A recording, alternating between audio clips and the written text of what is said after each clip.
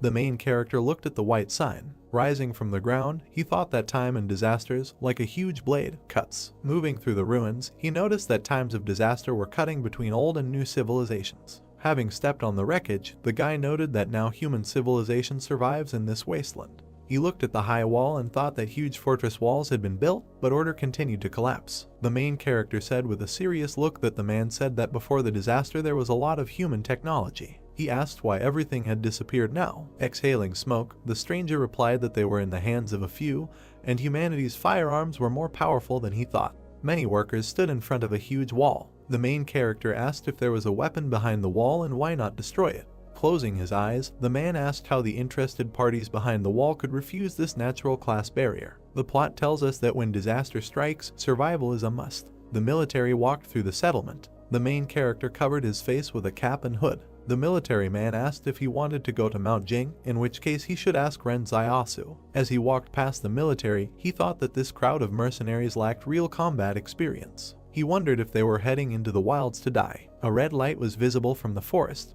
The main character was taken aback by this. He looked at the lava clot and saw a message that the breath of death had been detected. The monster began to crawl out of the magma. A crowd of demons ran towards the main character. A huge spider appeared and an inscription said that the breath of death had been discovered. A blue aura emanated from the wolf. There were drops of blood on the ground. Frowning, the protagonist wondered what, for them outside the walls, is their first weapon in the face of danger. A crowd of monsters stood in front of him. A message appeared asking if he wished to unlock his bonds. The main character was furious. There was a powerful energy in the area. He cried out that he wanted to unlock the shackles. It was raining heavily. The rat's corpse lay under the trap. Sitting in the bushes, the main character thought that it was bad luck and acid rain began to fall before the arrival of the prey. He noted in his mind that if he didn't bring the loot today, Yuan and he would die of hunger. As he continued to lie down, he emphasized the fact that even a sparrow would do. He saw the wings of a bird in the sky. Watching her closely, the main character thought that this was great and that this was really a sparrow. He looked at the bird. Her eyes glowed red. He jumped up sharply. He dodged the huge bird. The main character reached for the frying pan. Grabbing it, he prepared for battle. The bird jumped up from the ground. She flew towards the main character. Frowning, he noted in his thoughts that he was fast. He hit the bird with a frying pan. The sparrow fell to the ground. The main character jumped on the bird. He grabbed her by the throat. He broke the bird's neck. Sighing, he said that after waiting all night, he finally got something. Throwing the loot onto his shoulder, he said that it was still early, so he would just go to Lao Wang's store to sell the bird and estimated that he could exchange it for a couple of days of rations. He was suddenly taken aback. Falling to the ground, he mentally asked why now. Closing his eyes, the main character thought that usually this happened at midnight, but this time earlier. A blue aura enveloped his body. He noted and thought that this had been happening regularly since the day he escaped from the wolves, and people in the city said that it was just a headache, but he knew that. The hero felt that he was falling into the abyss. He fell in a dark space. He emphasized that he knew that this sensation was not pain, but pure chaos. As he fell into the abyss, he wondered what was happening.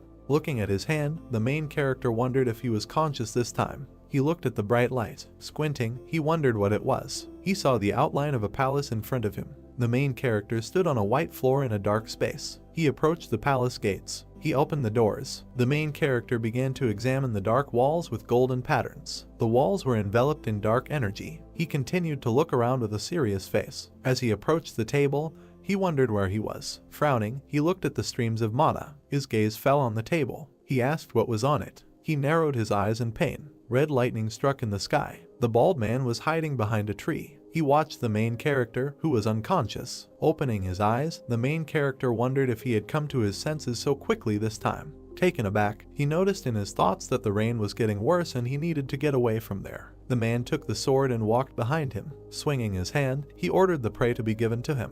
The main character looked back. He hit him in the face with a frying pan. Holding his face, the guy wondered how this happened and why he became a victim. He noticed that the main character is strong and his movements are very fast. Xiao looked at the screen, on which he saw that his task was to transfer the loot to a stranger. He was dumbfounded by this. Turning around, he looked at the bald guy. The guy sat on the ground and cried. The main character stood over him. Holding the bird in his hands, Xiao asked if the stranger needed the sparrow. The surprised guy started shouting that he wanted him. The main character gave him the sparrow. The man smiled at this. Xiao looked at the screen and saw that the task was completed. A white sheet of paper was flying towards a table in a dark room. He was heading towards the printing machine on the table. A piece of paper flew into the car. The machine began to print on paper that the task was to transfer the loot to a stranger, and for completing the task, he was rewarded with a basic profile skill which allows him to study the abilities of other people. Closing his eyes, the protagonist thought about the skill acquisition profile and whether he could use this to learn other people's skills. The guy cried and said that Zio was a good person. The main character looked at him out of the corner of his eye. He snatched the sparrow and declared that he would never get it even if he wanted it. The guy looked after Zio as he ran away. The enraged stranger screamed that this world was definitely heading into the abyss. Sunlight was breaking through the clouds. Zio walked through the dense forest. The main character covered his head from the sun. Beads of sweat ran down his face. He approached the dark gate. Many birds flew over the fortress. Cloudy skies enveloped the settlement. The main character walked among a crowd of people. Many passers-by looked at him with dissatisfaction. They whispered that Zio was back with his prey. Zio looked at them with a dissatisfied face. He grabbed his sword. A man with an angry face walked towards him. The main character narrowed his eyes. A grin appeared on the man's face. The guy grabbed him by the shoulder. With a serious look, he asked the stranger not to contact the main character. They looked after Zio. The guys looked at him and said that he was completely sick. Steam was coming from the high wall. The main character was heading towards a high wall. He approached a small hut. Having placed the bird on the table, Zio asked how much they would give for it.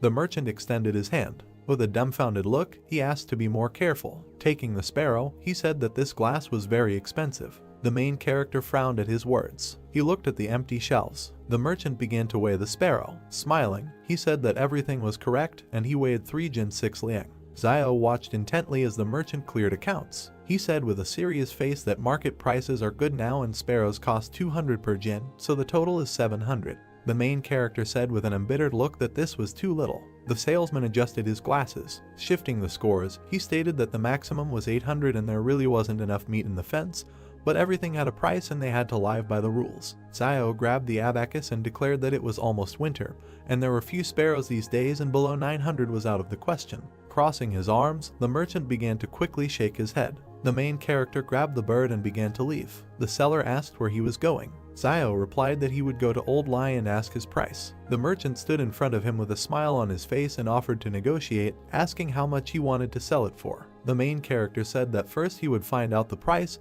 and then they would return to this issue. Smiling, the seller asked if Zio wanted 900, and then agreed, adding that he did not want to delay payment for Yuan's tuition. He noted in his mind that today someone from the fence came to buy game, and he couldn't let Old Lai take advantage of it. Zio, with a straight face, clarified what the merchant said at the end. He began to tremble and asked what the price of the main character was. Smiling, Zio replied that he wanted 1,200 for the sparrow. Veins appeared on the merchant's face. The main character asked whether he agreed or not, noting that if not, then he would go to Old Lee. The seller began counting out the bills. He continued to count them with a puzzled look. Having given the money, he said that this was all there was. Having taken the money, Zio said that there was nothing wrong with it and the merchant would return it tomorrow. The main character looked up. He pointed his finger at the jacket and asked him to take it out, noting that it would be just right for Yuan. The merchant reached for his jacket with his cane. Putting it on the counter, he asked if Zio would like to buy it for himself, noting that he knew the price. For him it would cost 490. He noticed that he doesn't carry jackets very often, so if he takes one jacket now, he might end up dead in the winter. The main character replied that he was not cold. Zio's gaze fell on the medicines and he asked why anti-inflammatory medicines. The seller replied that one capsule is 210. This medicine is taken for 3 days in a row and he will give 3 capsules for him for 620 and will also give a dose of iodine as a gift. Looking at the cut on his hands, the main character asked to forget about it, adding that in winter there is usually no inflammation. After giving the jacket, the merchant asked the next time Zio catches a sparrow not to kill it, noting that there are noble people behind the wall who want to keep it for fun. The main character replied that it is possible to live, but it will be more expensive. Zio headed towards the houses. He entered the hut. His brother was sitting at the table. He said with surprise that Zio had returned. Having sat down at the table, the main character asked how things were going with his homework. The brother replied that everything was fine. He just thinks that listening to a school teacher is not as useful as following the main character on a hunt. Looking at Zio, he asked when he could watch him hunt. Looking up, the main character replied that he could be killed at any moment while hunting. He asked if he would rather go to school and study physics and chemistry than hunt. He emphasized the fact that knowledge is the most important thing, and in this market town, no matter what chaos happens, no one will bother the teaching staff. Having stood up, Xiao thought that it was a pity that training was so expensive, otherwise he himself would have gladly gone to listen. Turning around, he said that he had saved some of the giblets before selling the sparrow so that they could be used to make soup.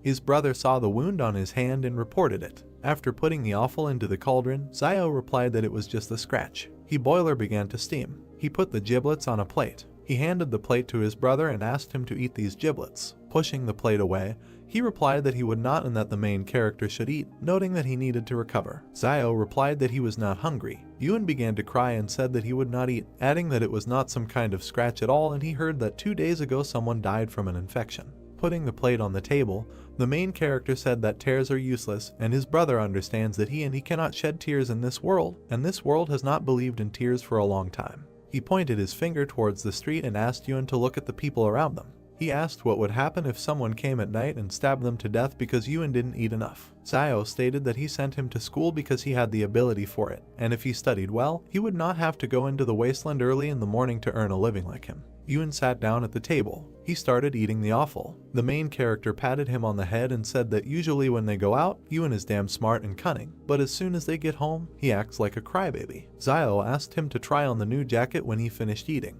Looking at the main character, Yuan asked where his jacket was. Smiling, Xiao said that he wanted to rest. The frying pan was empty. Lying on the bed, the main character thought about the palace that he saw today. He frowned. Xiao suddenly opened his eyes. He began to look around. He saw the dark palace again. The main character noted in his thoughts that the palace had appeared again. He entered it. Xiao began to examine the palace from the inside. He extended his hand towards the dark stream of mana. His hand began to sink into energy. He wondered if it was all in his head. The main character saw a typewriter on the table. He took a white sheet of paper. He read the sheet on which was written about the task he completed today. Xiao looked at the car with interest. Looking at it, he noted in his thoughts that it was written about justice, decency, honesty, trust, friendship, and goodwill. Taken aback, he wondered if they were telling him that he needed to be a good person in a world where morality was a luxury. Looking at the table, he declared that nothing would come of it. A lonely girl walked through the settlement. She pulled back the curtain. The stranger entered the protagonist's hut.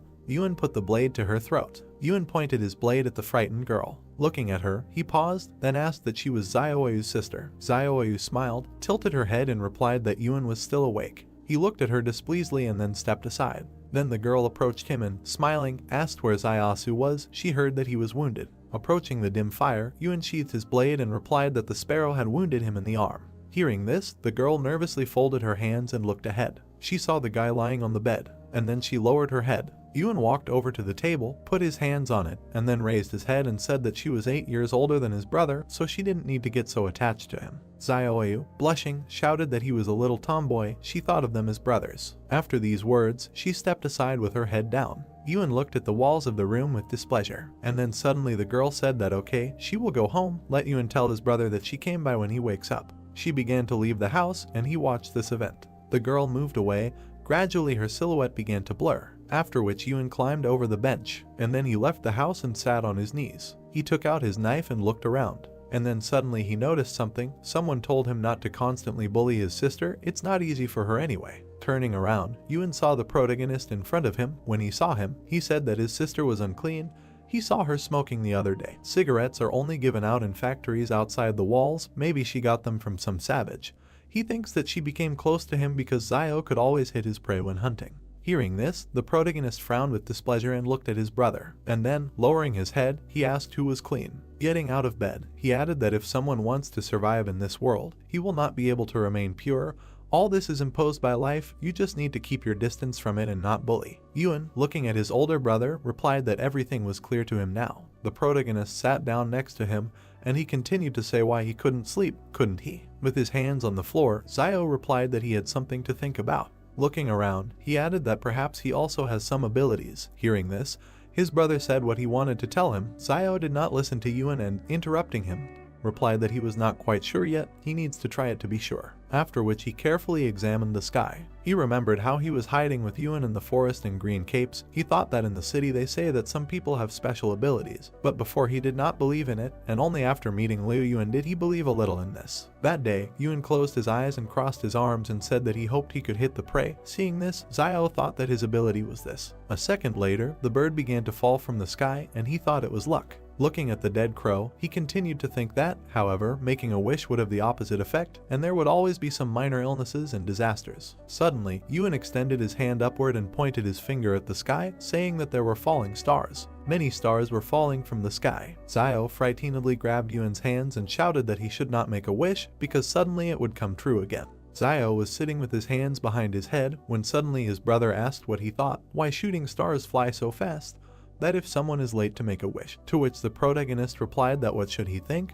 They fly quickly because he doesn't want to hear any of their wishes. We are transported the next day to a small building. A man with glasses appears in front of us, with children sitting next to him. He says that they will talk about technology in the era of civilization. Opening the book, he adds that they know what the term technology means. Ewan, covering his mouth with his palm, yawns and replies that he doesn't know what the teacher is saying, so then he should be silent and listen carefully. Zio watches this process through the window, and the teacher continues to say that he will use this example to explain to them what technology is. After looking at the book, he turns to the board. Zio, standing on his toes, carefully looks out the window and listens to the teacher. How suddenly he closes the book. And, looking at the class, he says that they have had enough for today, they need to go home and eat. Afterwards, he narrows his eyes and looks to the side, his gaze is drawn to an empty small window. Suddenly the protagonist turned to the side, the teacher told him that from this day on he could. Zio entered the classroom and bowed, and the man in front of him added that he could stand and listen to the lesson at the door, but he was not allowed to enter the classroom, to which the protagonist responded well. He raised his head and, smiling widely, added that he was very grateful. A plate of soup appears in front of us, with steam coming out of it.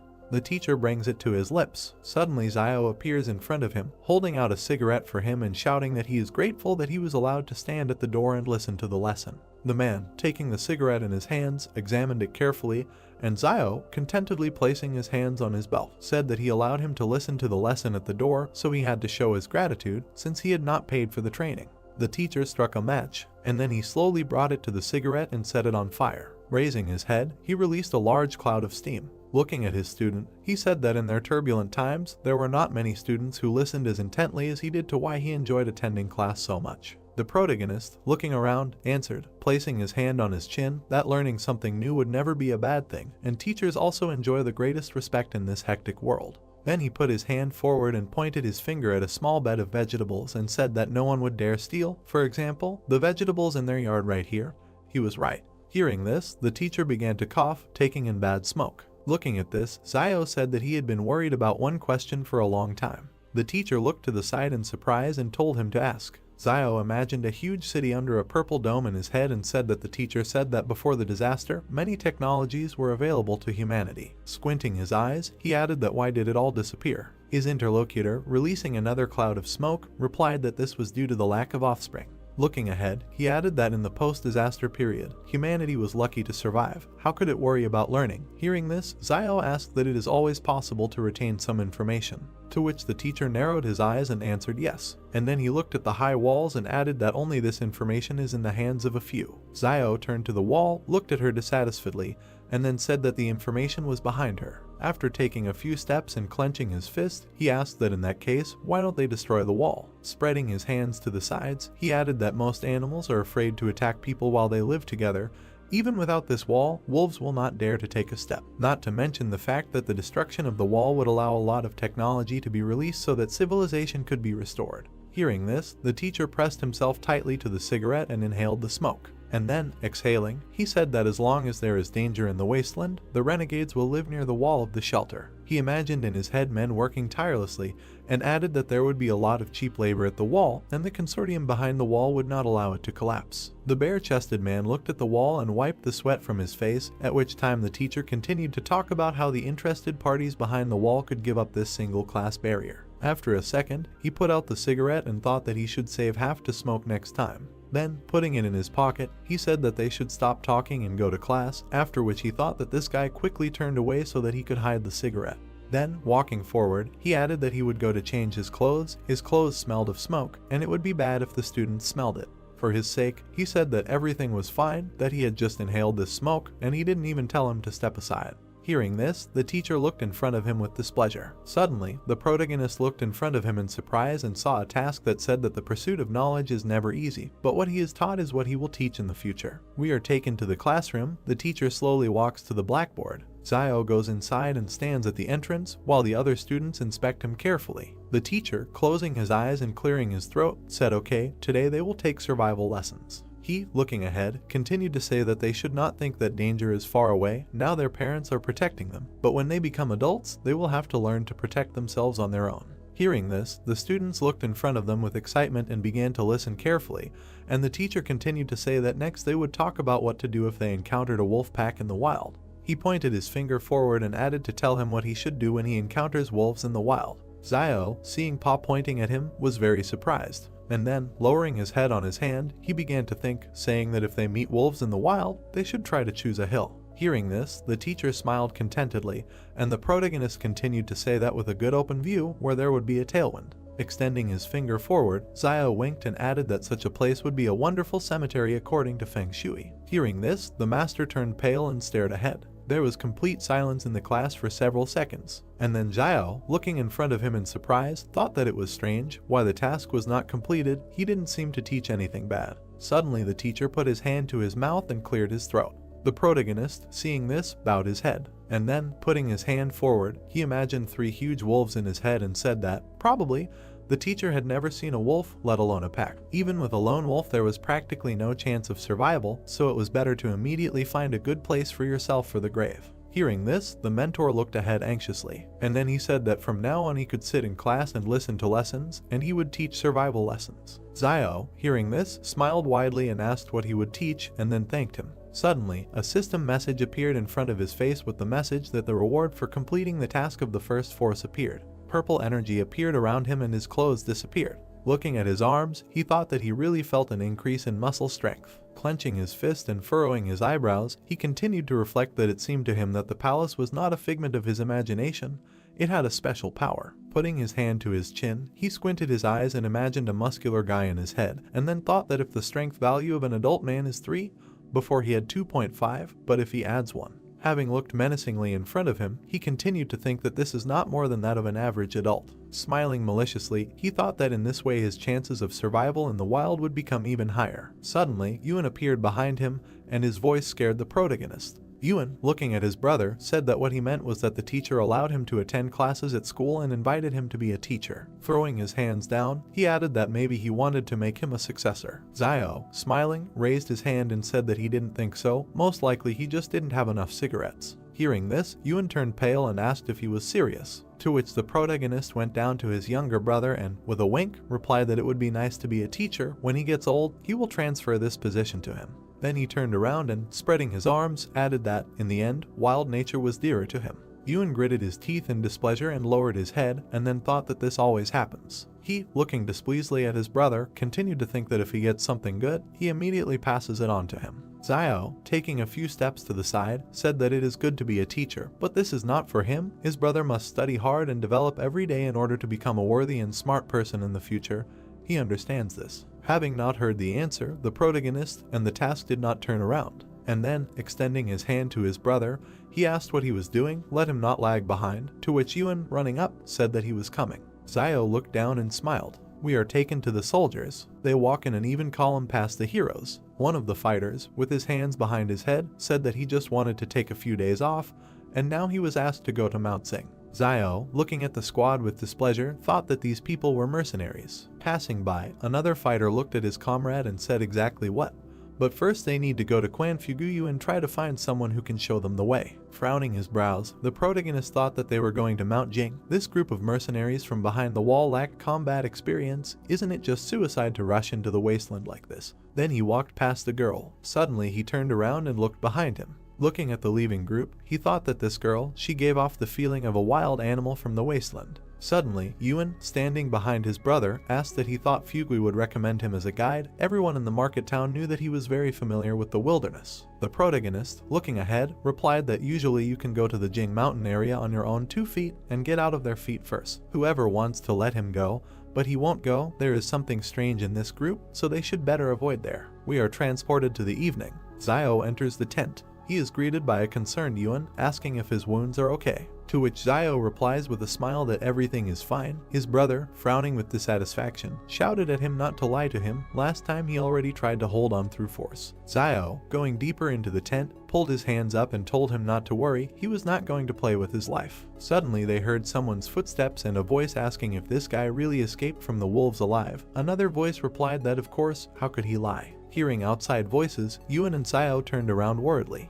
and then they suddenly fell to the ground, grabbing their weapons. They walked forward slowly. Zio walked to the door and looked out a little through the crack. He saw the guy with the gun looking at Fugue, saying that he meant that he was sick in the head. The man in front of him, rubbing his hands with a smile, replied that everything was fine. He just said casually, "It won't hurt. He is not seriously ill. They are already in place." The protagonist, frowning with dissatisfaction, thought that this Fugue really decided to bring him together with these people. A man in a red vest walked out to class in different directions and loudly told Zio to go out because he had guests. Yuen looked in front of him displeasedly and asked what he should do, to which the protagonist, turning around, replied that he would go out and let Yuen stay in the house. Zio took a few steps forward and out of the tent, extending his hand forward. Then he jumped up to Fugue and, grabbing his hands, shouted with a smile that he congratulated him on the safety of his father and son. Everyone outside looked puzzled at the guy who appeared in front of them. A fighter with an orange bandage around his neck asked what kind of father and son. He meant capital and interest. A second later, he opened his mouth in displeasure and shouted that no, this schizo is definitely sick. What kind of nonsense is this? He grabbed Fugue by the collar and, pointing his finger at Zio, shouted that yes, he was definitely sick, and he told him that everything was fine. At least he knew what would happen to him because of his lies. Afterwards, the squad began to move away, and Fugue, stretching out his hands towards them, shouted that they would allow him to explain, because Zio may be sick, but this is not at all the case. Tears flowed from Fugue's eyes. He turned to the protagonist and asked him why he wanted him dead. And then he ran to the detachment, saying that they would allow him to explain. The detachment commander shouted that he was giving him time until dawn to find a suitable person for this job. Suddenly the girl with the sniper rifle stopped, and then, turning back, she looked at Zio for several seconds. After a while she turned around and continued on her way. The protagonist noticed this and frowned, and then a bundle of paper and a system message appeared in front of him, saying that the necessary skills would be learned in a random order. He, looking in front of him in surprise, thought what random study meant. A bundle of paper appeared in front of him, which began to open, and a system message that the target's firearm skill had been accidentally copied, whether it needed to be learned. Seeing this, Zio opened his eyes wide and thought that he should learn this. A huge number of system windows appeared in front of the protagonist. In one of them a download appeared in text stating that knowledge of firearms maintenance and care of firearms, regular maintenance to prevent mold, corrosion and rust, and to ensure for functionality, you need to check the magazine, chamber, external deformation, operability, accessories, and cartridges. Looking at the system messages, Zio thought that these were all firearms skills, which meant that he could really copy someone's abilities. After he closed his eyes, a system message appeared in front of him that he had achieved success in training. He had mastered advanced skill in using firearms. Opening his eyes, he looked in front of him in surprise, saying that unless what he received was a basic level scroll, why did he learn advanced firearms mastery? After that, he went to a large system message and, poking his finger at it, received information that there are two types of skill copy scrolls. A basic level scroll allows him to learn any skill up to an advanced level. A master scroll allows him to learn other people's master skills as soon as he will reach an advanced level in one of his own skills, and also has a chance to learn the target's supernatural abilities. After seeing this, he thought that he can even learn other people's supernatural abilities. This is generally normal. An image of a girl appeared in front of him in the system message, and he asked that he could find out the firearms proficiency level of that girl. He looked in front of him in surprise and thought that she was fluent in firearms, but why was she serving in a private army? Something is really wrong with this group. He then narrowed his eyes and scratched the back of his head in puzzlement. Suddenly he turned around, hearing his brother's screams. Yuen grabbed him by the cape and asked why he was looking at the back of this girl all this time. Suddenly someone came out of the tent and asked whose back it was. Turning around, they saw Zio coming towards them. Looking at her, Zio opened his mouth in shock and asked what she was doing here. The girl straightened her hair with a smile and said that she had swapped with a family of 3 who lived here before, and in the future she would move here and live next door to them. Hearing this, Yuen clung to his brother and asked in a whisper that he was still a virgin. Because Zio spent a lot of money on this, she used to live in a stone brick house. Hearing this, Zio annoyedly grabbed his younger brother by the hair and shouted that he was already old enough. So it's time for him to talk about this aspect of your education. To which Yuen said that it's good if he doesn't know something, just let him will ask. Zio waved to Zioyu with a smile after these words, and then they headed towards the tent, and the protagonist added that he really had something to do with something, and not now they were barely staying afloat, so he shouldn't try to connect them with his sister. Suddenly he saw something in front of him. Yuan stopped and extended his finger forward, saying that he should just look at those 2 potatoes hidden under the chair and what looked like 3 pills. Looking under the table, Yuan added that it was to treat his arm injury. Bending down, Zio grabbed the bottle of pills and looked at it and said that it was indeed an anti-inflammatory drug. Looking ahead, he added that whether his brother remembered how last year he encountered wolves and was injured, someone secretly planted them some pills to keep him alive, right? Picking up the bottle of pills, he added that the place where the pills were planted was exactly the same as now he was trying to find this person. Yuan, looking at his brother, said that his sister could not do this, he only told her about his injury this time. Zio narrowed his eyes and looked ahead. Suddenly, behind the tent, someone grabbed Zioyu's hand and pulled out a cigarette for her, saying that she moved here and he brought her a cigarette, to which Zioyu replied that she would no longer do such things. Yuan and Zio turned to the exit in fear as they heard a man's voice laugh and then shout that she would eat and drink if she didn't do such things, who would give her a cigarette. The protagonist grabbed his dagger. Meanwhile, the guy tore Zioyu's clothes and she raised her head and screamed for him to let her go. Zio, gritting his teeth, jumped out of the tent like lightning. Looking ahead with dissatisfaction, he saw a system message that he had a new task to help. Squinting his eyes, he thought that even without this task he would have helped. Then, grabbing his dagger, he made a quick dash forward. The man in front of him looked ahead in fear, and then, smiling, he thought that the little guy with the bone knife wanted to stab him. Then he took out a huge machete and, smiling, thought that he had real iron here. Suddenly, in a second, Zio's machete cut him into 2 pieces. The man looked at his broken blade in fear and shouted that how was this possible. The protagonist then let go of his dagger, and, grabbing the scoundrel's hand, he hit him in the stomach with all his might. Then, literally in a second, he went behind his back and began to break his arm. And then at great speed he hit his face on the floor. Blood flowed from the man's face. He clenched his teeth in displeasure and thought about how old he was and how he could be so strong. Zio then looked at the frightened Zioyu and asked who he was, to which she replied that he was a foreman at a coal mine. She imagined in her head how several men were killing a guy, and then said that last night a man was stabbed alive in the market town, and he took the lead because he heard that this man had a habit of saving money, and so it turned out that he owed the casino money, and so he decided to do this. Zio looked displeasedly at the foreman, and then he picked up the broken machete tip from the floor. Raising his attacker's hand, he grabbed the dagger and looked at him menacingly. Suddenly a system message appeared in front of him that he had a new task: he must leave the enemy alive. A second later, the protagonist cut the attacker's side, and he screamed in pain. The foreman, cringing in pain, pulled his hand towards the cut, and meanwhile Zio, rising to his feet, said that he had about 3 minutes left. Looking down, he added that if he went to the clinic in the market town and got stitches, he might be able to survive. The foreman, gritting his teeth, slowly began to rise to his feet, and then, leaving bloody footprints on the floor, he ran towards the trading city. A system message appeared in front of the protagonist that the task had been completed. The reward was a basic scroll of copying skills. Since he now lacks weapons, he begins to complete a side task. Looking at these system windows, he thought that the first task should be to rescue Zioyu. He can't believe that he finished the second one. How did the damn palace make a decision? Afterwards, Yuan approached him and asked that he would simply let him go if he recovered and took revenge on him. He was not a good person. To which the protagonist, smiling, replied that he really still thought that the clinic in their trading city would heal his wounds. Yuan smiled and exhaled, answering that seeing him so ruthless made him feel relieved. Zio then pulled his hand towards the broken blade. Picking it up from the floor, he looked around. He saw Zioyu standing nearby with his head down. Then suddenly she raised her eyes when she heard Zio ask her if she could quit smoking. The girl, looking worriedly ahead, nodded her head several times. Zio began to walk forward, saying that these cigarettes are not very addictive, but as he knows, they add poppy seeds. Strike the floor with your blade. He added that Van also said that their share was very small. Stopping, he added that she could quit if she wanted. Then he grabbed his head and, closing his eyes, added that he wanted to clarify something. Although he was very handsome, it was impossible between them. Zioyu looked at him, puzzled, and then she said that she just treats him like a brother. The protagonist scratched the back of his head with a smile and, laughing, said that this was it. It turned out awkward. A second later, he grabbed his younger brother and, running to the side, shouted that this is what his stupid talk was leading to. Zioyu, watching this, covered her mouth with a smile and laughed. Suddenly a dark space appears in front of us, around which there are many bookshelves. In the center there is a table with a typewriter. Characters are quickly typed on the keyboard, and a message appears on the sheet that a side quest has been opened. The protagonist, smiling, thought that the side quest was a little interesting. A hand lifted a piece of paper over the table. The main character held a piece of paper in front of him.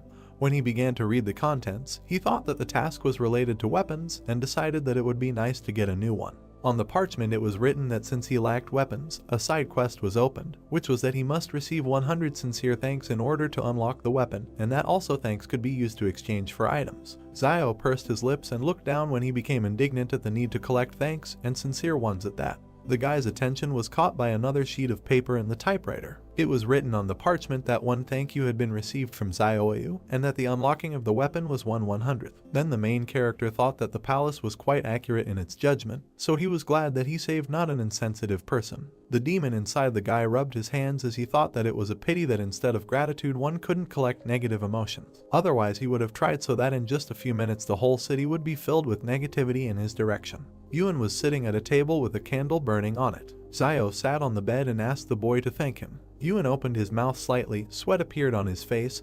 He asked his brother what was wrong with him, since he asked so suddenly that the boy was already a little scared. Zio bared his sharp teeth and appeared behind the boy as he told him to speak up and not be afraid. Long dark hair covered his eyes as Yuan thanked the boy for always taking care of him. The main character smiled, clenched his fist in front of him and thought that he did not expect it to be so easy when a system notification appeared that he had received gratitude from the boy. Zio put his elbow on the table, rested his chin on his hand, and asked his brother to say thank you again. Sweat appeared on the boy's face as he weakly thanked the main character. Zio raised his hands to the place where the system alert should have appeared and did not understand why he did not receive anything this time. He pointed his finger at the boy and told him that he had not thanked him sincerely, and asked him to be sincere next time, and then added that sincerely meant it was from the bottom of his heart, and asked his brother to do it again. Yuan, sitting at the table, exclaimed words of gratitude, and Zio, standing next to him, told him that he was putting little feeling into it and ordered him to repeat it. The boy folded his palms in front of him and drawled out the word thank you. The main character crossed his arms over his chest, shook his head and replied that this was still wrong, and that first of all he should experience emotions. Suddenly Zio stretched his hand forward, smiled broadly and said that it worked this time and that he needed to do it again. Tears flowed down the boy's cheeks. He did not answer. A cartoon appeared with Zio and his brother with the caption that 2,000 years had passed. Yuan put his head on the table and asked the main character sitting on the floor if this was his ability, and then said that his abilities had a bad effect on his voice, and Zio at that moment was thinking that after half a night of work, he only got one sincere thanks. The guy grabbed his head with both hands and said that he needed to come up with something else. 2 coins fell onto the wooden table. The main character put his hands on the table and looked up. He took the coin in his hand and looked at it. It turned out that there was a heart on it. On the back was an inscription that she was grateful to him for being with her all her life and for giving her the courage to be who she was, and that she was grateful for what he shared with her as her destiny, and for the flowers that bloom and fall, and the promise that she will cherish them all. Zio raised his hand with the coin to his face as the melody enveloped him. The guy looked back, where there was some movement. He turned around and saw a large metal device behind him. The main character came up and began to examine it while he was thinking about what it was for. Zio saw 2 narrow holes. He looked down and thought about trying to throw a coin there. The guy raised his hand to the slot and placed a coin there. At the bottom of the device there was a shelf into which a black jar fell. The main character took it in his hand, looked at it and thought that it was medicine. That's what it said on the jar, and Zio continued to look at it and wonder if it was possible to tell what the medicine was for. Suddenly the guy opened his mouth and eyes wide. He found himself at home in front of the table at which Yuan was sitting. The boy opened his mouth wide and turned to his brother, asking what kind of magic he had done and why a small jar suddenly appeared in his hand. The main character was trying to open the medicine bottle while he was thinking that since there was only one word written on this medicine bottle, could it be a panacea? He used his fingers to remove the black contents from the jar and decided that it was worth a try anyway. Zio sat down, closed his eyes and brought his fingers with the ointment to the wound. He applied medicine to the cut. The guy gritted his teeth and thought that this was reckless because this substance could be poison. Suddenly, the main character's eyes widened when he realized that the wound no longer hurt. Zio grinned as he held the jar in his hand and thought that the anti-inflammatory medicine needs to be taken for 3 days in a row, but this cream works in one go, and that one anti-inflammatory medicine costs 200, which means that the cost of the ointment, if rounded up, is 100 millions. It was then that the guy decided that he had to figure out how to get as many thanks as possible. A crowd of children stopped at the entrance to the building early the next morning. 2 pairs of shoes stopped at a wooden fence. The man with glasses worriedly asked the guys in front of him what happened to them. Zio and Yuan stood with black eyes and their mouths slightly open when the youngest began to talk about what his brother wanted to do. The main character smiled broadly, pinched his brother's cheek, and replied that they were fine, they just didn't sleep well. The man with glasses opened his mouth and asked him if he had thought about what he would say today, because today was his first day as a teacher, to which the guy replied not to worry. The man in the tattered cloak touched his hand to the wooden table while he thought about how they need to find a way to collect a whole bunch of thank you coins, but he doesn't know how to do it. Zio spread his arms out to his sides as the crowd of children sitting in front of him greeted their new teacher. The main character came up with an incredible idea. His hand, wrapped in black tape, reached forward when the guy asked them about how they think it is difficult for teachers to give lessons. The guy closed his eyes and said that everyone can sit in the classroom, but the teacher stands all day. The children began to chatter when they were asked if they should thank the teacher and responded positively. The gray-haired man adjusted his glasses and nodded. In his heart, Zio smiled broadly when in reality he seriously said that from now on, instead of greeting, the children would thank the teacher, but he thought that he had cleverly come up with the idea that the students would thank him. The main character extended his hand in front of him when the children bowed their heads and told the students to try to do it all together because now is the beginning of the lesson. The guy looked up and thought about why nothing was happening, and how none of these little brats sincerely thanked the teacher. He touched the back of his head with his hand, closed his eyes and agreed that 9 times out of 10 life doesn't go according to plan, so he decided to come up with something else. The stone wall near the treetops was shrouded in fog. Zio stood at the board and drew an animal's face on it while he talked about how today they would talk about basic survival skills in the wild.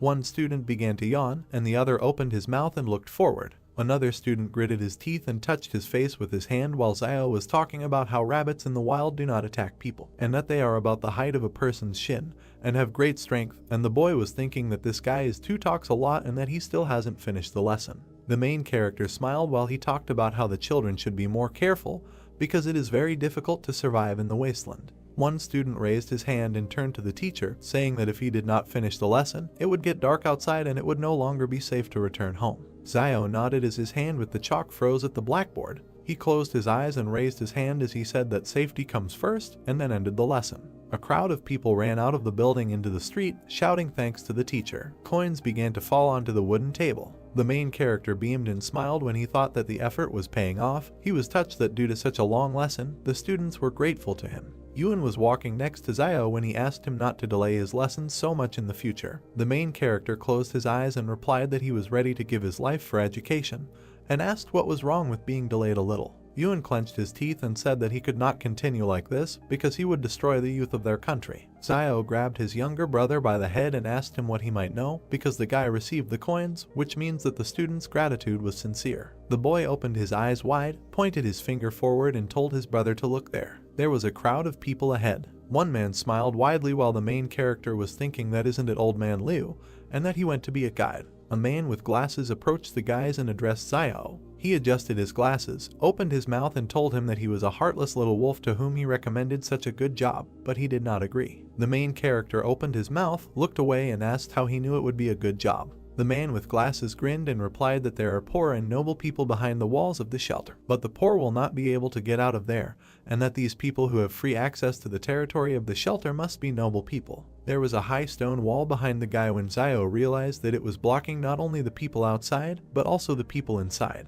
He opened his eyes wide and looked to the side as he thought about how those inside the walls have a hard time getting out, but those outside are desperately trying to get inside by any means necessary. The man with glasses smiled and touched Zio as he said that he had heard from the staff that they were looking for a good guide from the trading city to take him beyond the wall so that they could use his services, and asked the guy about when else would he have it was such a wonderful opportunity. The main character looked to the side and remained silent when Yuan asked him why he didn't talk to those guys from the group again, because he was much better than that old man Liu. Zio turned his back to the bespectacled man and the boy and told him to get it over with and that it was time for them to go home.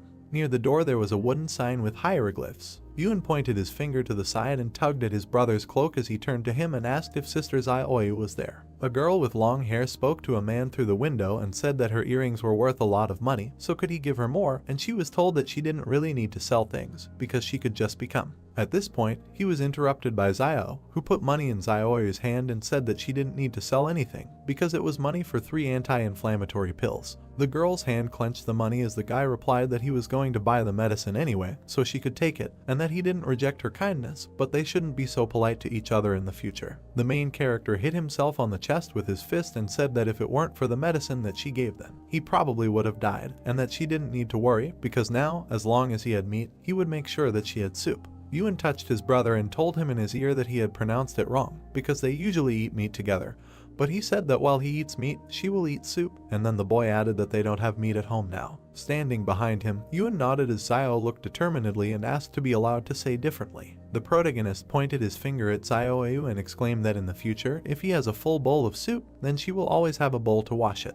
The girl smiled, closed her eyes and replied that from now on she would wash the dishes and laundry for him. The man knelt down and began to beg the doctor to help his family. A man in a white coat stood next to the wounded guy while the man at his feet talked about how their family could not survive without him. The man looked down and asked what was the point of visiting a doctor if they couldn't afford it. Xiao and Yuan stood and watched as the door slammed shut in front of the kneeling girl. The main character opened his mouth, turned to his brother and said that he should remember this, because in front of him is their reality. Drops of rain began to hit the roofs when a voice said that acid rain was coming and that they should go home quickly. The girl and two guys ran in different directions, trying to hide from the rain. Yuan turned his head to Xiao and said that it is very easy for doctors to receive gratitude, because they all thanked the old doctor when he was still here. The main character lowered his hand when his brother said that it was a pity that he didn't know anything about medicine. The guy asked what kind of nonsense he was talking about. Xiao's eyes widened when he thought that even if he didn't know how to heal, he could learn.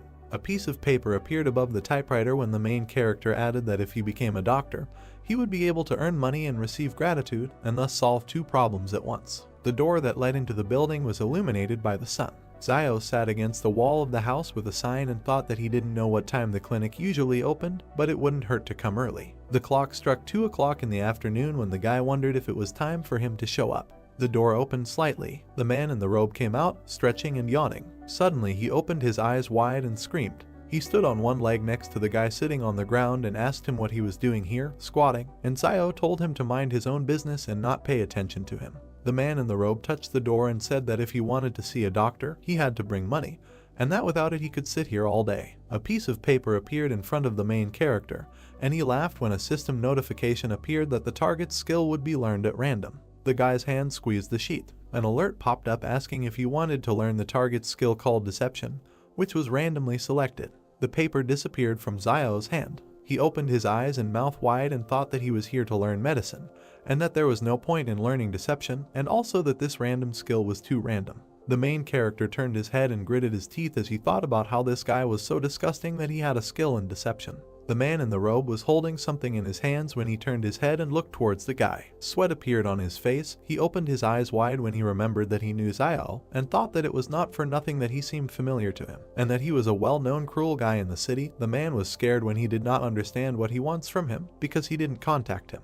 The main character pointed his finger at the system window in front of him and wondered what level of medicine this doctor had. In response, a message came with the words that from the information about the target it is known that he does not have any medical skills. Xiao clenched his fist and gritted his teeth as he protested that how could he be a doctor without medical skills. The guy threw a frying pan at the head of a man in a white coat and shouted at him that he had been making money from fraud all these years. The man began to cry and told the guy not to talk nonsense and that he was not deceiving anyone. Xiao turned around and walked away from the man in the white coat, holding the frying pan and touching his face with his hand, thinking that he would have to think again about how he could become a doctor without studying medicine. He looked at his hand and realized that the wound was almost healed. The guy remembered the metal device and smiled when he realized that he could heal cuts. The main character entered the house and asked Sister Xiaoyu what she was doing here. The girl was sitting on the bed and holding a black thing in her hands when she said that she saw that the clothes he was wearing were torn, and therefore came to sew them up for him. Yuan was carrying a plate in his hands as he passed by Xiao when he asked what he had in his hands, and he replied that it was Sister Xiaoyu who had prepared the porridge for them.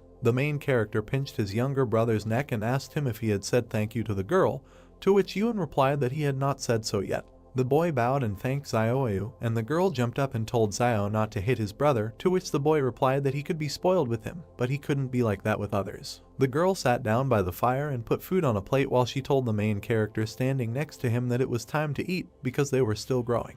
The guy opened his eyes wide and beamed when he thought that they had never been told that they were still growing. The girl handed Xiao the soup and told him to take the food and sit at the table. The guys bring the plates to their mouths with both hands. The main character looked at the sewn item and said that his sister knew how to sew very well, and then asked why she didn't come and help them when they opened a clinic for treating cuts. Things were lying on the table when a voice asked why he suddenly wanted to open such a clinic. The moon was shining above the house and the stars were shining when he replied that she would know about it when the time came. Xiao lay next to his brother with his hands behind his head. He closed his eyes. The guy opened the door saying that it was time to look at what he had received over the past few days. There were 3 coins in his hand when he said that he had exchanged his gratitude coins for a bottle of black medicine yesterday, and that he now had 3 left. The main character sat down on the table, smiled and said that 1 gratitude is equal to 1 jar of black medicine, and 1 jar is enough for 3 people, and then added that in this case 1 and 3 is the right decision. He held the bottle in his hand while he thought that the more black bottles he bought, the more gratitude coins he would receive, and that he might be able to unlock his weapon faster. He turned his face to the wall when he decided it was time to sleep.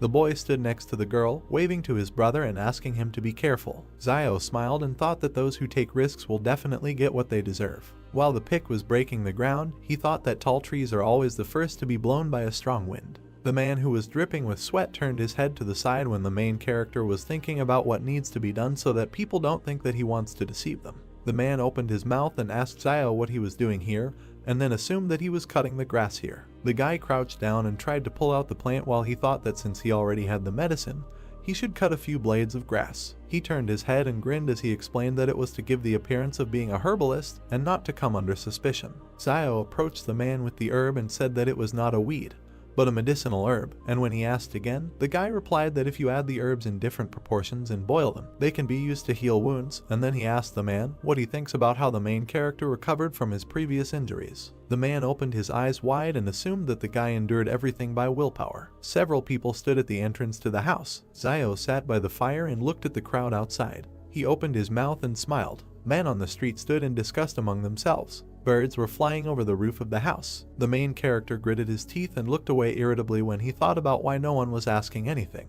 The guy went out into the street and pointed his finger at someone from the crowd. The man pointed to himself and asked again, to which he was told to come over. He turned to look at the crowd as Zio stood in front of him. The main character hugged the man and told him to ask him what he was doing. The man opened his mouth and asked him a question. Zio smiled sweetly. He pointed to the dishes on the fire and replied that he was making an herbal medicine that not only had anti-inflammatory and analgesic properties, but also quickly healed wounds, and that he had previously hidden this from everyone. There was grass in the water when the guy exclaimed that today he finally realized his mistake and decided to share it with them. The men began to discuss among themselves that everyone knew that he simply endured everything out of character, and that no one would believe that he could treat anyone. When Zio exclaimed that he was going to open a clinic for treating cuts and called them to his place if someone will get hurt. When people turned away and began to leave, the main character thought that this was not normal, that no one cared about him. A man suddenly approached the guy. Zio saw his bandaged hand. He grabbed it and asked the man if he had injured his hand while working,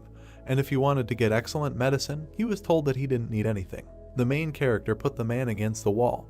Holding a can in his hand, told him to just think of it as an advertisement, and said that this time he would cure him for free. The guy waved to the man running away from him. When he entered the house, Ewan asked him why he was giving out medicine for free. Zio gritted his teeth and replied that he should not ask, and that next time it would be better to die than to repeat this, but thought that the beginning is always difficult, and that he should control himself because those who achieve great things achievements do not pay attention to little things. Birds flew over the stone wall the next morning. When Zio left the house, someone was waiting for him on the street. The main character opened his eyes wide and asked the man what he was doing here so early, because he hasn't been going out to catch sparrows lately. Old man Wang with glasses smiled widely and asked the guy if he had cured Tedu from the eastern part of the city yesterday. The main character closed his eyes when he learned the man's name. The guy crossed his arms and replied that he worked without intermediaries when Wang asked him if he still had the medicine and suggested that Zio give it to him and he would sell it. The man with glasses beamed, smiled widely and replied that he could sell him some then,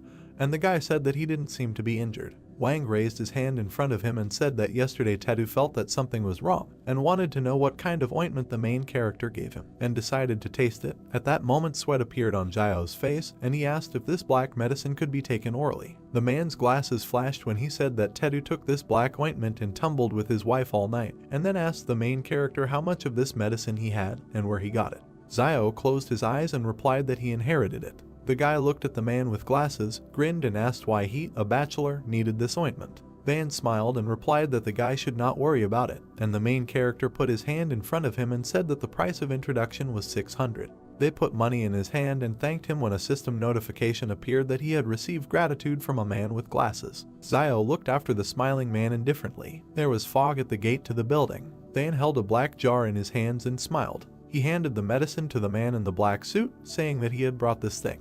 An overhead view of the wooden shacks, Zio standing in front of the sign on his house. On the sign in front of the hero there is an inscription that this is a clinic for the treatment of cuts. The hero looks at it with pleasure and is glad that it is finally opening. 3 pairs of male legs, blood dripping on the ground, someone complaining that he can't do it anymore and that he's in damn pain and can't run anymore. 3 wounded villagers, one is bleeding from his arm, another is holding his shoulder, and the third is holding his leg. The man in the center, in a purple shirt, says that they need to hurry. The hero notices men passing by who are heading towards the charlatan's clinic. A man in a white jacket happily notes that they are already near the clinic. Zio's eyes begin to shine when he realizes that these are his first clients. A task window appears that says that the hero needs to save 3 patients. Zio thinks that he did not expect the first patient so soon. Zio puts his hand on his head, sighing and asking for an apology. He runs up with a sharp jerk towards the men, who have not even had time to notice him yet, grabs them from behind, jumping on them. The hero throws the wounded near his hut, tying them up.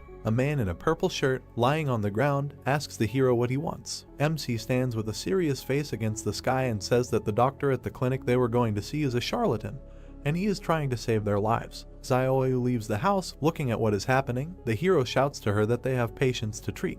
The lady approaches the lying men, asking what happened and whether they got involved in a group fight.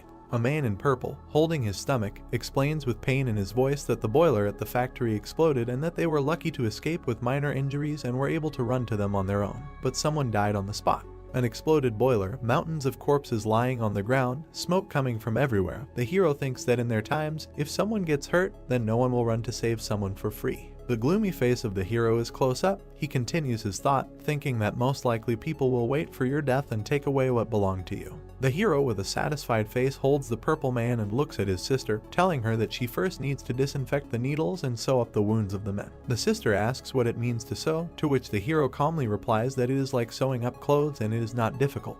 With worry on her face, Zioyu straightens her hair and says that she is ready to do it. The needle warms up in a woman's hand over a candle. The sister inserts a hot needle into the man's arm. The man screams in a frenzy of pain. His whole face is distorted. He turns to Zioyu and shouts that he can understand that she heated the needle to sterilize it, but couldn't she have waited for the needle to cool down before stitching? MC replies with a happy face that everyone makes mistakes sometime. Their nurse is not entirely familiar with the process on her first day and will get better with time. MC sticks his fingers into the medicine, about to take some from the jar, and says it's time for the medicine. The hero with a predatory face turns to the men, saying that his medicine is very valuable, but he will not charge them much and that it will cost them the same as in the clinic, namely 600. Zio hugs the man, holding his medicated fingers over his shoulder. He says that for his work the man gets 2,000 or 3,000 a month, so he should be able to pay 600 for his life. The man, clearly afraid of the hero, says that I agree, the hero just needs to go easy on him.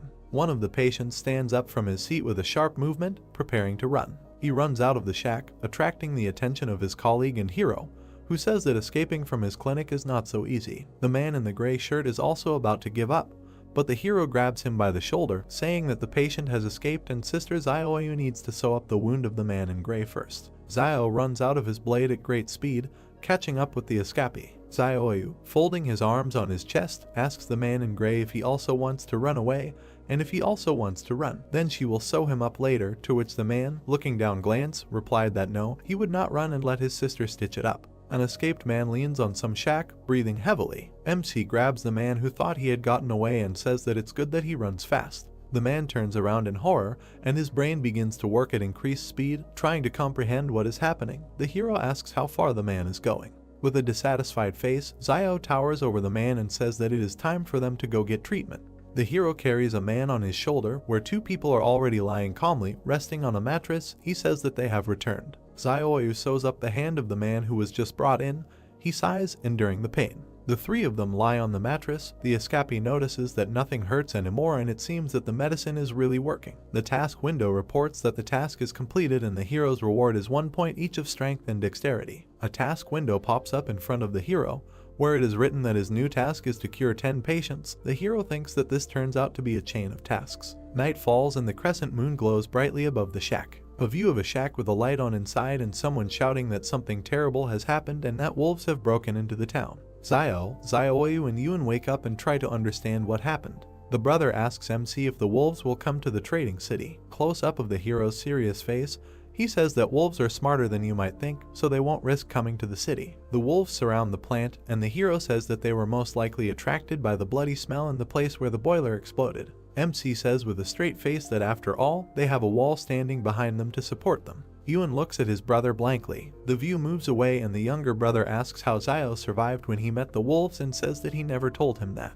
The hero closes his eyes, thinking how to answer him. But they are distracted by a loud scream that scares them both. Someone shouts that they need to gather everyone and that no one lags behind. The hero quickly raises his hand to the burning incense in his home, while someone's voices say that the enemy has been discovered outside. MC extinguishes the candle and he and his brother stand in pitch darkness. Close up of MC's tense face. Yuan asks what is bothering his brother. The hero's back. He gloomily asks what will happen if one day the wall collapses. The sister, screaming, asks if the wall can even collapse, to which the hero replies that he doesn't know, but notes that there is nothing eternal in this world. The gates open and the wind rushes out of them in a furious stream. A crowd of armed people in camouflage uniforms, armed with rifles, emerges from the gate. Close-up of soldiers passing by shacks. The brothers peek around the corner of the door of their shack. Yuan asks if the soldiers have weapons on their backs, to which the brother replies that the younger one should not ask too many questions. Offended and dissatisfied, the younger one asks if he still has marital status in their house. Without looking back, the hero with a serious face replies that the younger one should not think about it too much,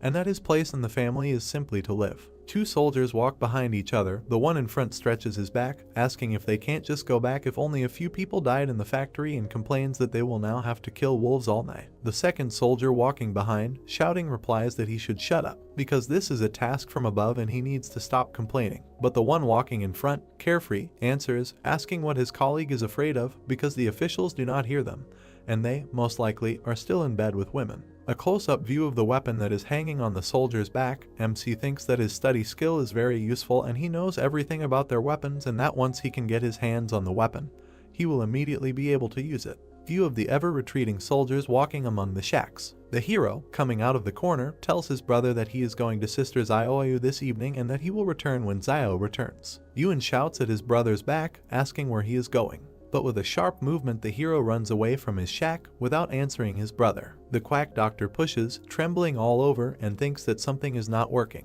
He sits with his pants down near some stone, sighing heavily. The hero runs at great speed through the shacks. He runs past the charlatan who is sitting behind a tree with a newspaper in his hands, and he notices him. Close up of the charlatan's tense face, he thinks what the hero is doing here at such a time. Xiao runs to the factory, from which smoke is pouring out. Close up of the hero running, he thinks that the factory manager was armed with a gun, but he was still attacked by the wolves, and that perhaps he did not expect the wolves to come and did not have time to get his weapon. The hero's face is even closer up. He thinks that it seems to him that the pistol should still be at the factory. A view of the plant, the sky above which has turned red and is obscured by rising smoke. MC stops abruptly, noticing something, and sweat starts pouring down his cheek. The soldiers stand, holding their weapons at the ready, opposite the wolves. A mountain of bodies lies between them, and someone shouts that they need to be vigilant.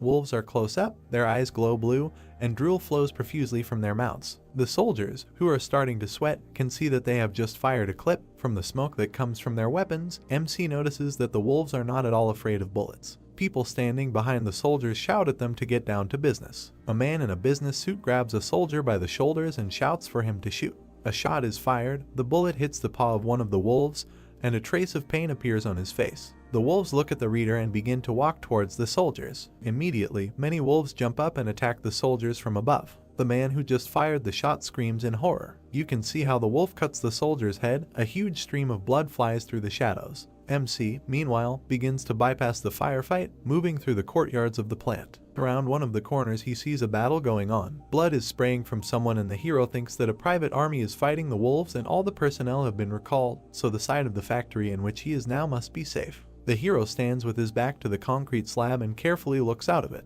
There are several bodies lying behind the slab, and there is blood all over the floor. He looks at the lying body and thinks that, judging by the appearance of the bodies, the wolves killed everyone in one fell swoop, and in his thoughts he rejoices that he escaped them. Xiao, with determination in his eyes, looks up and thinks that he needs to get inside and check. He looks at the tall factory building and begins to move towards it, the legs of a hero preparing to jump. MC starts jumping on boxes to climb up to the fire escape and clings to it. He begins to climb up the fire escape. He jumps onto the roof and sits down, leaning his hands on it. Standing on the roof, Zio looks around, peering into the windows on the roof to see what is below. Close up of the hero, thoughtful face, he thinks that he needs to hurry. He looks back at what is happening below, where people are fighting, and then puts on his hood. Drawing out his bone dagger, he slashes downward with the blunt end. He breaks the window below him and falls among the shards of glass, lands down on his haunches, resting his hands on the floor. Looking around and shaking off the glass shards, Zio thinks that he is finally inside. He calmly removes the hood from his head, standing among the dead bodies. The hero's back, he looks at the bodies lying on the floor here and there, and thinks that it looks like there was a battle here. But for some reason all the bodies are directed in one direction, and notices that in a critical situation, people run either to safe places or to places where weapons are stored. Few of the stairs leading down, it is covered in blood. Zio goes down the stairs, walking around the corpses, and notices some red light from below. A close-up of his face, he thinks that this is most likely a shelter in case of emergencies. A stone door with 3 red lamps on top. Under the door of the shelter lie torn bodies, some of which are leaning against the door. Zio touches the door and, not understanding himself, asks if the door is locked. He knocks on the door with his hand. He leans against the door, trying to hear something. Someone presses a button with their hand and the door begins to open slightly, which MC notices, thinking that someone is opening the door. Rushing under the door, Zio notices a man in a business suit holding a gun in his hand. He asks if a man has come here to save him. Suddenly, the man in businesslike looks changes when he realizes that the person who came here is not from the army. Zio slides in front of the man, looking at him with anger in his eyes. The man points a gun at MC, bares his teeth and shouts that it means a little thief has come to him, who took advantage of the explosion, and adds that he knows that the one who came is Zio from the trading city. The hero stands up and examines the man and realizes that it is Wang Dingyang, and asks himself if he is not the manager of the factory. Wang, with a sharp movement, keeping Zio in sight, closes the door of the shelter. Zio looks at the door as it closes and realizes that Wang wants to trap him there. He, at this time, takes the pistol in both hands and with an evil grin looks at the hero, who is looking at him with an equally evil face. MC realizes that the manager has a weapon in his hands and tightly grips his blade in his hands. The pistol is on safety. The hero notices this and a smile spreads on his face. He, in a questioning pose, raises his hands and stands at full height opposite Wang, and says that isn't Wang Dingyang in front of him. The hero begins to walk towards the manager and asks why he is here alone, to which he receives a short answer that the hero cannot come closer. The hero's face becomes so angry that the veins on his forehead begin to bulge. He shouts that the manager is crazy, and that he was the first to run into the shelter, after which he closed the door, not letting the rest of the people in. Wang, holding the gun tightly, shouts that a poor man like Zio shouldn't be asked so many questions, and continues, shouting that Zio needs to take him back to the city so he can save his life. The hero, with an evil smile, asks if the manager wants to save his life, and continues, saying that he will be afraid that he will tell the truth about how he abandoned everyone in order to survive himself. The manager begins to have a drop of sweat running down his cheek, and he doesn't stop grinning, asking how the hero knows this. Zio, with a playful face, raises his finger up and declares that no one knows his son better than his father, to which Wang is lost, not understanding what the hero is leading to. Wang, no longer grinning, but just angry, shouting, doesn't the hero think that he doesn't dare to kill him? View from above, of Wang and Zio standing opposite each other. The manager shouts that he will shoot the hero and will continue to wait for the army to arrive, and that he is a man from behind the wall, and that means that the army must come to the rescue. The hero jumps and makes a dash towards the manager, and with a dissatisfied face asks if the manager doesn't know that his weapon is on safety. The manager frantically realizes the MC's words and looks back at his gun. The hero cuts the manager's hand with a sharp blow, and the other snatches the pistol from his hand. He sharply pushes the manager towards the wall with his blow, presents the blade of his blade to the area of the manager's heart. Blood begins to flow from the latter's mouth, and he stands, frantically looking at the blade, which is stained with his blood flowing down the blade. Van, with a look full of pleading, with blood flowing from his mouth, says that he asks the hero to let him go and that he can tell him where his property is hidden. The hero, with a serious face, says that Van must speak first and then he will let him go. Van, with one eye on the blade that is moving away from him, thinks that MC is still young and that he can deceive him by simply stalling for time until the private army comes to his aid. The hero holds the blade in front of Vaughn, asking if he wants to stall for time, and continues by saying that his lungs have long been pierced by the bone knife, and even if he returns, how long does he think he will last, and states that there is no reason for the hero did not make his fate easier. With a sharp blow, MC pierces the manager's chest, causing him to scream. He sharply removes the knife from the manager's chest, shaking it off from the blood. He sits down opposite the manager's body, searching it. 2 clips in Zio's hand, he thinks that the fact that the manager had 2 extra clips was just right for him. The hero passes by the bodies, heading towards the exit, and thinks that he must get out of there as soon as possible, and that perhaps the army to rescue Wang Dingyang is already on the way. Exhaling from fatigue, Xiao enters his shack. Yuan stands opposite his brother with his arms extended towards him and joyfully says that he has finally returned and asks if he is injured, to which Xiao replies that everything is fine and asks if anything happened in the city while he was gone and whether the military returned.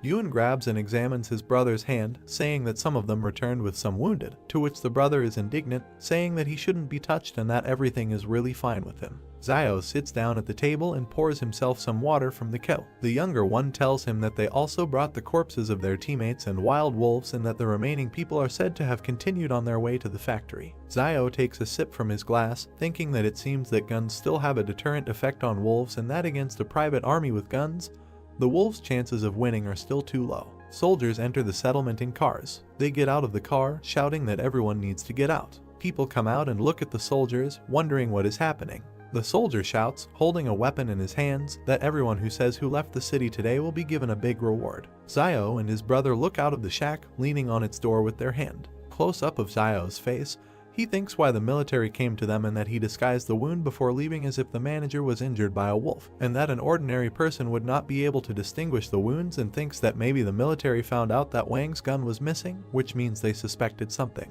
The hero's memories of how he leaves the factory, holding a pistol in his hand. The soldiers rudely question the people, and Xiao realizes that they are looking for a gun. Someone from the crowd raises his hand and shouts that he knows who came out in the middle of the night. The quack doctor shouts that it was Xiao and that he saw it with his own eyes. He turns and points his finger in the hero's direction, shouting that it is him. The hero's eyes are close up, sweat begins to flow down his cheeks. The soldier points in the hero's direction, instructing his subordinates to search Xiao. Old man Wang rushes out of his seat, waving his arms and shouting that Xiao is the same guy that Boss Luo asked to keep an eye on over the wall, and that they can't treat him like that. The head military man asks what Old Man Wang means, to which he replies that they can ask Boss Luo themselves why he is being looked after, but he has no right to speak. The military man remembers a man with a red shirt and rings on his fingers, realizing who Boss Luo is. He raises his head to look at Old Man Wang and shouts that even if Xiao is one of Boss Luo's men, then this is a serious matter and that the culprit must be found, after which he will personally go in the evening to make amends to Boss Luo and explain everything. The soldiers grab MC, they run their hands around, looking for something under his clothes, which displeases Xiao. The military tries to enter the brothers' shack and Yuan, clutching a knife, shouts that they cannot enter. But the older brother looks around, shouting to him that he needs to let the military through. The younger one has a confused face and is trembling. The charlatan smiles, looking at what is happening and grins. The soldiers enter the shack and begin to search for something in it. The younger one, looking from behind the door, watches as the soldiers throw things around in search of something.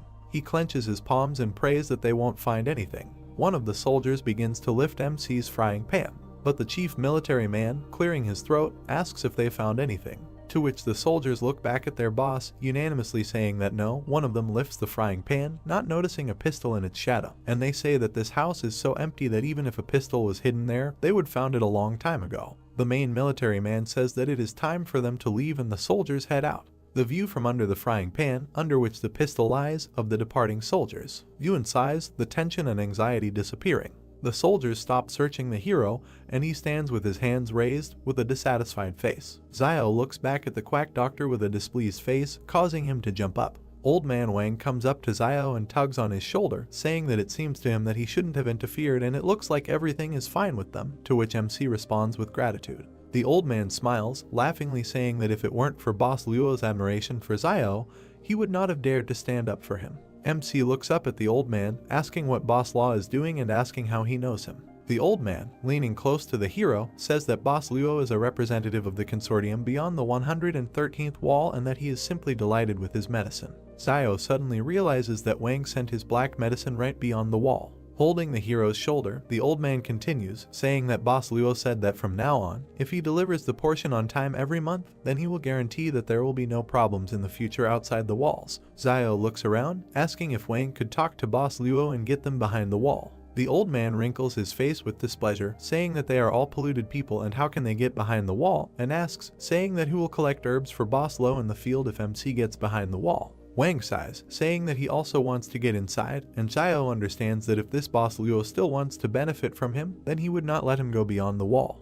Yuan, holding his head, approaches his brother, addressing him. He grabs him by the jacket with a trembling hand, sweat streaming down it. Xiao looks back at his brother, who has already simply fallen down. He looks down in horror and screams his brother's name, realizing what happened. The hero sits on the bed, touching his hand to his brother lying next to him. Xiao frowned and looked at him, telling him not to be so stupid. He might die from this fever. He thought that his brother had made a wish again to save him and would get hit back. Yuan opened his eyes and said, "But what if something happened to him?" The girl squeezes water out of a towel. She placed it on the boy's head. He turned his head, looking at her, and asked for forgiveness for causing her problems. She touched the towel on the boy's head and said with a smile that the two of them were just big kids. But if they weren't more mature than other kids, they wouldn't be alive now. He added that basically his brother is amazing. The hero looks thoughtfully at his brother, whom the girl is caring for. Xiao and the boy turned around as the boy got out of bed and told them not to worry. He would lead them all to a good life. A doorway, a faint light inside the hut, a basket hanging on the wall. Yuan asked if it was really him. It was so cheesy. The sun illuminates the entrance to the house. The guy bent down, moved the fabric hanging over the doorway with his hand, and held a bucket in his other hand. He raised his head with a question. They called out to him and congratulated him. A man with glasses stands in front of him, holding a box in his hands, smiling, and asked if he hadn't heard that Tong was scared to death last night and ran away with the money, and now he is the only doctor in the city. The man extended his hand to him, said that the manager behind the wall had allocated Xiao Tong house, and he could move there today. He added that he had prepared a small gift for the brothers. The guy was surprised. The man put a box in his hands and said, "They are growing, so let them eat this to support their bodies." Xiao asked what it was. He opened the box. There was a nest on a white cloth. The man explained that this was a swallow's nest, which he had kept for many years. It was an excellent tonic. The guy took it with 2 fingers, looked to the side, said that he heard Teacher Zhang say that swallows' nests are held together by liquid, and that he thought that ordinary water should not be so viscous, so most likely the swallow uses for this your saliva. The man raised an eyebrow, sweat running down his face, looking puzzled. Xiao, with a sly smile, hands the nest to the man. He put his hands forward, loudly said that he should not give it to him and not be so disgusting. He added that there is also a bloodbird's nest, and asked what her nest is made of. Then, as he thinks, the hero suggested that it was from sputum with blood, and admitted that he was just joking. Let him not pay attention. The man put his hand on the guy's shoulder, suggested without further ado that he get straight to the point, said that Xiao had not gone to buy herbs for the last few days, so that black medicine should soon run out. He asked if this was so. The guy looked at him thoughtfully. The man shuddered. Xiao said, "Didn't he buy it recently?" He pushed the hero away with his hand. The hero smiled. He said loudly that the guy knew that he bought it for the big man behind the wall. Xiao turned away. Picking his nose, the man raised his fist, asked him not to pretend to be stupid, because without him sending the medicine, the hero would not have been able to get the clinic for almost nothing. The hero has a small black cylindrical box in his hand. He offered 12 for it. The man snatched the box from his hand, putting money in another, shouted that it was sold, in a notification of gratitude from Wang. Van leaves, waves his hand at the guy. The hero thought that he was quite interesting and sincerely thanks him. The man advised him to pack his things and move. Many have already had their eyes on that brick house. The hero with his younger brother and girl approach a brick house. They stand in front of the door. On the left there is a wooden table with an inscription. They entered and looked at the wall where the red tapestry hung. The boy pointed his finger up and asked his brother to look at the banner hanging in the center. There is an inscription embroidered on the banner with golden threads. Xiao squinted and read, "Skillful hands bring it back to life." He frowned. A screen appeared with a quest chain and a question asking if he wanted to continue rescuing 10 patients.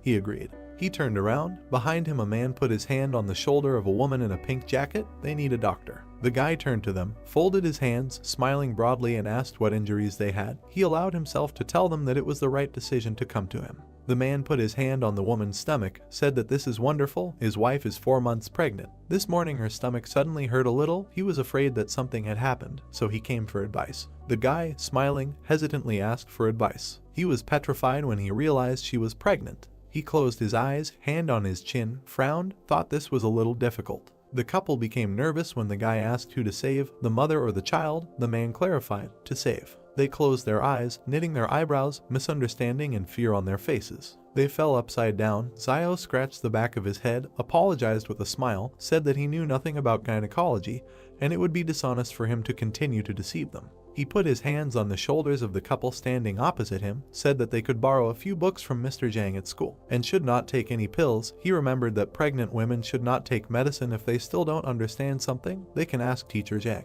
They looked at each other in bewilderment. The guy waves his hand, wishing all the best. The man looked around awkwardly. The woman admitted that she felt Zio was a little better than the previous doctor, who was afraid that she would not buy his medicine when she was sick last time, and in the end she did not feel better even after taking it. They bowed, thanking him. The guy looked up in surprise. On the glowing screens both thanks were from the woman. He closed his eyes, lowered his head, did not expect that with a little hint he would earn 2 thanks just like that.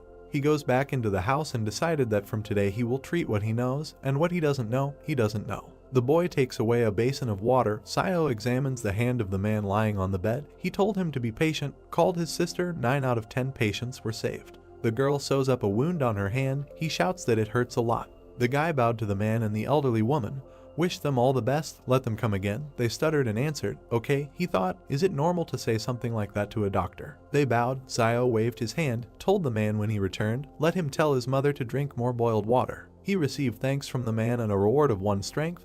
The task of the next stage to save 20 patients. Zio stands with his back against the dark blue background, thought that the difficulty had increased again, and asked the palace for his current strength and agility scores. A guy in a room with blue walls with gold ornaments, on the screen strength 5.5 and agility 4.1.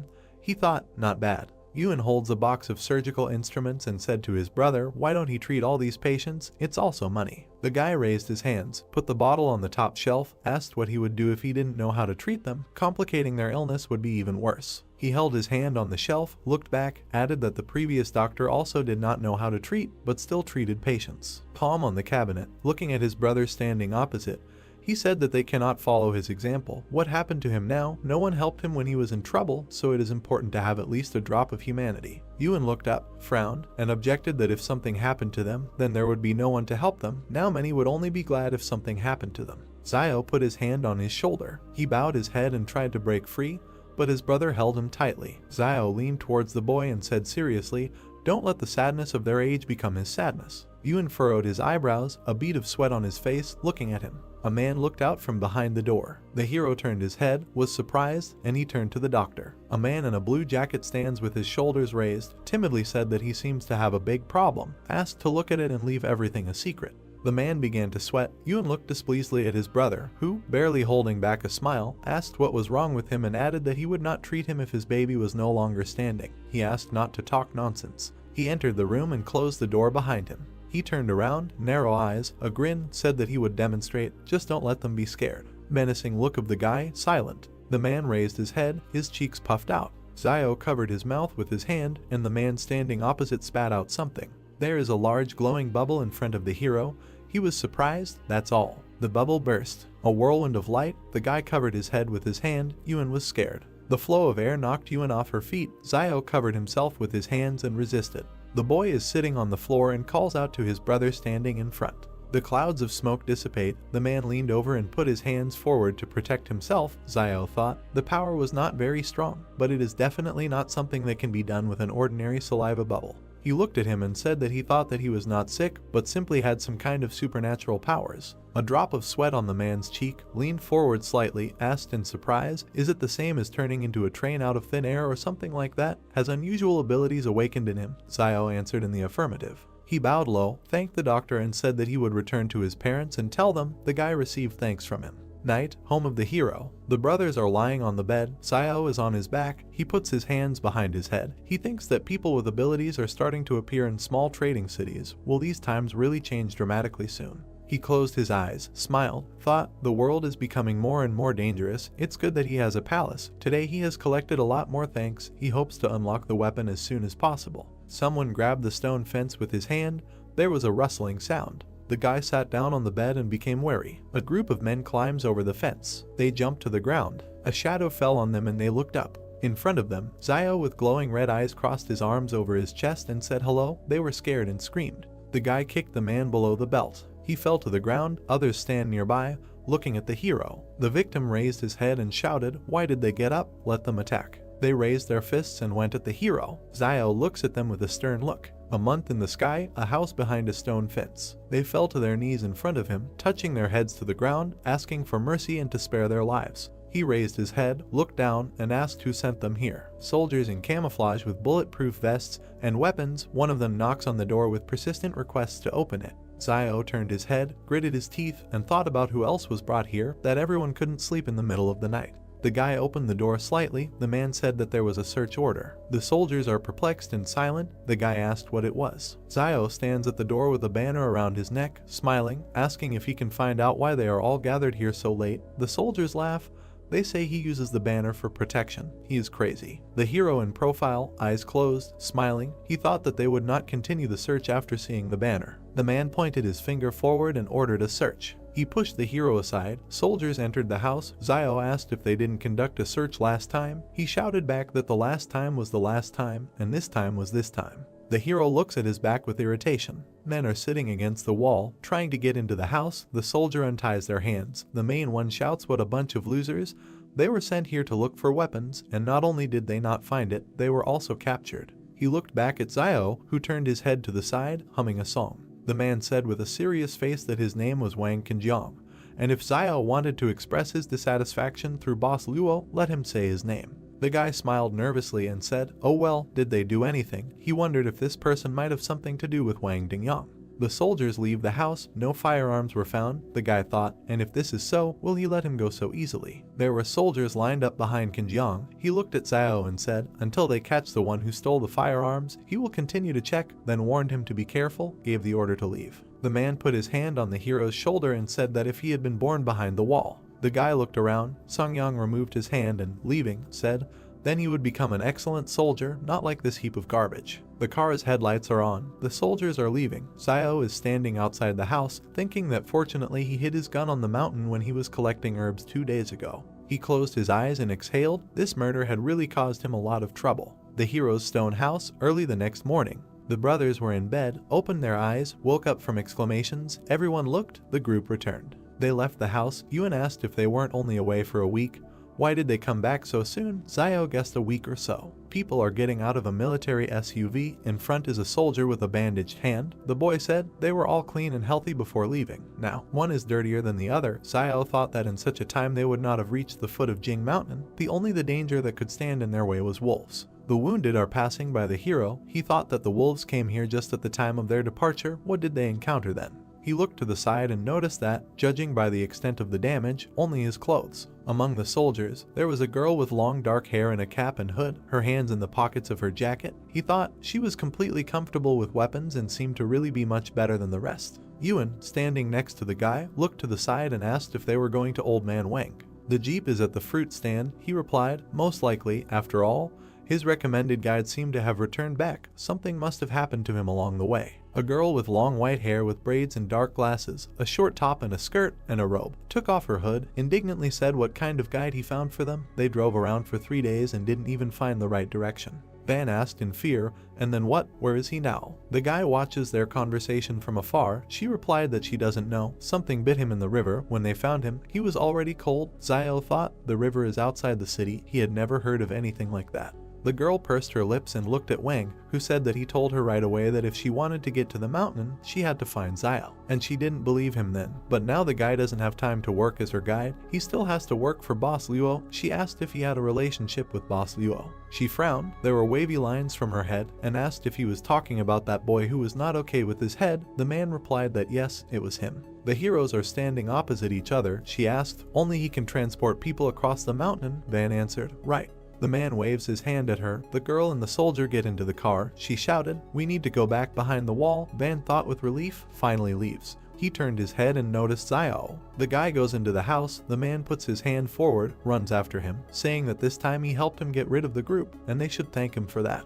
The guy looked at him angrily. The man asked with a smile if he still held a grudge, and added that it was very kind of him to recommend Zio in the first place. Wang spread his hands. Zio, standing opposite, asked what about him going himself. He would draw him a map of the route, and he would take them there. Most likely, this would allow the man to get behind the wall. He objected that he did not have such skills, and then what will happen to his son if he goes there? Wang arched his eyebrow. The guy angrily said that the man has a son, and he has a brother and sister, and if he dares to recommend him to them again, he will send Yuan and Zio to eat and drink at his expense. The man assured that he does it for his own good, and if he were 20 years younger, he would do it.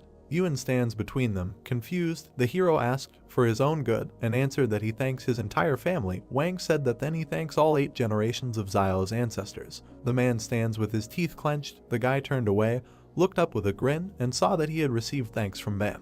They turned their heads when they heard the man screaming loudly, for which he was being arrested. The soldiers lead a man in a blue jacket by the arms. He asks to leave him alone. His mouth was slightly open. The hero looked to the side, asked what they wanted. Van replied that he didn't know. The guy wondered if someone else had discovered this man's ability to spit bubbles. The soldier pointed the machine gun at the civilians and ordered them to retreat. Frightened, Old Man Wang asked what was going on there, noting that although this child was a little mischievous, he had not made any big mistakes. The soldier pointed a gun at the merchant and ordered him to get off the road. Van fell on the main character. Xiao wondered why they captured Zhang Baojin. Frowning, he wondered if this had anything to do with superpowers. Lowering his head, the merchant declared that it was all over and the boy was finished. The main character asked why he said that. Xiao's face was surprised. Van reported that he heard that last night this guy demonstrated his superpowers and his rat friends reported on him. He noticed that everyone behind the walls was checking people with superpowers, fearing that they might pose a threat. He looked at Xiao and asked him to ask what he would do if someone was a threat to him. Frowning, the main character replied that he would kill this man. Turning around, Van noted that everything is not as simple as he thinks, and he heard that a mental hospital for people with superpowers was organized inside. He imagined doctors standing over a man in an operating room. Wang emphasized that they use various tools to study them. He approached the main character and said that if he or Yuan had any superpowers, he should not let outsiders know about them. Looking at the merchant's back, Xiao accepted his words. The main character turned sharply at the cries that someone was being killed. The guy was chopping people with an axe, shouting that they had betrayed Baojin with their cheap tongues. Holding an axe in his hands, the man asked why he should feel sorry for them. The guy stabbed him in the back. The stranger, with the last of his strength, stabbed the axe into the guy's head. The woman watched the bloody battle. She lay down on her husband's corpse and began to cry. She asked how she could continue to live if Baojin and he were not in this world. The stunned protagonist watched as the woman cut her throat. Looking at the many corpses, Wang said that, alas, Baojin was an only child in the family, and if something happened to him, his parents would not be able to survive, and it was no one's fault that he began to boast of strength. A crowd of people started shouting that if his father really had a backbone, he could break through the wall and there was no point in killing the informer. Turning around, the merchant said that they were very tactless. Frowning, Xiao cried out that this is a very vile world. He stood against the wall next to Zhang. Looking down, the main character stated that today he would like to tell his students about how to confront people. Holding a cigarette in his hands, the teacher replied that for many years, he taught them to resist the natural environment because he did not want them to consider their own kind as imaginary enemies. Looking away, he noticed that he already knew what happened today. Frowning, Zhang said that the misfortune of others should not concern them. He suggested we talk about it. Xiao thought about it. He looked into the classroom. Taken aback, the main character wondered what they were doing. A crowd of children stood around Yuan. Xiao asked in his mind whether his superpower had been revealed. The girl stood over Yuan with a dissatisfied look and asked him to talk to Xiao so that he would not delay classes, otherwise she would complain about him to teacher Zhang. The protagonist's brother replied that if his word decided anything, he would have stopped stalling a long time ago. The children asked if Xiao was obsessed with learning and if he wanted to take control of this school. Taken aback, the main character thought that he thought they liked long classes, but they really didn't like his long classes. Rising from the table, Yuan cried out that his brother taught him everything he needed to save his life, and she was generally ungrateful. Yuan asked how dare she even say that. The girl replied that if he didn't want to talk about it, he could just forget about it. The guy looked at the enraged Yuan with interest. Looking at the guy, he asked why he was looking at him all the time. The guy replied that he could see that he was a little upset and asked him to tell him something. He said that yesterday he had a dream that his father found him a stepmother, but she treated him badly. Yuan replied with a serious look that this is normal and dreams are usually the complete opposite of reality. The guy replied that he knew this and asked Yuan not to be upset, noting that he did not think that the students did this on purpose. Placing his hand on the guy's shoulder, Brother Xiao said that it was possible that his father could find him a stepfather. Taken aback, the main character began to think that they were of the same breed. Raising his fist to his mouth, he told the children that classes were starting. Standing opposite them, he asked if they knew which parts of the human body were most vulnerable. He said with interest that he would then start with what they were most familiar with, the neck. Xiao noticed that there are about 20 cartilages in a person's neck, located next to the trachea, and damage to any of them can instantly incapacitate an opponent. He said that time was up and everyone could go. Children ran out of the school shouting gratitude. Sighing, the main character thought that these little brats really cannot understand his good intentions, and he hopes that they will never have to use this knowledge in their lives. Someone called out to Xiao. He frowned at this. Van looked into the office and ordered him to pack his things. He revealed that someone had just sent him a handwritten message saying that Boss Law had agreed to let him accompany the group. He suggested that this time the main character would have to make a foray into the Jing Mountains. Xiao was taken aback by this, then walked towards him with his arm outstretched and told him to get ready, noting that the group was leaving soon. Looking away, the protagonist asked in his thoughts whether this group was able to defeat Boss Luo. He wondered if Boss Luo received enough benefits in return or if he was originally associated with this Jing Mountain. He suggested that in any case, this group seemed to have very important and hidden plans for this trip. Xiao started to walk away from there. The merchant asked where he was going. He replied that he was going to see Teacher Zhang to discuss something. He reflected that it seemed like he had no choice but to go with them. The main character came up behind the school and said that he needed to go to Mount Jing. Sitting at the table, the teacher asked if he had to leave. Xiao replied that it was so. Frowning, he said that Zhang had seen the end of Beijing, adding that his life and the teacher's life were in the hands of this group of people from behind the walls. The main character emphasized the fact that if he refuses now, he is afraid that in the future it will be difficult for him to live in a trading city. Looking at Xiao, the teacher said that during his absence, Yuan would live at the school. The main character bowed and thanked Teacher Zhang. Looking after Xiao, he asked to take care of himself. The bright sky enveloped his hut.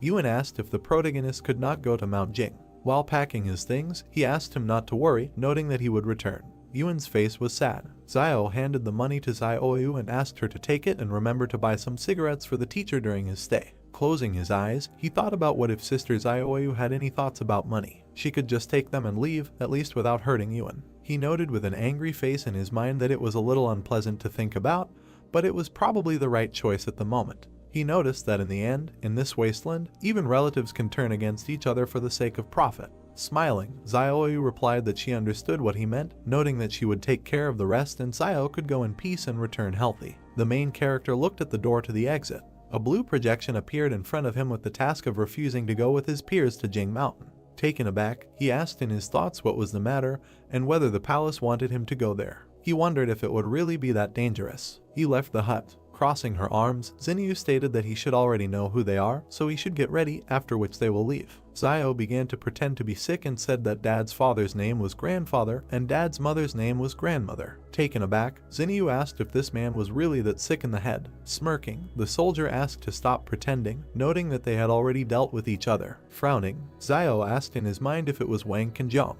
He guessed that this time pretending wouldn't work, and as long as this guy was around, he was afraid that he would have to go even if he didn't want to. Crossing his arms and turning his head away, the protagonist declared that he would not go. A white stream of energy flew through the palace. A message appeared that the task was completed, and the reward was a basic skill copy scroll that learns the abilities of others. The joyful protagonist asked in his thoughts whether the task was completed. Embittered, Qinjiang asked why he decided that. Xiao walked past him, saying that he was coming. Approaching Xinyu, he stated that he could go, but he had several conditions. He noted that he wanted 30,000 as a reward. Xinyu replied that this was impossible and offered 10,000. Fingering his fingers, the main character agreed and asked to add 10 bags of salt, 10 packs of cigarettes, 100 kilograms of rice, etc. After interrupting him, Xinyu agreed to 30,000. Pointing his finger at Qinjiang, Xiao noticed that he had one more condition, that if he went, Qinjiang would not be able to go. He grinned and said that the main character was funny. Xiao thought that this guy had searched him twice because of Wang Dingyang's matter, and if he went to the mountain with them, he might get into trouble. Xinyu looked at Yang, who nodded. Standing in front of them, Xinyu agreed.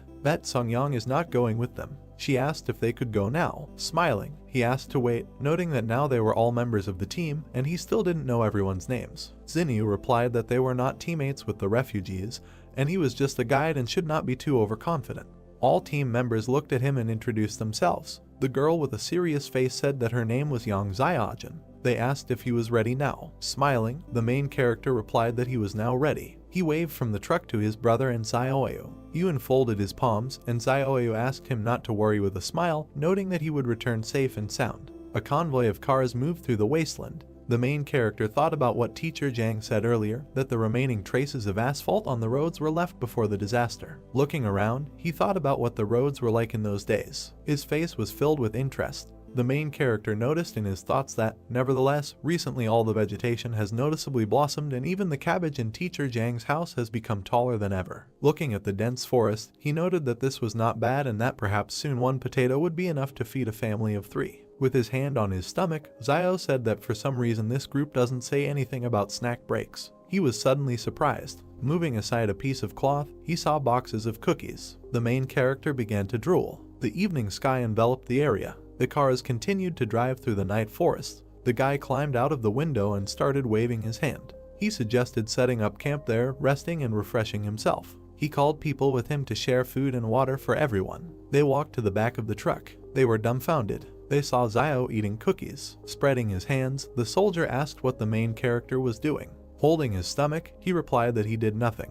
Yang and Zinyu watched from the car window. The guy asked what kind of pig Zio was and how he was able to eat 5 packs of cookies. Yang watched him with a serious look. People began to carry him away, and the main character shouted for them to let him go and leave him with the cookies. Pointing his finger, the guy asked Zinyu to go back and get another guide. Zinyu looked at the guy and stated that Wang Fugri said that only he could lead them through Jing Mountain. Yang continued to watch him closely. Zinyu replied that they could do whatever they wanted with him, but this should not interfere with their journey, and when they returned from behind wall 112, they could do whatever they wanted with him. They began to take the main character away. Zio kicked a stone. Turning around, he began to eavesdrop on the soldiers' conversation. They were discussing that they say that the protagonist is the only one who can guide them to Mount Jing, but he doesn't even know how to prepare a tent. The guy noted that they would see how long Zio could last before he died there like the previous guide. Frowning, the main character asked what was wrong with him eating some cookies. The angry guys stood in front of him and shouted asking if he had eaten a little. The angry soldier said he was warning him, that he is just an ordinary tramp and should not try to break a stone with an egg. Looking at the guy, Zio asked if he knew that the egg would break if it hit a stone. The soldier asked if the egg would break. Closing his eyes, the main character replied that this was not true. The military man asked what would break in this case. As he left him, he replied that the chicken's heart would be broken. He suddenly turned around. Looking at Yang in the car, Zio wondered if she was just looking at him. Yang adjusted her cap with her hand, a slight smile on her face. The stranger began to shout that he had found traces of the beast. The soldiers near the fire were surprised by what they heard. The guy fell to the ground. Stunned, Zio noted in his thoughts that usually few animals could survive on the outskirts of the forest. He asked about what kind of animal could be there. Examining the tracks, the soldier asked if he had seen any tracks the last time he passed there. The main character pushed the soldier away. The guy asked what he was looking at. Examining the tracks, Zio wondered if the tracks of a deer spooked them. Turning around, he saw traces of the fire. Looking around, Zio noticed in his thoughts that in nature, not cleaning up food waste is a bad habit. Passing through the crowd, he asked to be allowed to look. Putting his finger to his chin, he said that these were the paw prints of a bear, which was attracted by the food scraps they left last time. The angry stranger asked who Zio was fooling and whether he thought he had never seen what a bear's claws looked like. The main character replied that it could be a wild boar. He began to move forward. The frightened soldiers asked if he was going into the forest. Turning around, he replied that they were not giving him cookies, so he would go and find something to eat himself. The guy said that he could tell that their last guide died somewhere there, so he shouldn't die like him and not waste their time. Walking into the forest, Zio replied that then he would just go and see how he died there. Moving through the forest, the main character noticed in his thoughts that from what he heard, the previous guide simply went down to the river to wash himself. As a result, something in the river bit him on the face and he died instantly. He began sharpening the stick and emphasized the fact that he had to be careful in his actions. He began to examine his spear. Putting his sword behind his back, Zio reasoned that there was usually a source of water near the habitats of large animals, and the tracks of a large deer should lead him to the river where the guide had previously been bitten. He approached the river bank. He began to scan the shore. The main character with a calm face thought that if you only look at the water, there is nothing special in it, and the guide must have been attacked by some fish hiding under the water. He noted that he fears that he, like most city residents, does not know that there are many freshwater fish that are carnivores. Turning around, he saw an anthill. He assumed he could catch a fish. He started walking towards him. Zio stabbed the pile of dirt multiple times with his knife. He picked up a piece of earth with a stick. The main character grabbed a big ant. Approaching the river, he noticed in his thoughts that the queen of white ants was an excellent bait that should be used to advantage. He threw an ant with a piece of dirt into the water. Zio prepared to strike with his spear. A huge fish began to swim around the bait. He was taken aback by this. The huge fish began to swallow the queen ant. Zio pierced the fish with a spear. He began to pull her by the rope. He wrapped it around his hand. The main character pulled the catch ashore. He was surprised by this. Standing in front of the fish, he became wary. Running into the forest, Zio thought about getting out of there and the smell of blood brought something creepy. The soldiers smelled a pleasant smell. Frowning, the guy asked them to stop, noting that it was just a fish. The entire camp watched Zio fry the fish. He saw a window about the task that he needed to share his joy with others. Looking up, he was surprised. He looked back with a dissatisfied face. The main character approached the guys with the fish. They said they didn't mind him treating them. Leaving them, Zio asked what he was talking about, noting that he just decided to show her off and share his joy with them. The main character saw a message that the task was completed and he received a unit of agility. The stunned soldier looked at him. Turning around, he said that he could, however, share half the fish with them for 3 bottles of water. A crowd of soldiers rushed at the fish. Yang looked after him. She sat down next to the main character. Looking at him, she began to talk about fish. Zio frowned at this. She pointed the gun at the main character. A notification appeared in front of him with the characteristics of the pistol. Taken aback, he thought that if she wanted to eat, she could just tell him, adding that she had perfect skill with weapons, and because of this, he began to get nervous. He stated that he would only give 2 pieces to eat. Standing up with Xinyu, Yang noted that he should give 2 pieces each. Xinyu handed over a bar of chocolate and said that she was not going to eat his food just like that and he could eat a couple of pieces too. Zio stuffed a whole chocolate bar into his mouth. Stretching out his hand, he declared that she owed him another piece. Stunned, Xinyu asked him to wait, noting that she would bring it to him. Yang began to pepper the fish. Zio looked at her and wondered if all the girls behind the wall were as beautiful as her. Yang started stuffing the fish into her mouth. The stunned main character screamed that this was his fish and she should be restrained because she was a girl. Forest, sun over the mountains. The hero opened his eyes and woke up. Near the tent, he sat down and adjusted his hood. He looked to the side. A man is sleeping in a tent. The soldier sitting on the bench with a weapon yawned. The guy frowned and looked thoughtfully towards the forest. I approached a certain place, there was nothing on the ground. I was very surprised. In the background, the hero is standing in front of the fish bones. He crouched down and pulled out a bone from behind his back. The guy thought that last night he had thrown the remains of fish bones here, and now they had all disappeared. He looked up and thought maybe they were dragged away by ants. After all, mutant ants are the size of a finger. If there is a nest nearby, they can easily drag all these bones. The guy returns from the forest. The soldier puts the box down. The rest collect their things. The man with the beard turned around and noticed the guy. He pointed his finger to the side and told Zio that he would go in the first car and show the right road. The guy looks at him and asked him to tell everyone to stay as far away from the river as possible. Zio turned away from the man. He gritted his teeth and asked gloomily, "They are far from this river and there are only a few fish in it. Why should they be afraid?" The man at the truck waves to the hero walking forward. Everyone back to their cars, you can go. Wheels of a military vehicle. The guy looks out of the car window. The driver shouted in fear, ahead. The car convoy stopped. Zio frowned, surprised. There was a deer in front of the jeep. He wondered where this huge deer came from here. Malxian takes aim. Jun jumped out of the car. The soldiers pointed their weapons at the deer standing in front of them. Zhu shouted into the radio not to shoot, no sudden movements, no need to provoke him. Cheng lowered the gun and told the guy in the black glasses not to worry so much. He was a herbivore and not to be scared, there were no large predators here. The deer lowered its antlers. He rushed forward furiously. The driver screamed in fright and turned the steering wheel. I pressed the gas pedal. One of the cars drove off to the side. The soldiers were lying on the ground and a deer hit another car. The guy opened his mouth, looks at the deer striking the jeep. The animal threw the car up. The jeep flies to the ground, the deer runs away, and the soldiers shoot at it.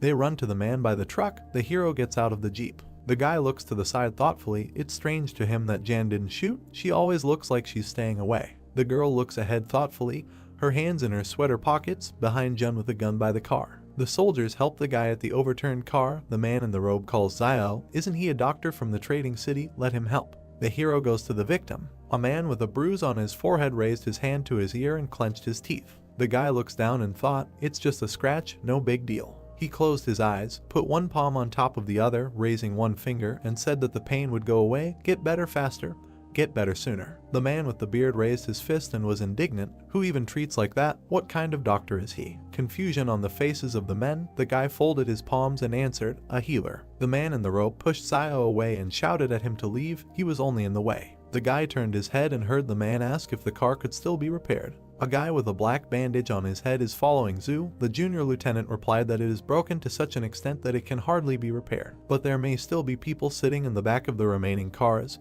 He added that this guy, Zia and Cheng will sit in the back of the car. They will have to be patient a little. Zia and the guy with the headband nervously replied, okay. Smoke from a damaged jeep. People are walking towards the truck. Everyone is in their car, moving on. Zia jumps into the back of the truck. The guy standing next to him complained why they didn't tell this tramp to ride around in the back of the car, all because he's a conductor. Zia screamed, clutching his throat and rolling his eyes. He fell next to the car. The soldiers ran towards them, asking what was the matter. Zhu inspects the body with a pistol and said loudly that there is nothing unusual there. He sat up and checked the guy's neck for a pulse. He froze in surprise and said that he was no longer breathing. Zio frowned, a drop of sweat on his cheek, looking ahead. A man in a black robe runs towards the truck and asks what happened and how he died. The guy with the black bandage on his head said in fear that he didn't know.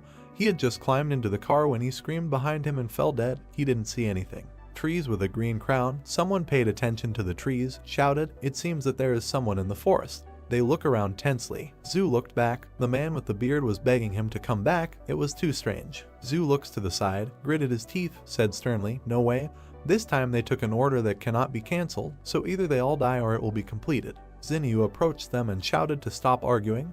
They needed to get out of here immediately. She looked to the side and said that Zio would lift Xia into the back and ride in it himself. The hero raised Xia's head, pulled back his hood, and there was a bee sting on his neck. The man with a beard pointed his finger into the back of the car and told the guy sitting there to get into the front car. Zio examined the wound, wondering if bee venom could kill an adult in a few seconds. He looked back gloomily. The man asked what he was waiting for. He needed to load the body into the back. The guy replied. Now, he thought that this wilderness was becoming more and more dangerous. A black bag with a body in the back. Zio took a bite of the cookie and asked what he couldn't do at home. He needed it all. He sits in front of the bag, eats cookies, takes a new pack out of the box, said that in the end, he lost his life. And because of his death he was forced to sit back in the back, added that if he doesn't finish all the cookies in the car today, they won't call Zio. The men in the car looked back with displeasure. A guy with a beard asked who this guy was talking to. Another suggested that he was really sick in the head.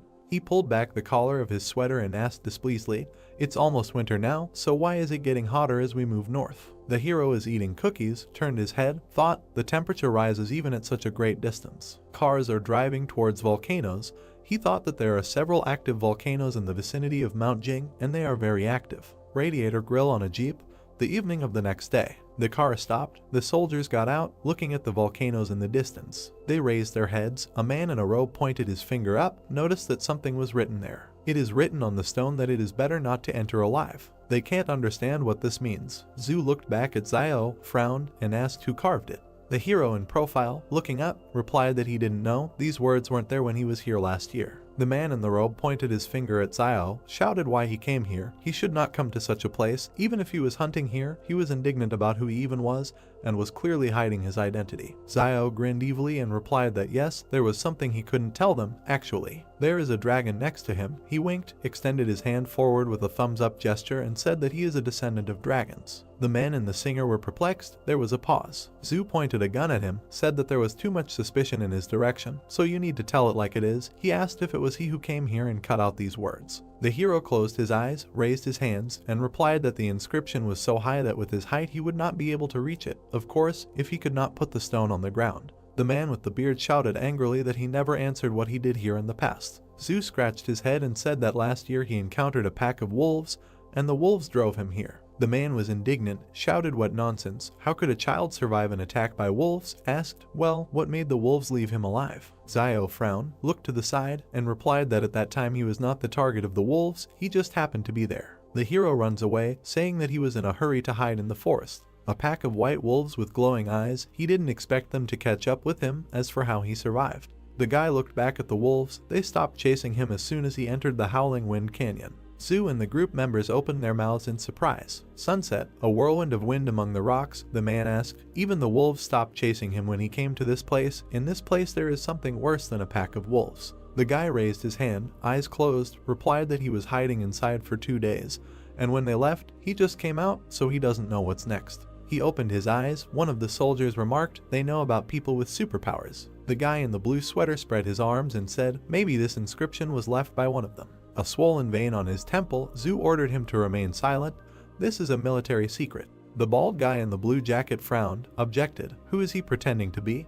How long can he be an officer? He thinks they will be left behind. Even if this mission is not completed, does he really think Ma Xin will let them go when they return? Zio looks to the side, wondering how this private army can be so disorganized that the soldiers dare to contradict their officers of their own accord. Now he is even more sure that they have a different purpose for the trip. Truck with boxes. The heroes looked around and asked what the sound was. Apparently, it seemed like someone in the back of the car. Bending down, they walk along the truck with weapons. Zhu stepped to the side, pointing his gun at the black-furred creature sitting in the back. Zhu and the soldiers shoot at him. They froze in surprise. There was blood. There was a shot mouse among the boxes. He said, everything is fine. It's just a mouse that came to steal food. Zhu shouted Zio's name with rage. The guy approached him and asked what it was. Standing in a stupor, Zhu asked where Zia's body was. There is nothing in the back except boxes and a mouse. The man with the beard pointed his finger at Zio and asked if he hadn't been sitting in the back all this time, where was the body? The guy looked at him gloomily and replied that he did not know when the body disappeared. He thought, how could a normal adult man weighing about 90 kilograms disappear without a single sound? A man with a beard turned to the junior lieutenant and said that they should return. It's too dangerous here. With a stern look, Zhu looks up and remains silent. They are standing by the car. He asked everyone to come here. He said that they need to discuss everything before deciding what to do next. Everyone gathered around Zhu. He said that words were left at the entrance to this gorge. It is better not to enter alive. He suggested that in the depths of the gorge there could be dangers that even a person with superpowers would find difficult to cope with. Looking ahead, serious face, on the other hand, there are also hidden dangers lurking in the forest. Zia's mysterious death, the inexplicable disappearance of his body, and all these incidents remain unanswered. Glasses on her head, Xinyu looked at him and said, in fact, although the forest is dangerous, it doesn't seem like their entire army will die in it, but it's hard to say what dangers await them in the gorge. Zhu lowered his eyes and thought. The girl pursed her lips and looked at him silently. He was surprised when she asked if he was worried about the situation after returning behind the wall, and told him not to be afraid. She would find a way to help him transfer from the private army when they returned. He looked away, clenched his teeth, and said that this was not what he was thinking, but he agreed with her opinion. Zio stands behind them, looked back. Zhu noticed that it was too dangerous ahead. The guy jumped on the hood of the car, looking at the animal sitting on the top of the rock. Zhu summed up, today they will all rest here, and tomorrow they will return behind the wall. The man in the robe sighed with relief. This is great. Zio frowned and opened his mouth in amazement. A white wolf with glowing eyes bared his teeth. The guy turned and shouted, there are wolves here, quickly into the gorge. Xinyu looks up in surprise. The guy in the robe shouted, has he gone crazy, wants to die. Zio jumped into the back of the truck. He looked back and angrily shouted at them to run into the gorge or die right now. He grabbed the dead mouse. A pack of wolves is heading towards the gorge. The wolf attacked one of the soldiers, the others ran away. The predator jumped into the back. The hero with the mouse in his hands looked back. The guy jumped down, the wolf behind him. A man in a robe points his finger forward, pushing away a guy who is trying to get into the car, shouting to let them go quickly. Zio bent down, his hand on the wheel of the truck. The wolf pounced on the soldier by the jeep. The wolf eats its prey. The hero looked at them and ran past. The car overtook him and turns around. The jeep drove up to the hero. The car stopped next to him. Jan opened the door, extended her hand, and asked her to climb in. The girl's pistol is pointed at the driver's seat. The hero looks at her. He thought, she didn't seem to be around. Maybe she was leaving to reconnoiter the situation, and in order to save him, she actually threatens the driver with a pistol. Frowning, he wondered how a car could outrun a wolf on this terrible road in this wilderness. Yang pulled out another gun and pointed it at him. He was scared. Sweat was running down his face. The girl screamed for him to get into the car. The wheels of the cars hit the gas. They leave the pack in cars. Wolves in blood, glowing eyes. The predators turned and went into the forest. The soldiers got out of the cars, looking back in surprise. They really weren't trying to enter the gorge. They were saved. The man with the beard, embarrassed, looked to the side and said that it seemed that the tramp had not lied to them earlier. The guy was holding a rat by the tail. The man pointed his finger at him and asked what he was doing with it. Zio took it in his hands, closed his eyes, answered to eat it, or he thinks that he just took it to wear it. The men look at the dead rodent with disgust. The hero said that the food was in the back of the truck, and he stayed there. What else will they eat? This mouse ate his cookies, and he will eat hers. That's fair. The girl stuck a knife into the mouse lying in the guy's hands. Yang raised her index finger and said that she wanted to share, and in exchange she could lend him this knife. Huge spider legs above Zio's head.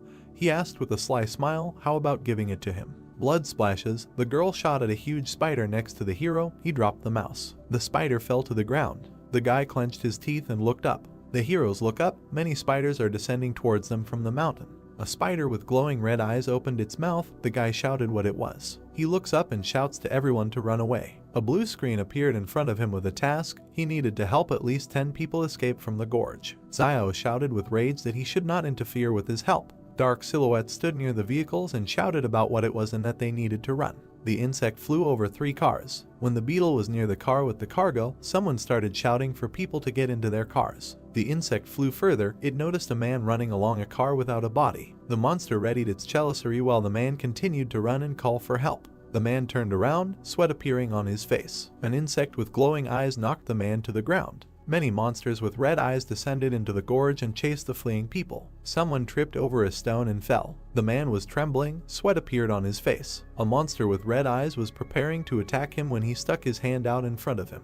Red liquid splashed to the side. Zio cut off the monster's head with a knife. The main character opened his mouth and looked away. A man lay on the ground with empty eyes and foam at the mouth. Zio grabbed his clothes. The guy threw the man on his back and ran away from the horde of monsters while he asked him to wake up because he needed him to drive the car. The main character ran to the car. When Zio threw the man into the car, he hit his head on the steering wheel. The man grabbed his head with his hands and clenched his teeth, and the guy asked him if he had woken up and said that if he had woken up, he should get behind the wheel as soon as possible. Zio turned his head to the side, sweat appearing on his face. A girl in a white cap pointed a gun in his direction. She shot at the monster who was trying to attack the main character. Smoke came from the gun as the guy looked disdainfully in Yang's direction. The girl opened the car doors and told Zio to get in. Ian and the main character climbed into the car and closed the doors. They looked into each other's eyes. A man turned in their direction, holding his head with both hands. His eyes widened as the guys in the back seats yelled at him to go and not wait. A monster with red eyes appeared in front of the man. Zio stuck a stick into him, and Yang fired a firearm. The man gritted his teeth and changed gear. The monsters were chasing the car, rushing forward. The main character looked out the window and looked back when he thought that they had finally broken away from them. The guy turned his head to Yang when she said that she had just seen him running with the driver on his shoulders and that he was strong. The man with the earring in his ear turned his head, opened his mouth wide and asked the guy if he saved him, and then thanked him and said that if it weren't for Zio, he most likely would not have survived. The main character looked up, where a system notification appeared stating that he had received the 74th gratitude coin from the driver. The car was driving along the gorge when the guy replied that he didn't have to thank him, and that he only saved him because he needed a driver. And the man replied that everything was fine, because in any case he was grateful to him, and that he regrets what happened before and promised that he will repay him for everything. A system alert appeared about another gratitude coin received from the driver, and Zio smiled widely and was surprised that he sincerely thanked him twice. The main character looked at the man and asked him to thank him again, and sweat appeared on the driver's face. Yang looked away and exclaimed that there was clearly something wrong with the guy. Zio looked back carefully. He sat down next to the girl, who crossed her arms over her chest, coughed, replied that he was just joking to diffuse the atmosphere, and suggested getting out of the gorge before these insects caught up with them, and also reminded them that they needed to meet the cars that had gone ahead. The guy looked to the side and thought that he still knew her too little, and that his identity as a person with superpowers should not be revealed, and for this it was better to keep a low profile and quietly earn gratitude. A system notification appeared above Zio that the task had been successfully completed and that a unit of power had been received. Then the guy thought that if more than 10 people were saved, then the task was considered completed. Over the narrow gorge, stars sparkled in the night sky while the main character thought that the decisions of this palace were strange. Sweat appeared on the man's face when he saw many bones among the stones and shouted about it, and the main character looked to the side and said that those insects most likely did it.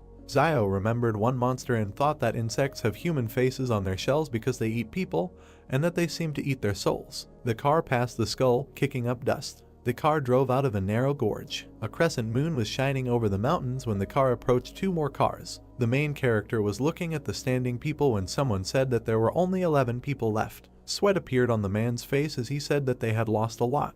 The man opened his mouth wide and began to shout that he said that they needed to turn back, but they still went into the gorge, and that it was not for nothing that it was written on that stone that it was better not to enter alive. The man wondered why they didn't listen right away. People stood opposite each other and did not understand what was the point of talking about this now, and that if someone wanted to return, then let them leave, because the wolves were probably already waiting for them. Someone said that they had no choice but to go into the gorge and that they were lucky to survive. The man covered his face with his gloved hand, clenched his teeth and muttered that they were taking a break, and that it was useless to argue, because now the most important thing was to work together and get out alive. The girl with glasses on her head opened her mouth and asked him what kind of mission he came to these mountains with. The main character stood and looked decisively forward. Zhu opened his eyes and sweat appeared on his face. The man clenched his fist in front of him, looked at the lieutenant and asked him what the purpose of his visit to the mountain was. Behind the lieutenant stood Zio as he asked the man who asked the question who they were so that he could tell them his purpose and reminded them not to forget that they were just strangers in the company. The main character sat on the hood of the car and thought that he had heard that the group was just trying to get to the other wall and decided to go along with these privateers, and that it was not unusual that ordinary soldiers did not want to talk about it. The man in the cap looked to the side and asked how to be one. People turned towards the lieutenant and began to tell him to tell them what their mission was, because so many of their brothers had already died along this path. Zio looked at Zinnia and decided that she was also not simple, since one word of hers provoked a conflict between ordinary soldiers. A girl in a black jacket approached the guy. Young stood in front of Zio and said that she was hungry, and the main character gritted his teeth and asked her why she was telling him this, because she was not his girlfriend. She extended her hand to the guy and asked that in this case he would return her knife to her. Young pointed a gun at the guy, and he sat her on a stone and said with a smile that he would bring her something to eat, and then asked if there was something she didn't eat, to which the girl answered in the negative. She remembered opening the car doors, said that she had thrown the previous mouse into the trunk, and told Zio to use it for cooking. Sweat appeared on the protagonist's face, and he, smiling, thought that the mouse that he threw away to escape the swarm was actually picked up by Young. That is, she stole food from the swarm of insects, and out loud he agreed with the girl's proposal. Over the fire, a hand held a stick with an animal leg. Cheng opened his mouth wide and told the man opposite that now they were all in the same boat, and that if he did not tell them, then perhaps they would all die because of this, to which Zhu replied that he had told them everything that knows. The man's nose smelled some kind of aroma. People stood in a semicircle near a piece of meat that was being cooked over a fire. Zio stood holding a rat in his hand, from which a piece had been cut off, and thought that everything else was useless. The main character swung his hand and threw the remains into the sky when a man shouted at him asking why he threw it away. Zio turned to him and asked if he was going to eat it, and then said that if he wanted, he should go and get it, to which the man bared his sharp teeth and shouted that he was not going to eat something so disgusting. Zio was shown in profile as he added that it was because he had not eaten anything even more disgusting, and that he had heard it said before that many rich people behind the wall like to eat birds' nests, and also that he did not know where does the swallow have so much saliva. Perhaps it has tuberculosis. Sweat appeared on the man's face because he did not understand anything. Zio added that it is not surprising that there is an idiom about a sick swallow circling in circles, which describes swallows that spit. The men covered their mouths and opened their eyes wide as they listened intently to Zio. There were many sticks lying in the burning fire. The main character looked at Young and thought that he still had a basic skill copy scroll that he did not use when he completed the quest to refuse a trip to the mountains. He closed his eyes and decided that the girl must have other excellent skills besides firearms. The guy found himself in the palace and asked him to give him a list of all Young's skills, when a system notification popped up saying that there was no display permission. Zio looked up, opened his mouth slightly, and said that he had studied her skill before and that he should have permission to view others. Once again, the notification that there was no display permission appeared, and the guy thought that this palace had become more legible, and that he could not believe that there was no loophole left. The main character, standing with his back, put his hand on his belt and asked about the level of her combat skills, to which he was told that it was advanced. When Zio asked about his fighting skills and whether they were stronger, a system notification popped up stating that he was at a medium or normal level. This realization knocked the guy face down to the ground. He grabbed his head with his hand, clenched his teeth and cursed that he was not as good as Young. Zio turned his head to the side, looked at the girl and decided that it was because his fighting skills were a reflection of his accumulated life experience gained from fighting people, rather than the result of professional training, and that based on his intuition, she should have powerful fighting skills. The protagonist clenched his fist as he thought about the fact that she couldn't defeat him in a real fight, and that advanced fighting skills were useful anyway, so it was worth learning them first. The guy pursed his lips and looked to the side as he decided to use the skill copy scroll. A system notification appeared congratulating the target for randomly selecting the advanced skill of jumping rope and asking if he would like to learn the skill. Zio raised his hands to the notification window, showed his sharp teeth and shouted about why this particular skill was chosen, and why this skill was even considered an advanced skill, and how it worked. For example, would he be able to do a backflip while he was jump rope? Young opened her mouth slightly and looked to the side when she asked when the meat would be ready, and then added that if the meat was overcooked, it would not taste good.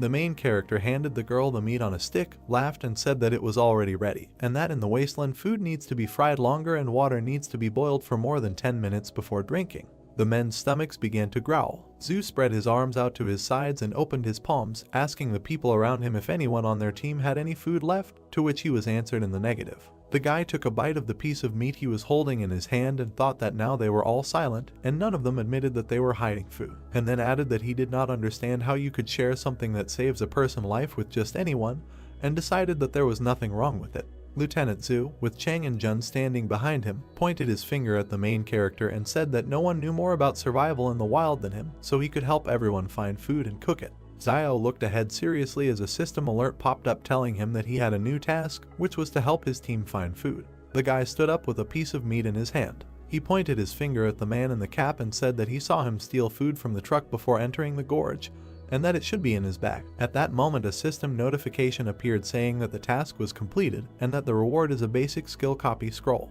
Zio smiled and looked away as he thought about how it was said to find food anyway, but there was no mention of where to look, so everything was fair, and then he added that he liked the way the palace graded tasks more and more. Zhu extended his hand in front of him with his palm open and ordered the man in the cap to take out the food. Cheng opened his eyes and mouth wide and screamed, asking what they were doing when he went for food, and then he himself answered that they went for clothes, a tent, and the star went for his cosmetic bag, after which the man asked again about that. Why should he share food with them now? Zhu frowned and exclaimed that he was doing this for the benefit of the entire team. Cheng pulled out a weapon and pointed it in front of him as he asked the lieutenant if he still thought he had any power now. Zhu opened his eyes wide and became angry when the barrel of a gun was pointed in his direction, and Cheng suggested that he try to touch him. There were other people standing near the two when the guy in the cap shouted that he should not try to take the food from him. Zhu looked at the gun, gritted his teeth and asked him to share with them now, and as soon as it becomes light, they can find food for everyone. Cheng, with a bandage on his face, opened his mouth and said that it was still unknown whether they would get out of here alive or not. A man in uniform rushed past a man in a cap. Zhu kicked the attacker in the stomach. The man with a pistol in his hand flew away from the lieutenant. Cheng fell to the ground and pointed the gun forward. Zhu stood not far from the man lying on the ground with a firearm and looked at him. The shadow of his cap fell on his eyes and sweat appeared on his face. A man in a bandana appeared behind the lieutenant and clenched his fist. He had a knife in his other hand when the guy attacked the man, who had his back to him. Zhu looked back with wide eyes. Zio and Yang looked carefully in the same direction. A dark silhouette, similar to a lieutenant, grabbed the hand in which the guy was holding a knife. The main character opened his mouth and was surprised, thinking that this was a superpower. A dark silhouette stuck a knife in the stomach of a guy in a bandana. Cheng put his weapon in front of him and fired. A black shadow with white eyes appeared in front of the lieutenant. Bullets were flying into the dark silhouette. They stopped in front of him and fell. The bullets landed on the ground and bounced off. Xinyu, Jun and the other people gaped in surprise while Zio thought about the fact that he suspected that there were people with superpowers in the group, but before that he only thought about Yang. The main character opened his eyes and mouth wide when he thought that no one would have thought that Zhu would hide it so well, and that it was a pity that there was no skill copy scroll yet, because he had to copy his skill when there will be an opportunity for him. Zio closed his mouth and looked to the side. A girl in a hood with ears was sitting next to him. The guy asked her if she was interested, and Yang continued eating meat and replied that she was interested. The main character looked away and thought that she absolutely didn't care about what was happening. Zhu stood between two black shadows. The silhouettes disappeared, and a guy in a bandana was sitting on the ground next to the lieutenant. Zhu parted his mouth and looked away as he said that he was just trying to find a way out of their situation and that he didn't want to offend anyone.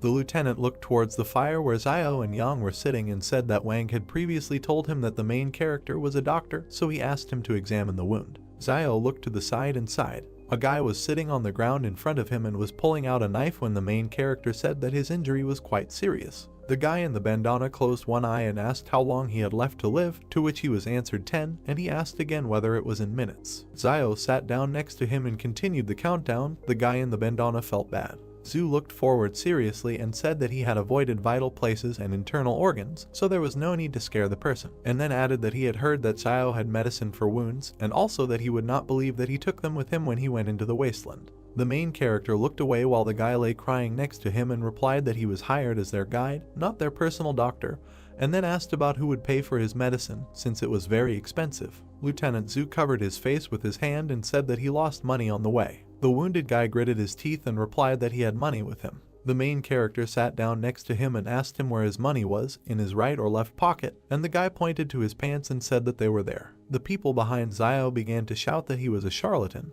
because a cut cannot be treated without stitches. When he looked down and warned that he immediately wanted to say that he did not know how to stitch wounds, so it was only up to God whether the wound would heal after the medicine or not.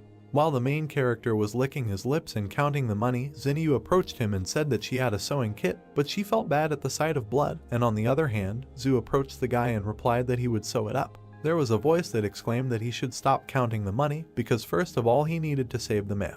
The guy in the bandana thanked the main character when he said that he would not take too much money from him, and that 12 should be enough. A system notification popped up that he had received a thank you from a guy named Lei as Zio thought that he was one step closer to unlocking the weapon.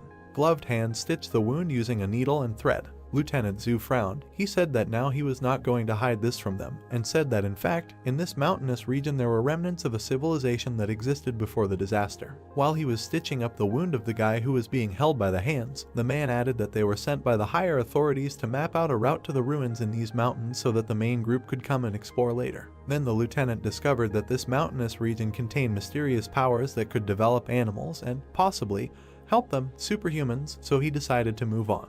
Lei clenched the rag between his teeth, sweat running down his face as Zhu concluded that he had changed his mind about going back behind the wall because he realized it was too dangerous. The lieutenant opened his mouth and said that he did not know what was waiting for him there, so he did not want to take risks. He stood next to the guy in the bandana, looked at him and said that after his superpowers were revealed, there was no way for him to go back beyond the wall, and then added that he was going to go deeper into this mountainous region to continue his research. Zhu turned his head and looked behind him as he concluded that they now knew the dangers of this place, so they themselves had to decide whether they wanted to leave or stay. Xiao and Yang stood next to each other and looked in the same direction. Xinyu stood next to the man who gritted his teeth. The girl in the hood with red ears told the lieutenant that she would go with him because it was too dangerous here, and Xiao was surprised at how many words she said at once. The guy with the glasses exchanged glances with the other man as the voice said that the best way to get out alive was to follow the Superman. The men in gray t-shirts raised their hands and said they would go too. Xinyu looked at the main character and asked him if he was coming, and then said that he would go if he joined. Xiao raised his hand, pushed the girl away and replied that he was going with the lieutenant. Zhu looked to the side, opened his mouth and said that in that case they should follow him, and that they would leave at dawn. The lieutenant turned to the people behind him and said that they had all agreed in advance that the entire team would obey him, and that if anyone disobeyed him, they should not expect politeness from him, and then added that there was a dense forest ahead and that they would have to abandon the car and walk. Zhu turned and addressed the man in dark glasses named Malxian. He told him that he would go first and carry the wounded guy with him. The protagonist's ear grew larger when he listened to the fact that someone persistently began to thank the lieutenant. Xiao pushed the man with glasses and stopped in front of the guy wearing a bandana lying on the ground. He opened his mouth wide, clenched his fist in front of him and exclaimed that he would carry the wounded man, and that he would kill anyone who tried to steal him today. Zhu and Lei opened their mouths and stared ahead with empty eyes, and the wounded guy asked if Xiao had taken the right medicine and why he suddenly became so kind. The midday sun illuminated the forest and mountains. Two people were dragging a guy on a stretcher when the main character asked him if he still needed medicine, and Lei said that he didn't need it and thanked him. A system notification appeared indicating that he had received a coin for thank you. The lieutenant looked carefully at the smiling guy in front and thought that he was clearly one of those people who didn't care about anyone, but why was he suddenly so worried about others? Sweat appeared on the face of the guy in the bandana when he was asked if he was hungry and thirsty, and Lei replied that he was not hungry yet and thanked the guy when an alert appeared that Xiao received another coin for thanking him. Zhu thought about what he was really after. The main character smiled widely and looked at the wounded guy while he thought that Lei was very useful in collecting gratitude coins. A crowd of people moved through the dense forest. Xiao looked to the side and opened his mouth slightly when he thought that the last time he was here was a year ago, and that since then the trees had become much taller and more luxuriant. He decided that this was strange. The guy's profile didn't change when he heard someone asking why he kept touching her. In front of Xinyu stood a guy who smiled while he talked about what was wrong with touching her, especially since he wanted even more. This guy narrowed his eyes, laughed disgustingly and asked what she thought about tonight. The girl in the top and short skirt opened her mouth and told the guy not to come near her. Steam came out of his nose. They put a gun to the back of the guy's head. He raised his hands while Yang stood behind him and Xiao watched it all. The girl turned to the main character and told him that this guy's gun was his. Xiao pointed his finger at himself and asked if she meant him, and Yang confirmed. The main character threw the stretcher with the wounded guy and walked towards the girl when he said that there was no need to ask him twice. His hand removed the firearm from its holster as he exclaimed that he had found it. The guy opened his mouth wide, looked towards Yang and asked her if she knew how severe the charge was for depriving private troops of their weapons, to which the girl replied that if he threatened her again, he would die. Yang looked away when asked about what if she gave the gun to this tramp if he couldn't use it anyway. Xiao held a firearm in his hand and looked at it carefully. The guy who harassed Xinyu ran into the forest when Yang told him to get out.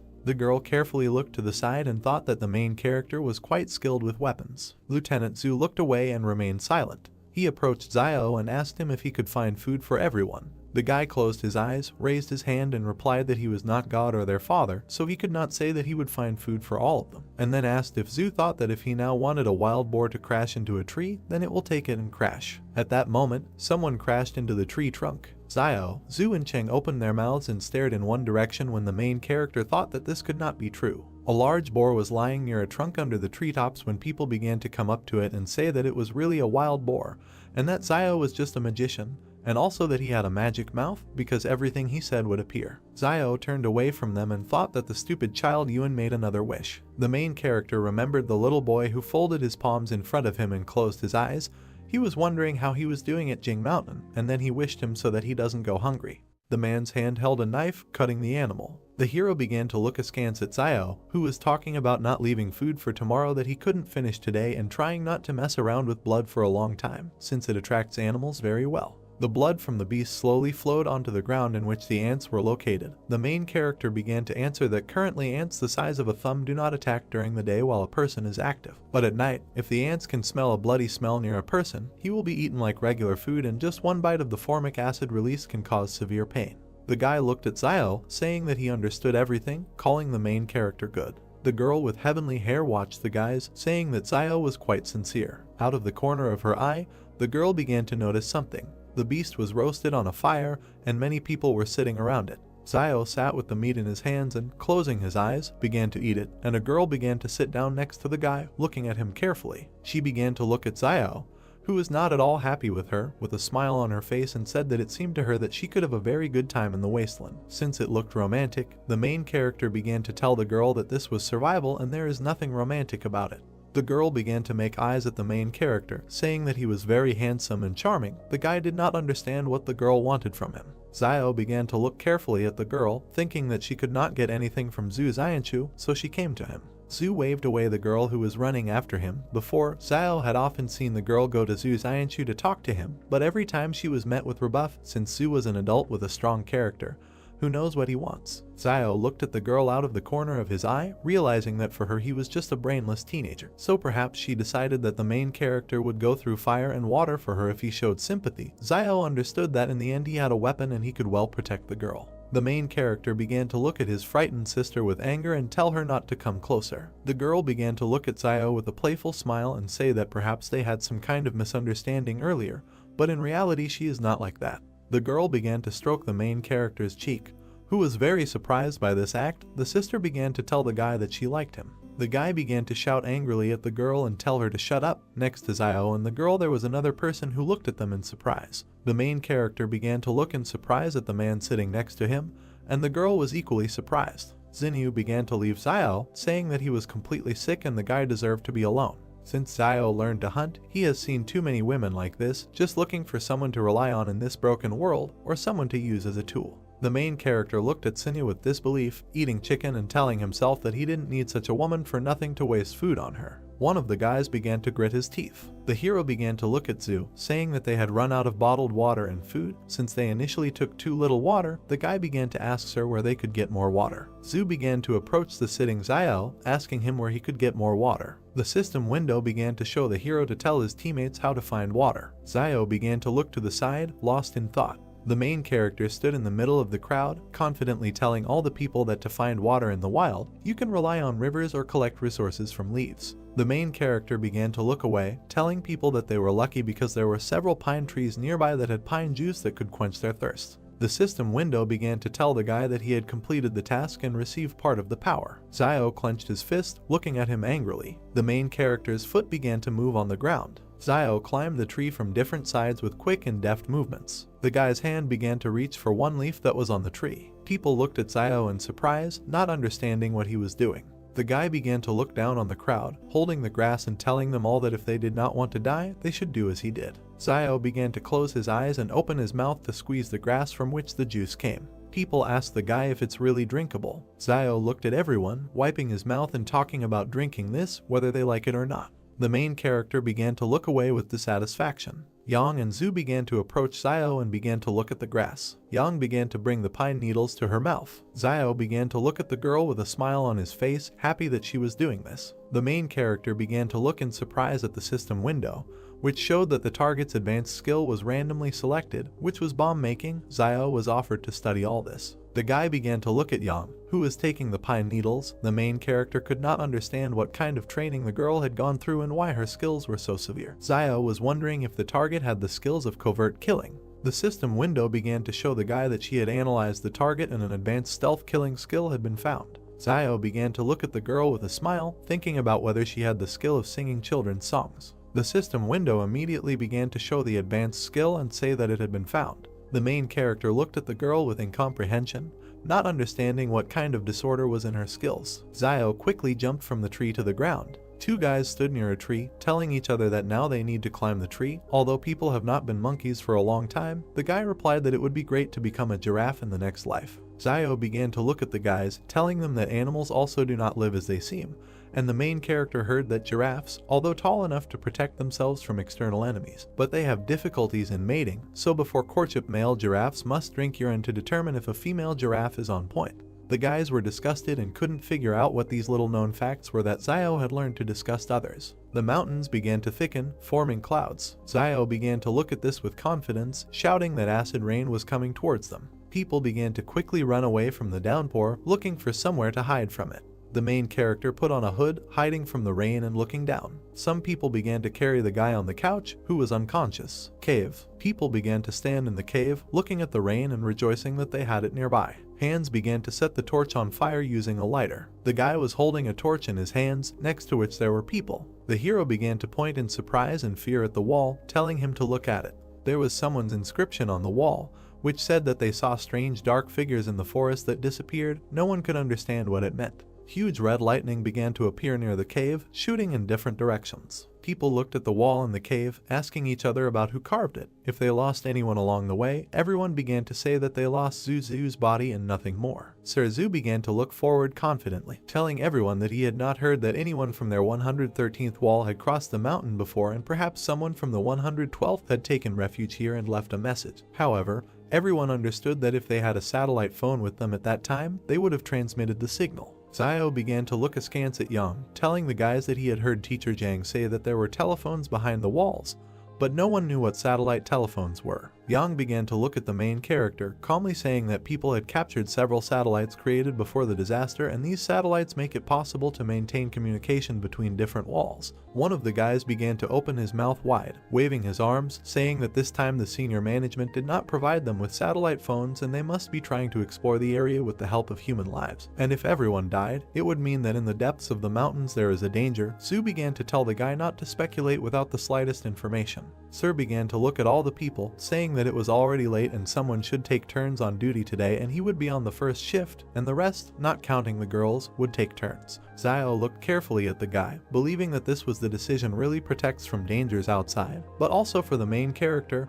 Internal security was no less important, and in the end he only took a gun today. Yang began to look at the surprised Zio, saying that the first half of the night would be his and the second her. The main character looks at the girl, noticing that he and Yang have no need to quarrel and they still trust each other, and the girl is not weaker than the guy, and if we think that the current situation is dangerous, they can protect each other. Zio smiled, telling Yang that he agreed with her. The girl began to move away from the guy, saying that she had gone. The guy began to ask Yang if he should go with her, but the girl refused. The guy looked at Yang confidently, not understanding why she was so brave and what supported her confidence. Xinyu began to look at the guy with a smile, telling him that he would go with her, since Zio really doesn't understand girls. The main character began to look in surprise, not understanding what was wrong. Crowds of people stood in the cave, still watching the rain. The two men began to smile and grin, saying to each other that it would be a pity if these two girls went missing.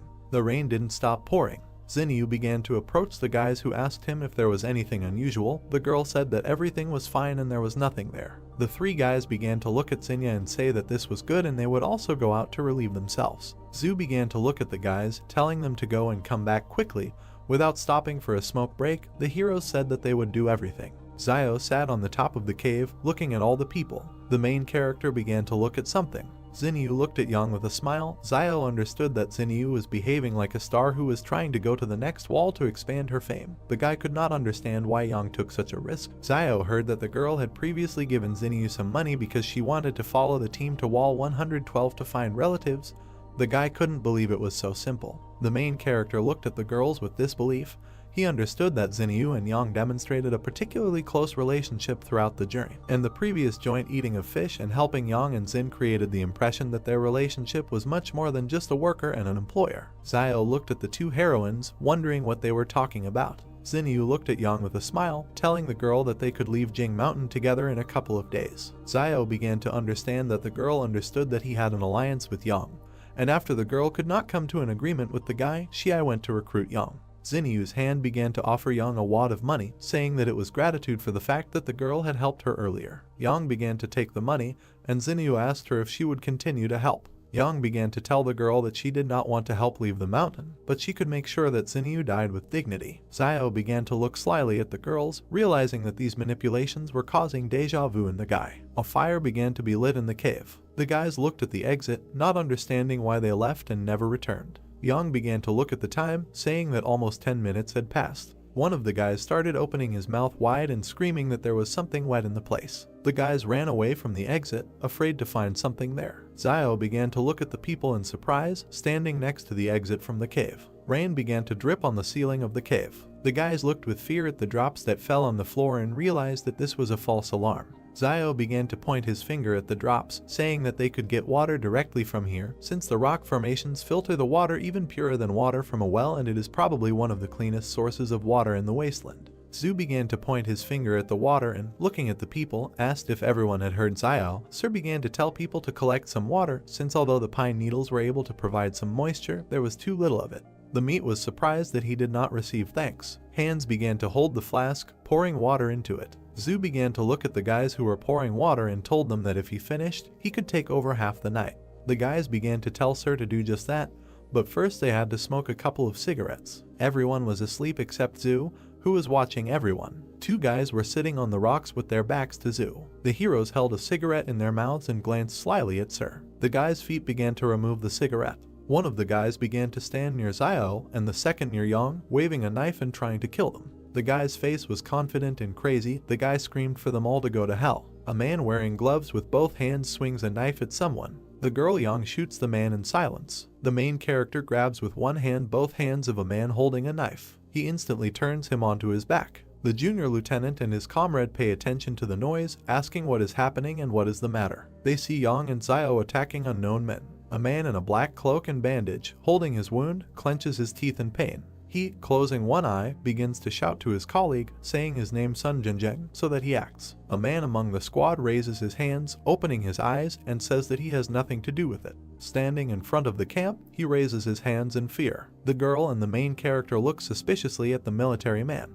Xinyu, also continuing to look suspiciously, asks himself what is happening again, and can't these people just calm down for a while? Holding the man's throat with two fingers, Xiao asks himself what they are trying to achieve with this desperate, sneaky attack: water, weapons, or was it all because of Luo Xinyu? Looking down with dissatisfaction, he thinks that this doesn't matter anymore. The notice says about the task that you need to give the enemy a painful death. Grabbing him by the throat, at the moment the man begins to cough up blood, he thinks that in this wilderness one must always get rid of all potential dangers.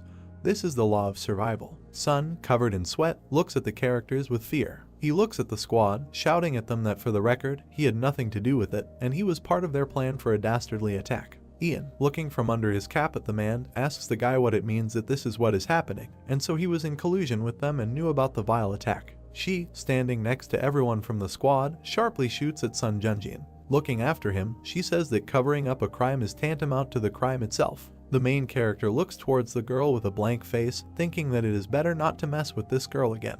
The notification states that the task has been completed and the reward is a master level skill copy scroll. Xiao, with an excited look, looks at the fallen scroll in the cave, asking himself again about the master level skill copy scroll. The main character looks at the sinister lieutenant. The notice again states that the shadow supernatural ability has been learned, asking the guy if he wants to learn it. Xiao thinks that he cannot believe it, and this is exactly what he needed, responding to the notification that he wants to study. The main character stands against the background of a purple magical wall. The notification states that the target has been studied. Being in a dark room, releasing burgundy magic from her hands, similar to blood, she asks herself that this haze is a shadow. The hero turns his gaze back. He sees a dark bloody ghost with red eyes in front of him, thinking that this black shadow looks darker and more massive than Zhu Xianchu's, and this is because his appearance is darker and more massive. Seriously looking straight into his eyes, Xiao thinks that he wonders how well this shadow fights. He closes his eyes. The ghost opens from his seat, leaving his remnants of magic on the floor. He begins to circle around the main character. Suddenly, the ghost changes its direction with all speed towards Xiao, who has closed his eyes.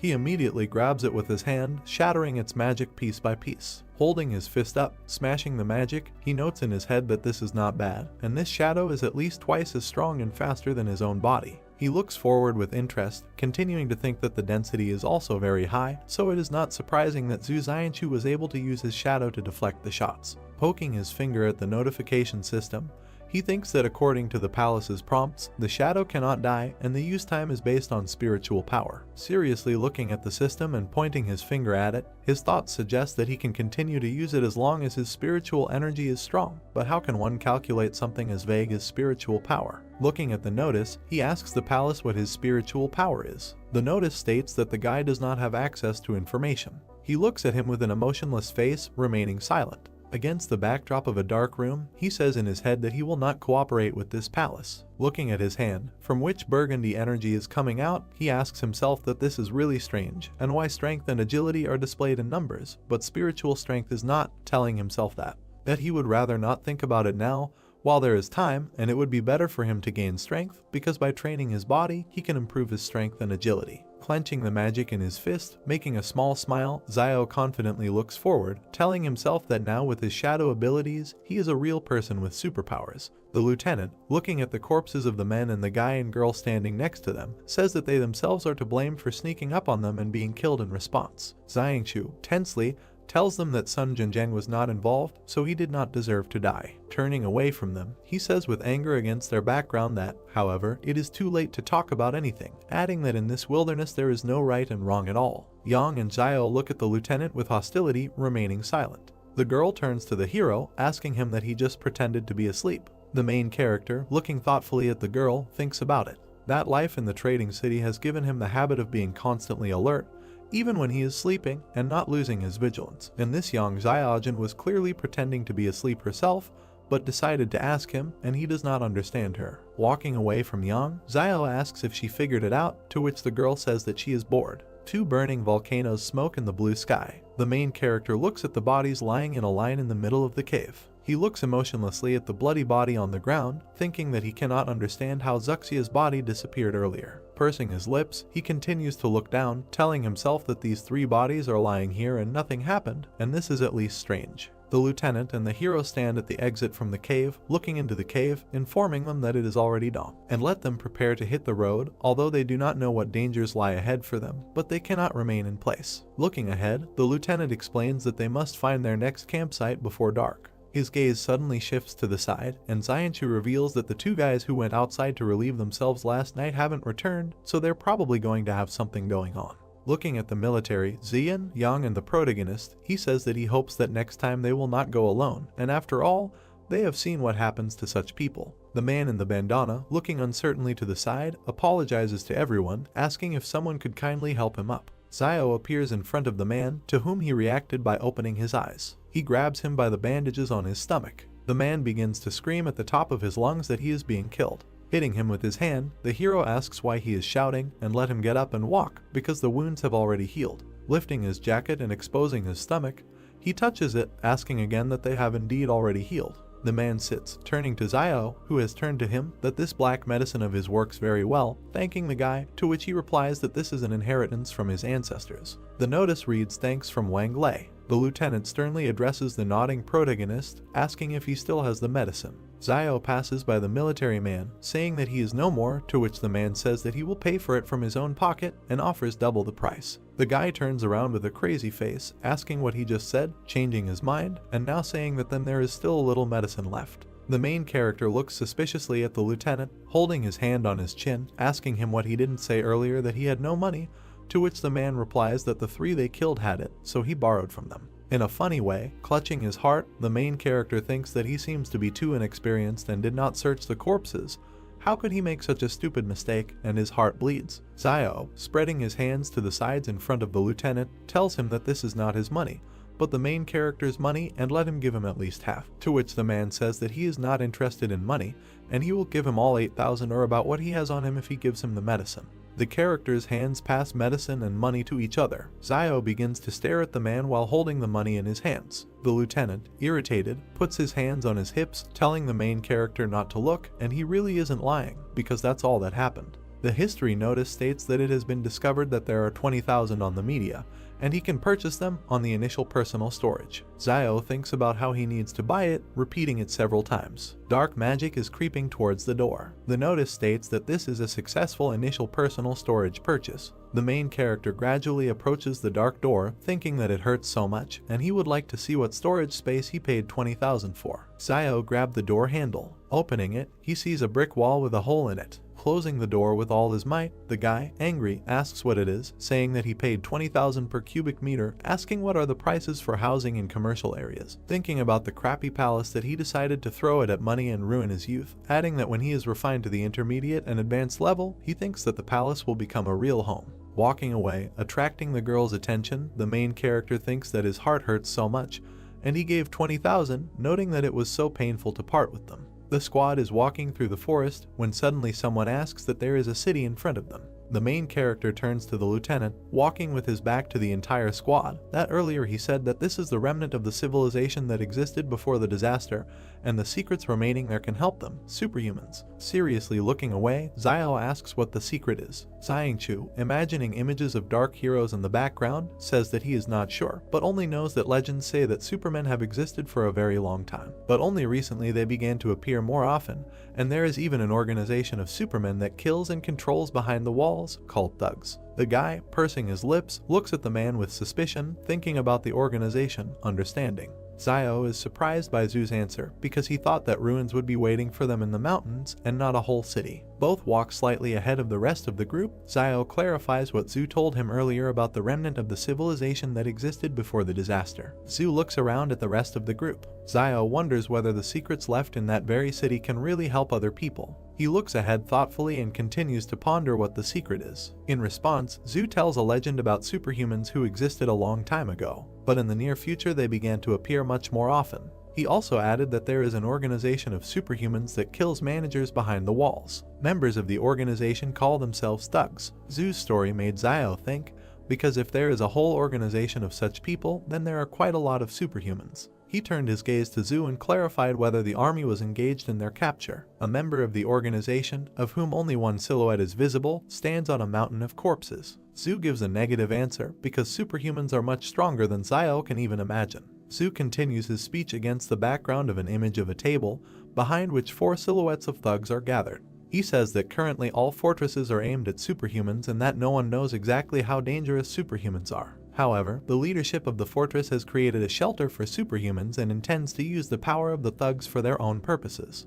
Thus Zoo revealed the true reason for their departure to explore the mountains. The other members of the group are not far behind the two. Zoo doesn't know what potential Jing Mountain hides, but he knows for sure that Wang Kanjiang, before setting off, found out information about other teams that are also now on their way to Jing Mountain. Zio was wary and, referring to the fact that the fortress wants to use superhumans, asked Zoo because his abilities probably played an important role in their plans. Zoo is angry at the people from the fortress because ordinary people do not regard superhumans as their own. He crushed the ant and told Zio that he couldn't even imagine what a person is capable of in relation to someone whom he does not consider one of his own. Baring his teeth, he ended up saying that he would never return. Liu Bu overheard their dialogue and insisted that they would not reveal Zoo's secrets. Both turned to look at Liu Bu. Zoo clarified that out of the entire group, he is most worried about Liu Bu. Zio pointedly pointed out that if the main cause of Zoo's worries did not return, then he could calmly return back. Liu Bu became wary and looked at the guy angrily. Zoo also did not remain indifferent and asked if Zio was also a Superman.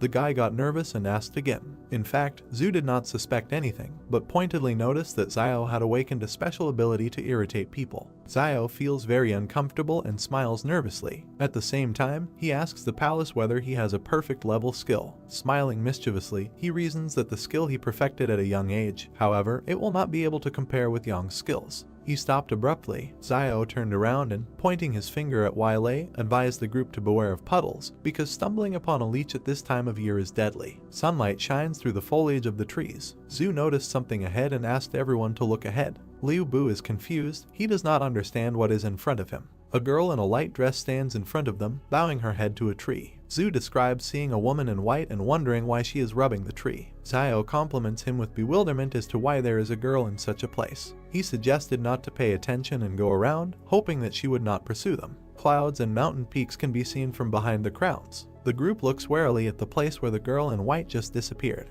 She takes an unnaturally large leap towards them and lands on all fours. Yang and Xiao point their guns at her, and Xinyu looks at the girl in bewilderment. The latter makes an aggressive rotational movement with her arms. Yahello and Liu Bu panic. Zhu decisively takes the situation into his own hands and says that they have nowhere to run, because even if there is something that can stop them now, then there is simply no point in further expedition to Mount Jing. He gives the command to follow him. Zhu and Yang warily prepare to flee. Xiao wonders why he suddenly felt so hot. Xiao shouted to Zhu to use his shadow on the girl if something happened and let him and Yang shoot her. They both went to belay Zhu. Zhu agreed and went on the attack. His palm began to exude black mist. He sent his shadow to attack. The shadow runs straight towards the girl in white. She is moments away from capturing the mysterious girl. The shadow grabs the stranger by the throat and presses her into the ground. All that was left of the girl was a white haze, and Xiao, seeing this, decides that Zhu's ability is quite enough. The whole group approaches the girl, who is still hanging by the throat from the hand of Zhu's shadow.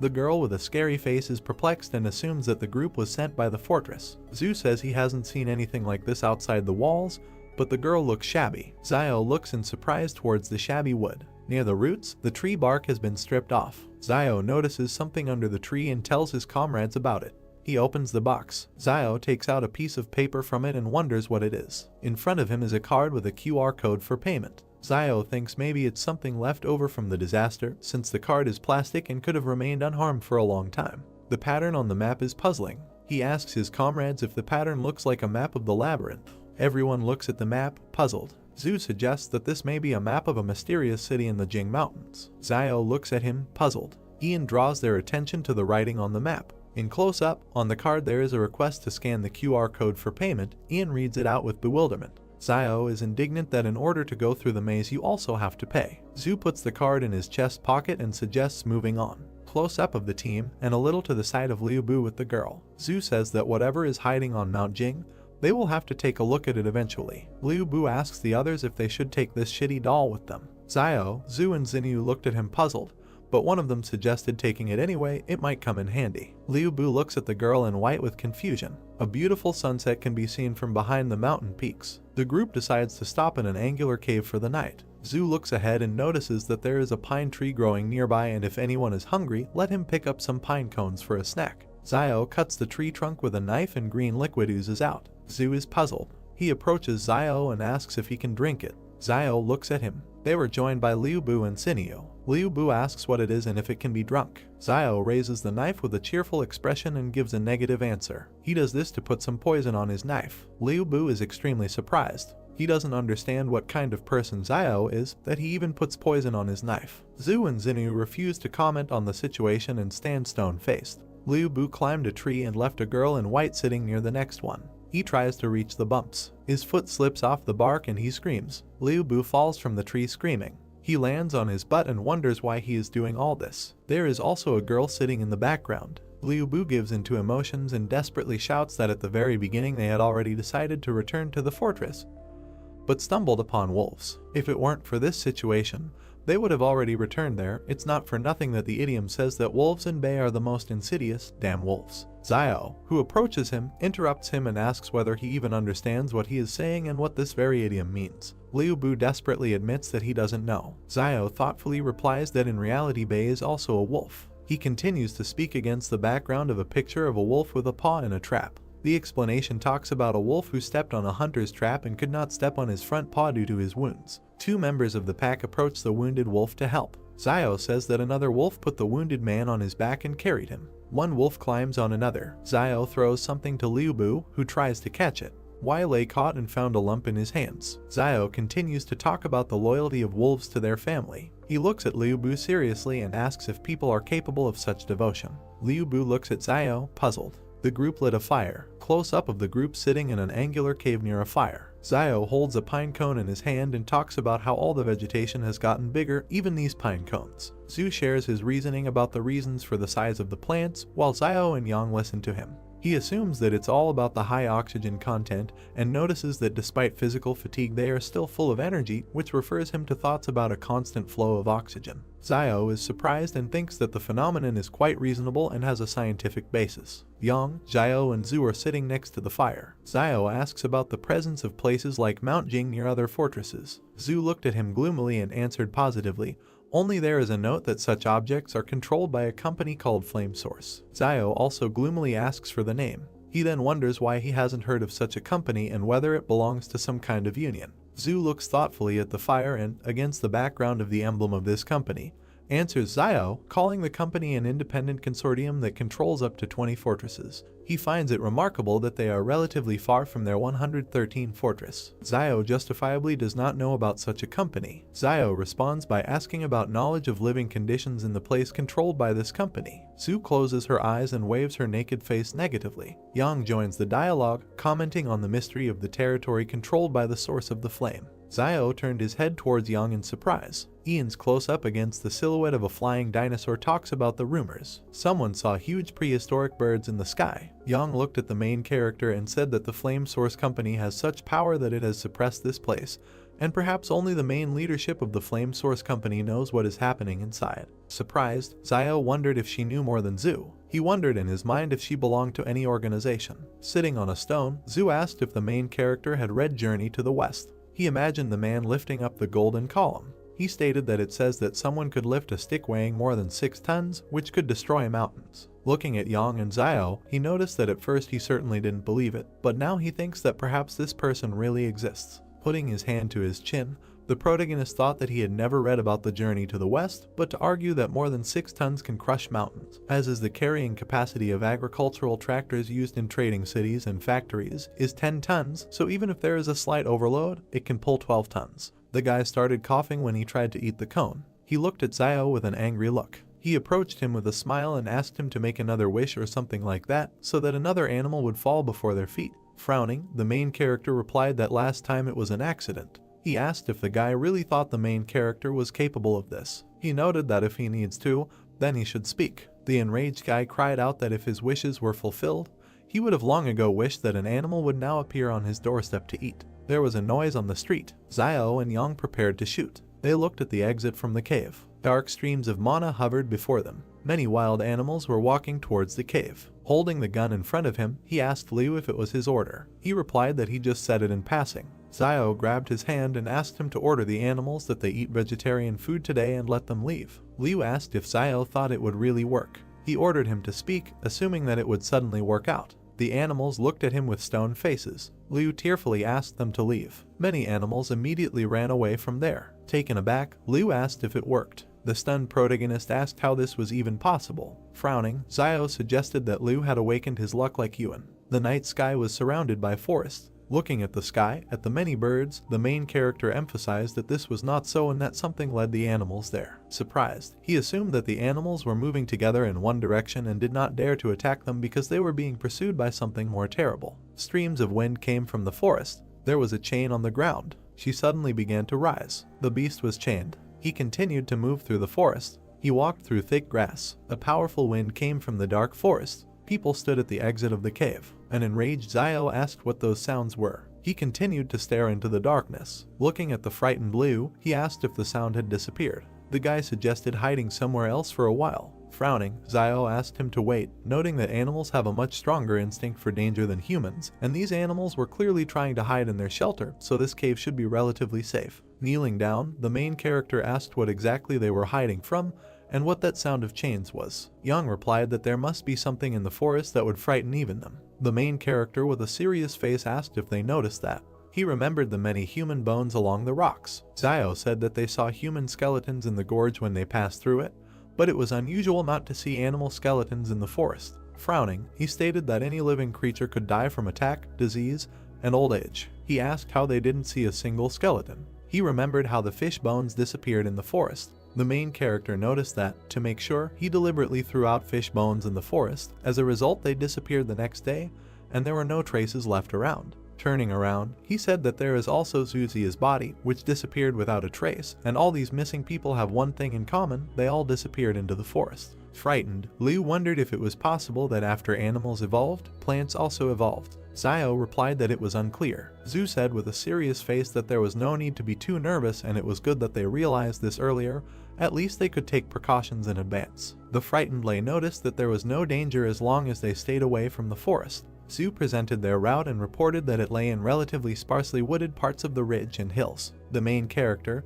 with a puzzled look, wondered if everything would be so simple. He began to hear powerful gusts of wind in the forest. Xiao was dumbfounded by this. A monster with red eyes looked at them. There were chains on his hands. Steam was coming out of his mouth. Yang, with a serious face, began to aim at the beast. Her face was serious. He took the pistol off the safety. They, together with the main character, were preparing to shoot. Zhu screamed loudly so that as soon as he appeared, they would start shooting at him, and he would order his shadow to go around him.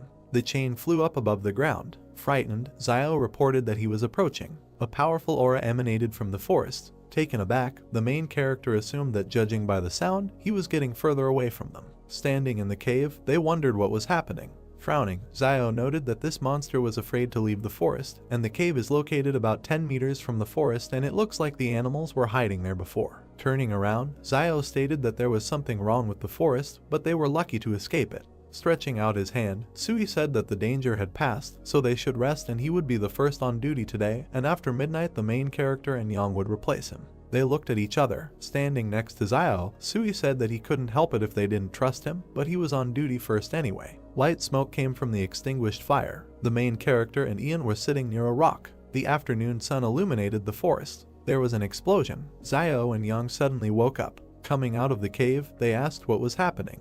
Looking at the smoke in the sky, Xiao guessed that the Jing Mountain volcano was erupting. Stunned, Sui suggested that it seemed that the other teams infiltrating Mount Jing had made their move. With a serious face, he suggested that they speed up, noting that they needed to do it before they learned the secret. The main character looked at Suya and asked if he was tired of living. He emphasized the fact that it is unknown what dangers lie ahead for them, apart from this explosion. Frowning, Sui replied that they were already there and there was no turning back, so the only thing they could do was to find the secret of Jing Mountain as early as possible. Smiling, Xiao noted that this is true and since they have already taken it, they need to bring it to the end. Yang watched him silently. Black smoke rose from the volcano. The group ran across the field. Lei wiped the sweat from his face and said that it was very hot. They saw a huge beetle. Moving further, Xinyu asked why they thought the animals became bigger but the people did not. Looking at Xiao, she noticed that instead, people received superpowers. Turning around, Sui said that from ancient times to the present, human evolution has always been associated with mental abilities. After looking at him, the main character said that teacher Zhang said that there is a gene in the human body that limits muscle development. He introduced the human body and the progress of evolution. He noted that this is because smart people are more attuned to their environment, causing the brain to require more energy, so muscle development must be limited to avoid competition with the brain for resources. Xiao emphasized the fact that only humans have genes that limit muscle development, but this is the price they gave for the sake of intelligence. Taken aback, Yang stated that she saw a Superman with a developed physique. She asked what he would say to this. Putting his hand to his chin, the main character suggested that his ancestors had something to do with wild animals. The group was taken aback by this response. Looking at the main character, Xinyu said that teacher Zhang at their school in the trading city is very smart and he must know a lot. Moving towards the mountains, Xiao replied that this is true, he knows a lot of things, but he starts making up stupid things in class if he comes across something he doesn't know. He noticed that usually the teacher reads books and so on when he is free. There are such people behind the walls of the fortress, and they are all amazing. He said that in his free time, Zhang grows vegetables in the garden.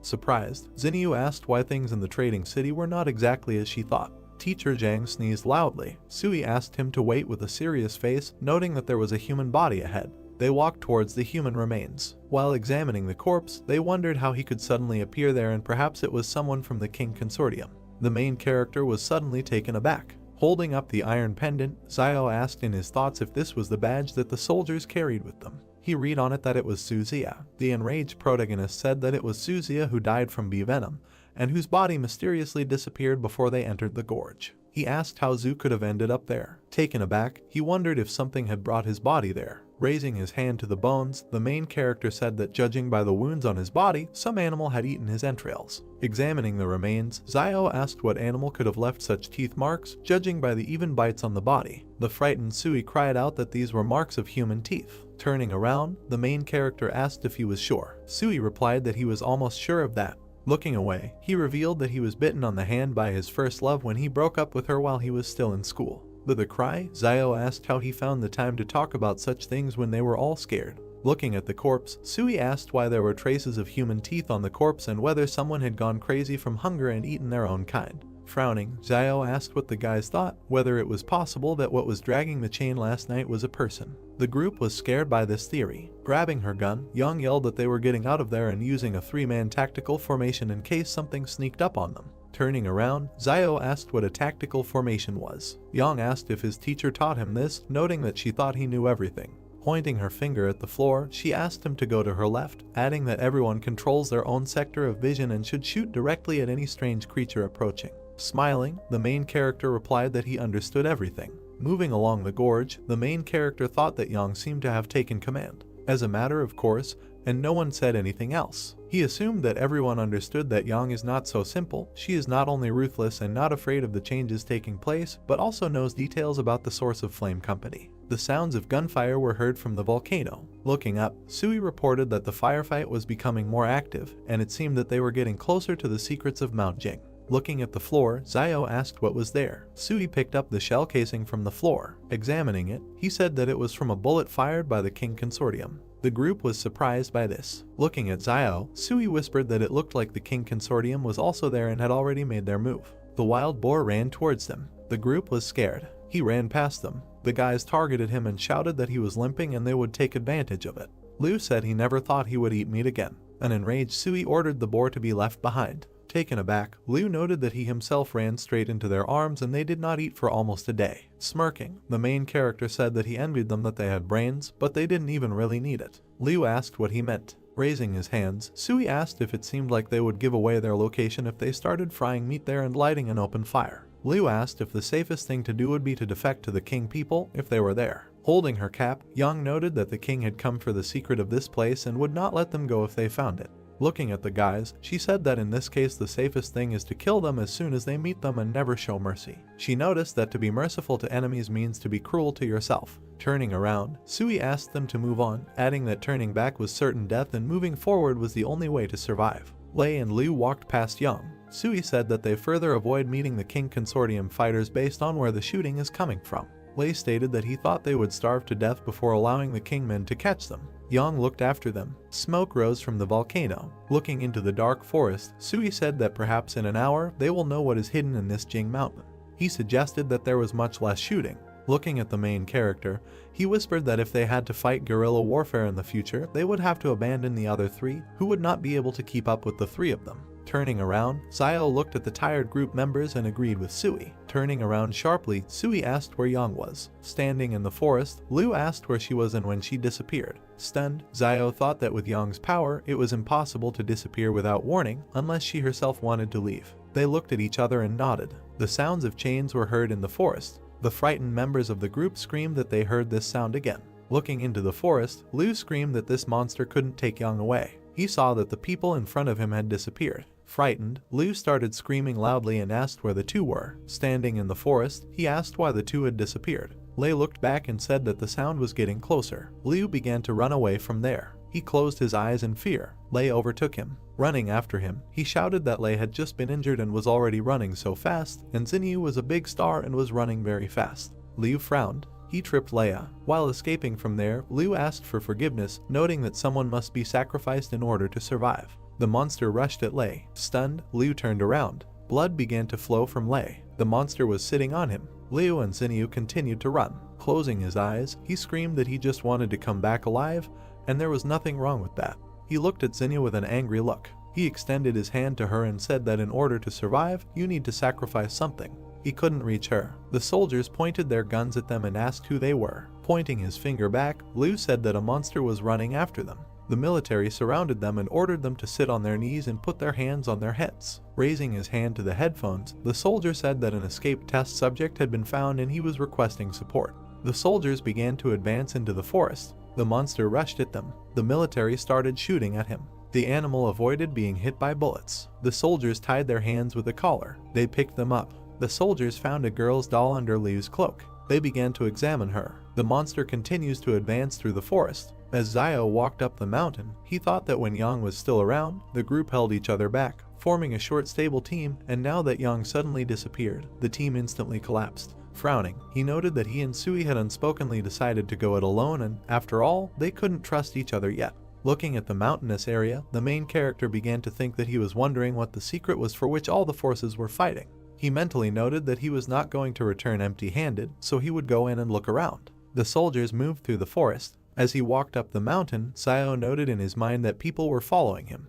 Looking at their backs, he wondered if they were King Consortium people. They shouted that the experimental object had been found and they were asking for support. Hiding, the main character thought about the experimental object. He wondered if there were still people in these wild places conducting experiments. He wondered if so many people couldn't kill one monster, or if it was too strong. Looking around the treetops, Zayo noted that, however, this monster had attracted their attention, so he could take this opportunity to act stealthily. He was hiding behind a stone. While examining the base, the main character asked why they needed a place where there had recently been an explosion. He saw the scientist collecting the blood of the beast. He closely watched the man in the white coat. He began to sneak up on him. While looking around the ruined settlement and scientists, Zayo wondered if the King Consortium was capturing mutant beasts, noting that he feared that these beasts could not escape the fate of being studied. He was suddenly surprised. He saw a man on the roof of a building. Zayo looked at the guy in the white shirt. A man is depicted in a white suit and blue tie, looking down intensely. The main character looks at him, hiding behind a rock, and thinks that perhaps this is the man in charge of this operation. He notes that if on a normal day he saw someone in a white suit roaming the wild lands in a white suit, he would write off would be like a weak-minded person. Zayo stares at him. We see how the main character looks at the roof of a building, on which a man in a white suit points with his finger and says something. The main character thinks that this man now standing on top of the building, on the contrary, does not feel out of place, perhaps because that he is a leader and does not need to go into battle. We see fighters with weapons, an excavator, and doctors in masks who are preparing syringes.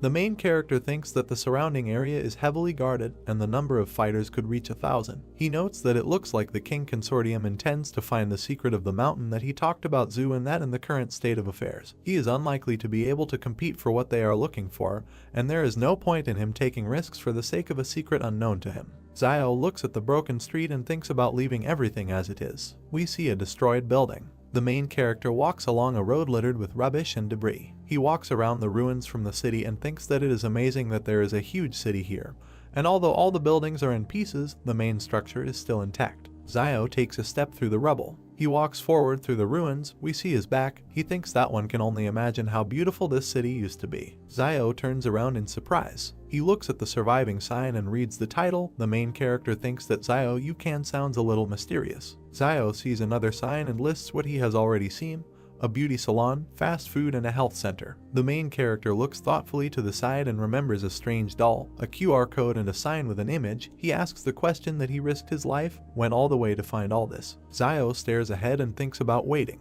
He descends sharply down the rubble. The main character looks at a sign with famous tobacco and alcohol products. He is surprised that there is such a shop here and thinks that in their days there is tobacco and alcohol. Zayo notes that if he can find their source, he can become the richest man in a trading city. He smiles joyfully and slyly, clasping his palms together. Zayo thinks that since they are only interested in mutant animals and secrets, he asks not to blame him for devastating the rest of this place. The main character looks at the shop and notes that, protected by plastic packaging, tobacco and alcohol should be in good condition. He reaches out to the crack and notes that it is broken, so all the cigarettes and alcohol inside have also turned to dust. The main character holds his heart with horror. He thinks that his dream of becoming the richest man has been shattered. Zayo clenched his teeth, frowned, and thought with anger that he really had to leave just like that. He couldn't take the main secret with him, so he had to take at least something. We see another sign. The main character thinks he needs to go and look somewhere else. He looks at the doll in a short skirt and top. He is surprised that they are there too and does not understand what they are needed for. Zayo raised his hand to his chin and looks thoughtfully at the doll. The main character begins to strangle the doll. He wonders if there is air inside and does not understand why it looks like Young. Zayo applies even more force. The doll's head inflates and increases in size. The doll's head suddenly explodes. The main character wipes his forehead with his hand with relief and assumes that he knows what this is for. He walks down the street and carefully looks around. In the store, Zayo stands near the counter with goods and reaches for the top shelf. He picked up a white jar. He reads in surprise that it is old white gold. He does not understand what the hell it is and whether there is gold in it. Zayo, surprised, opens the jar and pours out the contents, and pills fall out of it.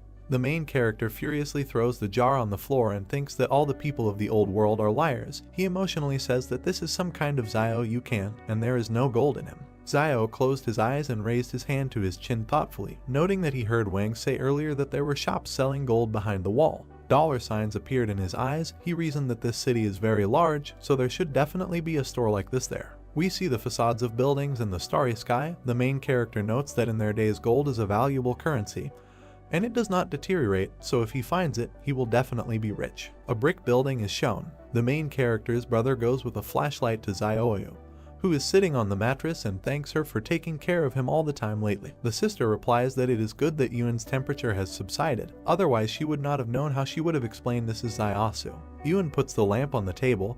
His sister asks what his brother is doing now. She hopes he is safe. Yuan says that he thinks he is safe and recommends not to worry. Yuan looks at Zioyu kindly and thinks about how he had a fever the other day because of desire, and his sister could have taken the money and just left him. But she didn't. Instead, she helped him, just like a mother, that he was trying to cure his child. He was very pleased. Zioyu turned to Yuan and sternly said that since he had already recovered from his illness, he would have to attend class tomorrow to make up for his missed homework. Sweat appeared on Yuan's face, and he fearfully replies that she shouldn't do this because his brother is not at home. Zioyu smiles sweetly and says that in any case, she doesn't care because he will do what he is told. We see a brick house against the background of the starry sky. A bright moon is depicted. People are sneaking around in the darkness inside a high fence. Yuan and Zioyu stood up in fear. The sister notes that there is someone outside. Yuan will nervously add that there is more than one person there. Zioyu fearfully takes up the weapon and orders Yuan to stay put while she goes out and takes a look. She trembles, nervously holds the knife in her hands and walks forward.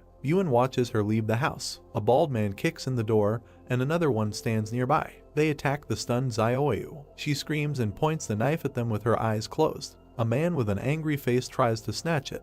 He calls Zioyu names furiously. Two men force her to the ground and hold her by the neck. In fear, she orders them to let go and leave her behind. The third one attacks Yuan with a knife. He swings and hits the bed. Yuan falls to the ground. He lands in a fighting stance. The man, dumbfounded, notes that he is a smart guy. Yuan remembers them and thinks that these three were usually messing around in the market town, but he didn't expect that they would actually attack this house next to the school. He looks at the man sternly and thinks that because of his recent illness, Sister Zioyu must have become their target when she went to buy meat to help him gain some strength. A teacher comes into the house. The criminal points a knife at him and says that he hasn't liked this old man for a long time. The attacker stands in a fighting stance and says that Zhang must have a lot of valuable things. Yuan, standing nearby, nervously asks that they still dare to kill the teacher. The criminal attacks the boy and orders him to give the money in an amicable way without these resistances. Yuan furrowed his eyebrows and thinks that they even dared to touch the school teacher, afraid that no one would find out who committed the murder. We see the roofs of houses in the dusk.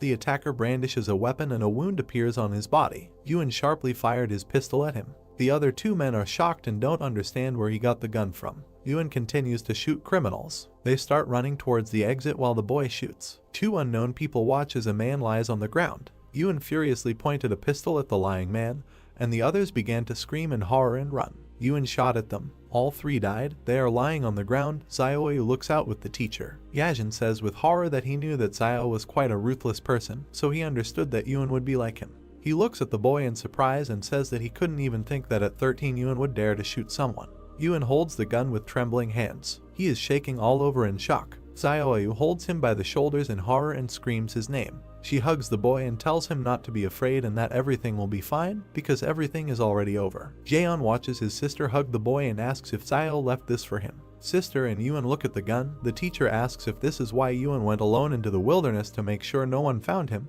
Yuan answers positively and says that he didn't think that something would happen right after he picked up a pistol. Yuan fearfully tells the teacher that he and his sister will leave the shopping mall right away so as not to cause him any inconvenience. The teacher sternly says that now that the wolves have returned, the wild lands are not safe. Zhang looks at them and says that the place that Zio has prepared for him may be safe enough, but it cannot hide him from the smell of the wolves.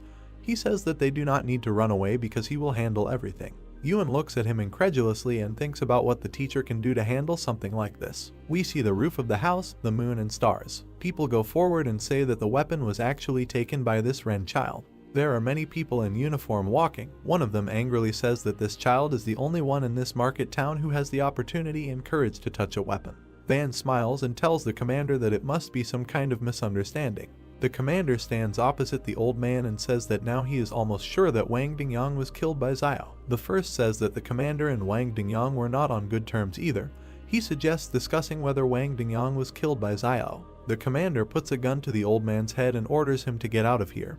He asks if he thinks that he is as corrupt as the rest of the inhabitants behind the wall. The commander points his finger and orders everyone to be arrested. He wants to see how Xiao will justify himself when he returns. The teacher stood in the aisle and ordered them to stop. He holds out a piece of paper and asks him to take it to the fortress and tell Fat Man Lo to come to him. Zhang stood in front of the two soldiers and said that he had to give this to him and he would understand, and this was no longer something he could handle. One of the soldiers said with a confused look that this school teacher just called Boss Luo fat. Another soldier put a gun directly to the head of the frightened old man Wang and asked what he was waiting for. Zhuo stood still, holding out a piece of paper while the same soldier said that he thought some kind of card would help him get rid of them. Then he snatched the card from the teacher's hands with an arrogant look. The soldier looked forward with a menacing gaze and simply remained silent. Teacher Zhang stared back straight ahead with a serious look. Then the soldier, looking at Zhang Jinglin's card, thought with great surprise that he was from the 178th fortress. The soldier immediately pointed his finger at the teacher and the people behind him, saying that they should watch them, and the other soldiers obeyed the order. Suddenly the soldier got into the car and with a frightened look pulled the gear lever. The car began to move forward at great speed, leaving only dust behind. Several soldiers approached Yuan and Xiaoyu,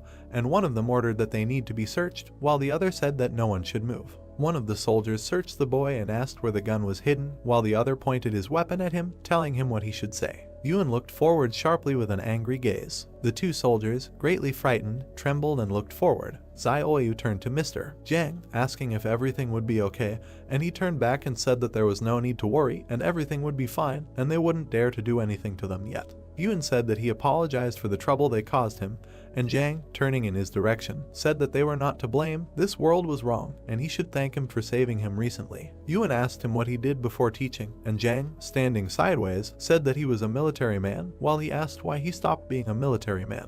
Zhang answered the question that because war cannot save humanity. He then abruptly turned to the side and continued to say that he originally chose Zaiasu as a replacement teacher because he was preparing for his departure from this city, and he plans to return to Sabei. Yuan asked about Sabei and that this was the same northwestern part of the country that was mentioned earlier in the lesson, and received a positive answer from Zhang, who imagined beautiful mountains in his head over which birds flew. He continued to imagine in his head a huge number of mountains over which birds were flying, and said that in the northern part of the country the snow and ice had not yet melted, and among the sand and yellow earth not a trace of greenery was visible. Zhang continued to say that Sabei has endless white spaces, which makes people there seem very lonely, and imagined in his head a small stone structure standing right in the middle of the mountains. Yuan, looking ahead, asked why he suddenly wanted to return to Sabei. Zhang, looking to the side, replied that because the world was starting to change, and he needed to be with those who were waiting for him. Yuan looked at him with great surprise and asked about the people who were waiting for him, and he simply smiled. Zhang leaned forward, holding Yuan by the shoulders, and said that he should not be afraid, and they would not dare to do anything to him. The most they could do was send him back to the 178th fortress. Immediately after this, the narrative of the story moves to a camp with a huge number of tents, in one of which the doe with a cigar in his mouth was looking at the card. Lan sharply asked where this Zhang Jinglin was and said that he should take him there while the soldiers standing next to him obeyed his order. The soldiers, stepping on the ground with their boots, walked forward, and one of them said that they needed to open the door quickly. The car, accompanied by soldiers, approached the huge metal gates, which slowly swung open. Lan was driving in the car, smoking a cigar, and said on the phone that Zhang Jinglin was here, and they asked him if he was sure. The doe, continuing to smoke a cigar, said on the phone that he was not entirely sure yet, but if it was true, should he kill him and why should this old man hide with him? A man in a white coat spoke on the phone and asked about his murders, while he was told that yes, and such an opportunity comes once in a lifetime. The man in the white robe looked to the side, continuing to talk on the phone, asking that if he kills him now, do those fighters from the 178th fortress think to leave him alone? The doe, holding the phone near his ear, said that he could do it, but it would be a little scrit.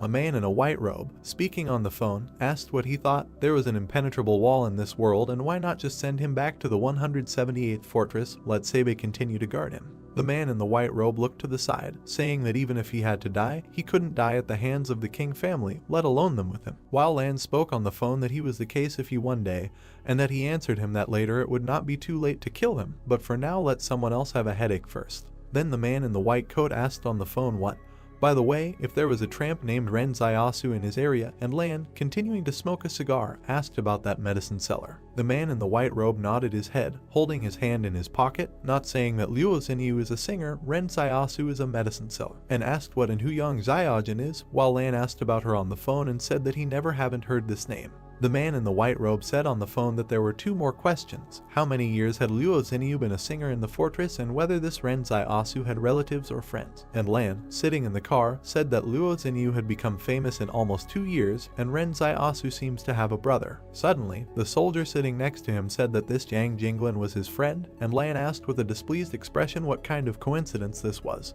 A man in a white coat said on the phone that there was no need to touch his brother for now, and let him deal with the rest as best he knew, while Lan and the soldier were sitting in the car. The soldier looked away with a dissatisfied expression, clenched his teeth, and simply remained silent.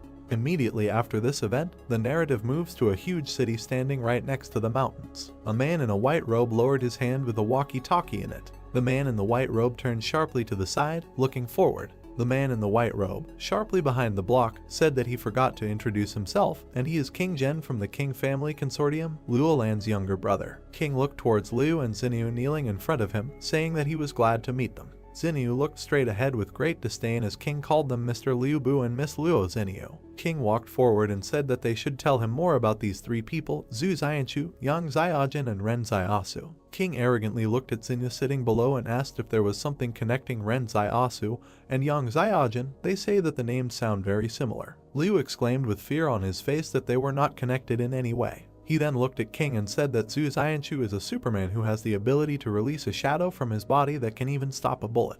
Liu gritted his teeth in fear, saying that he could not say much about Yang Zaiajin, but the one to be most afraid of was Ren Zaiasu. King, looking to the side, asked in surprise why. Xinyu looked to the side with an arrogant look and asked that because he could cultivate anyone. Liu looked forward with great fear on his face, saying that no, and he was just very strong. At that time they were all fleeing in the canyon, and imagined in his head how the soldiers were running from a huge horde of insect monsters. Liu continued to say that he was the only one who ran in the opposite direction, and recalled how he turned back and looked at Xiao running away. Liu recalled turning back with a huge look of fear on his face and saying that he couldn't help but look back at him. Liu stood in the middle of the canyon and looked in the direction in which the streams of black energy were directed. Liu stood still and looked with great surprise at Xiao, who was running with a man on his back along the canyon. Liu recalled saying what the hell and how he could run so fast while carrying someone else, and stretched his hand forward towards the protagonist, who was running at great speed along the canyon, overtaking the car. Liu said that he was able to lift an adult man with one hand and still run fast, and he suspects that he is also a Superman, while Xinyu and King looked in his direction with great contempt. King, lowering his head down, closing his eyes, asked what if there was anything else, and Liu answered that no, and that was all for now. If he remembered something, he would tell him. King, with his hands in his pockets, said what needed to be written down, and Zhu Xianchu was an underdeveloped Superman with risk factor C. Ren Zaiasu was a suspected Superman with increased physical strength and risk factor F, and his subordinate wrote it all down in a notebook. His subordinate then took Liu's hand, who said that they should wait. The subordinate continued to lift Liu, who looked at King and shouted that they had nothing to do with it, and they were all ordinary people who were forced to follow Zhu Xianchu all the way here. King would turn around sharply and say that he knew that this had nothing to do with them. If he had anything to do with it, then he should be nervous now, and Liu would ask what and if he was going to do something with them. King closed his eyes and said that they would go with him and should try not to be too surprised while his subordinates lifted Liu and Xinyu from the ground. At the same moment, a crescent moon shone in the night sky, surrounded by a huge number of stars. Immediately after this, the narrative of the story moves to a huge building, near which people were standing. King walked along with the soldiers and spoke to Zuman, saying that he should lead a group to find Zaiasu, Yang Zaiajin, and Zhu Xianchu, and they should return by 12 o'clock at night, and he would take the order. King stopped near a group of people and said that teams 2, 3, and 4 should follow him, and they immediately followed his order. Liu, looking at King with great fear on his face, asked where they were going. King stood in the middle of the city street and said that now they themselves will soon find out. The narrative of the story then shifts to several soldiers standing near a huge cage. King raised one of his hands up, holding the other in his pocket. Liu stood next to Xinyu and was surrounded by soldiers, saying what the same. In that same cage, with a chain on his arm, lay a gray, scary monster. Liu asked that the teeth marks on Zhu's body were not the same, while everyone else was standing right next to the monster's cage. King would quickly turn around and say that they seemed to know a little about him and had seen the bodies he had bitten. Xinyu looked forward with great fear and asked what this was all about. King, standing right in front of this monster, said that they were a product of the pre-catastrophe period, and they had only recently learned of their existence, and they should be called test subjects. Zinyu looked straight at King and asked about the test subjects, and he said that he must have recently escaped from the walls of some laboratory. King, with his head down, continued to say that they were all surprised how they survived to their days, because this is a living example. Zinyu, looking in his direction, said that this means that they came here for this sample and to find the laboratory that once held these experimental subjects captive. Suddenly, King suddenly turned his serious gaze to the side. King, standing still, says he doesn't know if they know that multicellular organisms like humans use cell division as the basis for growth and reproduction. He then went on to say that one would assume that cell division should be endless, but the strange thing is that all human cells stop at an average of 50 divisions, after which irreversible decay sets in, and he imagined several microcells in his head. King looked to the side and said that it is for this reason that a person's life expectancy is limited, he grows old and dies. Zinyu looked away as King continued to say that, well, that doesn't mean it can't be changed. King said he suspected the lab had developed a technology that made cells divide endlessly, increasing the body's metabolic cycle and lifespan, and focused his attention on the metal gate in the brick building. King reloaded his gun and said that, but they didn't expect that by doing this, they would create these monstrous and inhumane creatures, and these human-modified test subjects had completely lost their sanity as human beings. King suddenly left his gun directly into the monster's cage and continued to say that, but their physical strength and agility are far superior to ordinary people, while he looked forward with a menacing gaze. The monster abruptly grabbed the gun with its teeth and crushed it, while King said that they had to use 5 battle groups and sacrifice many of their people to capture at least one object alive. King turned sharply to the side, looking at his subordinate, who was writing something in a notebook, and said that he should write down that his teeth were developed, his pupils were narrow, his habit of moving on all fours, he was no longer human. King closed his eyes and continued to say that it was suspected that he was the product of a genetic change, and it was assumed that this laboratory was a secret experimental facility of the Flame Source Company before the disaster. Zinyu looked to the side with a puzzled look and reasoned that the base was the source of the flame. King looked down as she speculated on whether the King Consortium could take over this technology. The monster, standing on 4 limbs, squeezed its jaw with enormous force, breaking the pistol into small pieces. King looked towards the soldier and said that he should shine a bright light on him, and he obeyed the order. The soldier raised his hand up and made a finger gesture to another soldier standing on top of the building. Then the soldier sharply turned the huge searchlight to the side. A bright light suddenly illuminated the monster in the cage and the people standing next to it. The monster in the cage covered its face with its hand after the light hit it. The monster suddenly began to back away, closer to the shadow, while in its cage. King, tilting his head down a little, asked about photophobia. The soldier standing next to Kin and Zinyu said that there are 2 possible causes of photophobia. The first being the weakness of the individual who was once human and now it is reflected in what it is now, and the second is that it is in a gene edited. The model was based on the nature of the beast. King, turning his head slightly to the side, said that one was enough to study so that they could kill the rest without further losses, and the soldier standing behind him accepted the order. King reasoned with a thoughtful look that if he has photophobia, then why was he recently active during the day, and is he evolving again, or is there something that attracted him and made him go out in broad daylight? King conjured images of Xiao, Zhu, and Yang standing next to each other in his head and wondered if this could have something to do with the 3 of them. A huge number of soldiers stepped with their black boots directly onto the asphalt.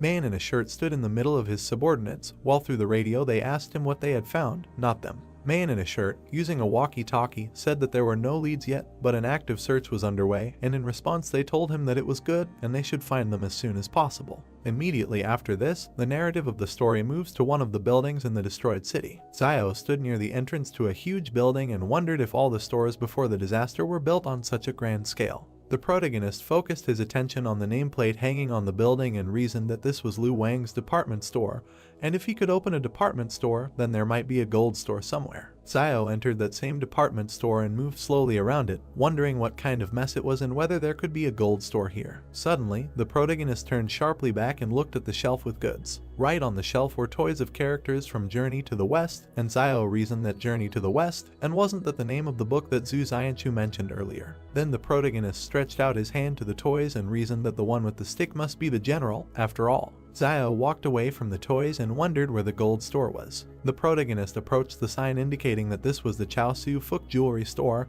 and said that of course, and here it is. Xiao immediately rushed towards the jewelry racks, putting his hands forward. The protagonist held a black bracelet in his hand and reasoned that silver turns black when oxidized. Zio immediately threw the bracelet behind his back with a dissatisfied look and reasoned that silver was worth nothing. The protagonist held a huge yellow ingot in his hand and reasoned that here it was, gold. Zio joyfully stood right in front of a rack with a huge number of gold bars and reasoned that he thought there was enough gold here so that Liaoyuan and sister Zioyu could live comfortably for decades, and if they returned to the trading city with this, then the opening of a gold store would be no longer a dream. The protagonist thought and raised his hand to his chin, arguing that there was so much here and how he could carry it all. Zio suddenly realized something and reasoned that he would definitely do just that. The protagonist was holding in his hands several gold jewelry right above the shelf. Zio was doing something with his hands right above the jewelry rack. The protagonist held a ball of gold in his hands and reasoned that if you look for all the gold jewelry in the ball, you can put it all in the palace vault. Zio reasoned that it was already full and needed to be pushed in, and tried to hold the door with his shoulder, which was barely staying closed. The protagonist, holding a bag made from a cloak on his back, walked forward and reasoned that he would wrap the rest in his cloak and carry it away. Suddenly, several soldiers stepped with their black-booted feet directly on the ground. Zio looked forward with great surprise, his eyes wide open. A squad of soldiers with a man in a black shirt headed forward, passing through the department store building. Zio was hiding behind one of the building's walls, watching a squad of soldiers pass by. The protagonist looked out from around the corner with a tense look, wondering where the king fighters suddenly appeared from here. Zio looked ahead with great dissatisfaction and reasoned that there were so many people, and they were alert enough, and whether there was any danger here. A detachment of soldiers led by Man walked through the department store past a rack with characters from Journey to the West. Man looked sharply to the side and was very surprised by what he saw. Man opened his eyes wide in surprise and simply silently looked to the side. The protagonist, peeking around the corner, nodded his head and wondered if they had left. The entrance to the department store building was surrounded by complete silence. Man looked around the corner, looking at the entrance to the department store building, showing the soldier. The soldier asked Manny in a whisper if something had happened. Man, recalling the figures of characters from Journey to the West, said in a whisper that he had already searched this building and its contents were now in places that were not in the right places, as he remembered, and reasoned that he remembered that it was the monk who was riding on a white horse,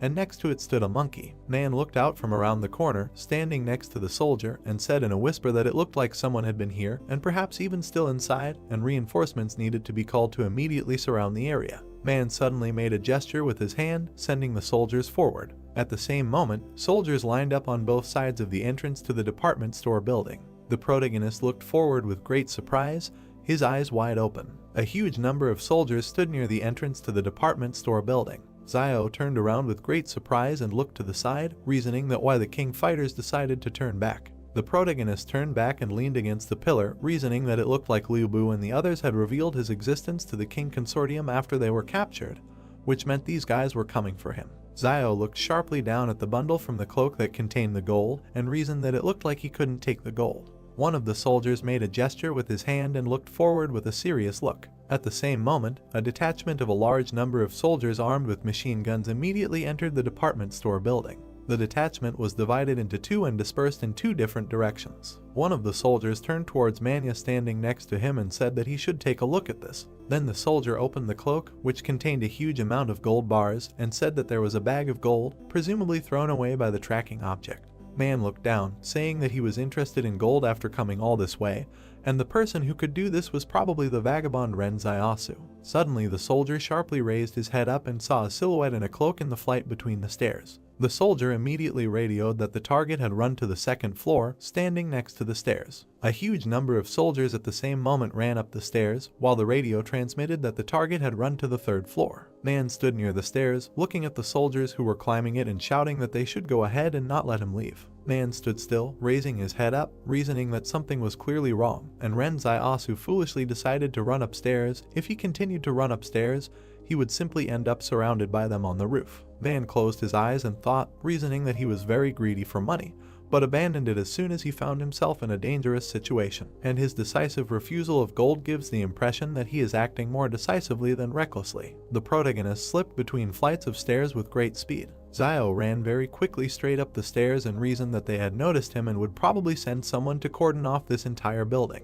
The protagonist, gritting his teeth in dissatisfaction, looked up and reasoned that wherever he ran now, there was a chance of encountering king fighters, with the exception of. Man sharply imagined in his head the image of the roofs of buildings and reasoned that next to this building there was another building a little shorter, 10 meters from each other, and perhaps he would be able to escape by jumping from the building. Man sharply raised his hand with the pistol in it and gave the order to the soldiers that they should continue the pursuit, but they disobeyed the order. Man, sharply waving his hand with a pistol in it in front of his face, said that the external combat group should be sent to detach the neighboring building. Man abruptly jumped down from one staircase to another, holding a pistol in his hand. At the same moment, the protagonist hit the door with great force with his foot. Zio kicked down the door leading to the roof with his foot. The protagonist was right on the roof of the building while a door flew forward right in front of him. Zio turned sharply to the side, looking at the neighboring building, and said what was there. The protagonist rushed with great speed to the edge of the roof of the building. Zio sharply pushed his foot off the edge of the roof of a building and jumped forward, flying to the roof of another. Man ran out of the department store building with great speed and turned his head to the side. Man abruptly stopped in place and looked with great surprise at the silhouette of the protagonist, who was flying past the buildings in the city. Man, gritting his teeth in dissatisfaction, asks if this Ren Zaiasu can really jump to another building and what level of strength and speed he has achieved. Man abruptly grabbed the walkie-talkie and said that the strength of Ren Zaiasu's target needs to be reevaluated, and repeats that the strength of the target needs to be reevaluated. Zio landed sharply right on the roof of a nearby building, doing a somersault and getting on all fours. The protagonist suddenly rushed forward with great speed, running along the roof of another building. Zio raised his head sharply and looked at the tall building right in front of him with great surprise. The protagonist, with his eyes wide open, looked forward and talked about this in surprise. Zio then focused his attention on a very tall, dilapidated building. The protagonist focused his attention even closer to one of the rooms in the very building in which a certain silhouette was visible. In that very room in the tall building, Yang stood watching everything that was happening. Yang sharply adjusted the girl on her head with her hand. Suddenly, out of nowhere, a strange black and red trunk appeared right in her hands. She then stepped on the small step with her black booted foot. Yang stood still and aimed at the scope of her huge black and red rifle. She suddenly exhaled slowly and continued to aim one eye at the scope of her rifle. Yang stood in place, holding her black and red rifle with two hands and aimed at its scope. Zio continued to run along the roof of the building with great surprise, talking about Yang Xiaojin. The protagonist stopped abruptly on the roof of the building and looked sideways at the street of the destroyed city. Zio suddenly focused his attention directly on King and the people standing next to him who were near the cage, and reasoned that this means that Yang Xiaojin's goal was to come and kill this young man in a white suit. The protagonist froze abruptly in place, raising his head up and looking at the tall building on the side of him, and reasoned that she was so far from this man in a white suit. Zio looked to the side with a reasonable expression and thought that at such a distance to the target, the sniper needs to calculate many factors, such as wind direction, temperature, humidity, and various external obstacles and cover near the target. Then the protagonist focused his attention on Kin standing near the cage and highlighted his approximate location on the street, reasoning that how can sniping be carried out at such a distance, even if one has to take into account the deflecting force of the rotation of the earth. King stood still while Xinyu was behind him. Xinyu rose sharply, and the protagonist looked forward and reasoned that the wind had stopped, and now. Zio turned his head sharply towards the tall building standing nearby and reasoned that she had not fired. The protagonist then focused his attention on Xinyu, who suddenly stood up from the ground, and reasoned that when did she free herself from the rope binding her thumbs. Xinyu suddenly rushed forward towards King with great speed, holding a knife in her hand. Xinyu continued to rush forward at great speed, moving her hand with the dagger in it and back a little. King sharply turned his gaze back and looked at the woman in the suit who was deflecting Xinyu's blow. Xinyu threw a punch with her hand, which the woman deflected with her white fan. The woman in the suit would then lash out with her white fan, while Xinyu dodged it. Xinyu jumped back, landing on the ground as the woman in the suit collected her white fan. The woman in the suit suddenly took a blade out of her pocket and threw it forward with great fury. Xinyu landed on the ground with a huge look of fear on her face, holding a knife in her hand and looking at the blade flying towards her. Suddenly, a circle of purple energy appeared on the ground right under Xinyu's hand. Xinyu abruptly fell into a dark space through a circle of purple energy, while a knife flew into her place where she had just been. The woman in the suit watched as a flash of black and purple energy remained in Xinyu's place. The woman in the suit said with surprise on her face that she was a Superman, and King stood next to her, watching everything that was happening. The protagonist watched what happened with great surprise and reasoned that Luo Xinyu was in fact also a Superman. Zio turned sharply to the side and asked that where did that fragile and quiet Luo Xinyu go, and it must be someone else posing as her. King turned sharply to the side, looking at a tall building in which a bright and yellow light was coming from the window. At the same moment, Yang fired her huge black and red rifle. King turned sharply to the side with a huge fear on his face while someone shouted that there was a sniper there. The bullet rushed with great speed straight towards King, who was standing still. At the same moment, the girl in a business suit jumped sharply to the side, gritting her teeth. She suddenly leaned forward, opening her 2 white fans behind her back. Then the girl in a business suit put 2 white fans right in front of her and tried to deflect the bullet flying at her. The girl in a business suit clenched her teeth in dissatisfaction and fear and simply remained silent. The bullet fired from Young's rifle slightly damaged the white fan. The bullet, flying forward at great speed, destroyed the white fan into small fragments. At the same moment, the girl in a business suit fell back while the same bullet hit her chest. King stood still and watched as that same bullet flew right through the body of a girl in a business suit. King looked down at the body of the girl, who was falling down and coughing up a huge amount of blood. King, turning to the side, straightening his cloak, said that what a pity. One of the soldiers sharply pulled the pin from the grenade and said that everyone should prepare for a smoke grenade. At the same moment, a smoke grenade fell straight to the ground, releasing a huge amount of smoke, and a certain voice shouted that it needed to be compacted. King stood in place while a huge amount of smoke surrounded him, and voices were heard in the area to look for a sniper position, and it was an abandoned building in the southeast. King abruptly pulled out a bullet from the destroyed asphalt with his hand. King held the bullet in his hand and looked at it with great seriousness and simply remained silent. King turned his gaze sharply to the side and thoughtfully reasoned that, surprisingly, this was an attack by rebels, and this is a group of people about whom there are vague rumors in the circles of the consortium. King walked up to Liu, who was sitting on the asphalt, and said that being her agent and not even knowing that his employer was a Superman, he was still really very stupid. They took Liu by the clothes and lifted him up, and he said that she was just like that before. Suddenly, that same silver bullet was brought right to his eye. King, piercing Liu's eye with a silver bullet, said that he should rest in peace and in their time there was no place for such scum. Liu slumped straight to the ground and screamed loudly as blood flowed from his eye. The protagonist stood still, looking at the tall building right in front of him, and reasoned that so, Yang Xiaojin and Luo Xinyu are working together. As expected, the more beautiful a woman is, the more dangerous she is, and never thought that they would put on such a show here. Xiao raised his head up and recalled the images of Yang and Xinyu, reasoning that in retrospect, their disguise was not really flawless, and, I remember, before going to Mount Jing, I asked to remove Wang Qinjiang from the squad, and Luo Xinyu glanced at Yang Xiaojin during the decision, but at that moment, neither of them cared about it. The protagonist then mentioned in his head the events of the past, how they sat together near the fire where the meat was cooked, and reasoned that later, when he shared the fish, Yang Xiaojin also called Luo Xinyu. Xiao recalled how Yang pointed her gun directly at Zhu and reasoned that there was also an incident where someone was pestering Luo Xin and Yang Xiaojin quickly intervened. But at the time he thought that she only helped because they both were girls, and who would have thought then that they had known each other for a long time. The protagonist looked ahead with a thoughtful look and reasoned that, but why exactly they wanted to kill King Zhen and why the Superman sacrificed himself to protect him. Yang pulled the bolt of her rifle and a silver bullet flew out. Then she sharply turned the muzzle of her rifle to the side and, holding it with both hands, aimed at the sight. The protagonist stood still and looked at the tall building in front of him with great surprise until a bright light flashed in one of the rooms. Xiao backed away with a huge look of fear on his face as a bullet flew between his legs and hit the roof. The protagonist turned sharply back, looking at the place where the bullet landed, and reasons that she was doing something incomprehensible and did not even try to shoot him, but was simply aiming at the roof. And maybe she did this on purpose to show that they are not at the same time in front of the King Consortium. But was it too much, or was it because he was angry with Luo Xinyu on the road and did not want to help her? Yang, holding a huge rifle in her hands, stood next to Xinyu approaching her. Yang continued to look forward with a serious gaze while Xinyu tilted her head to the side and waved her hand.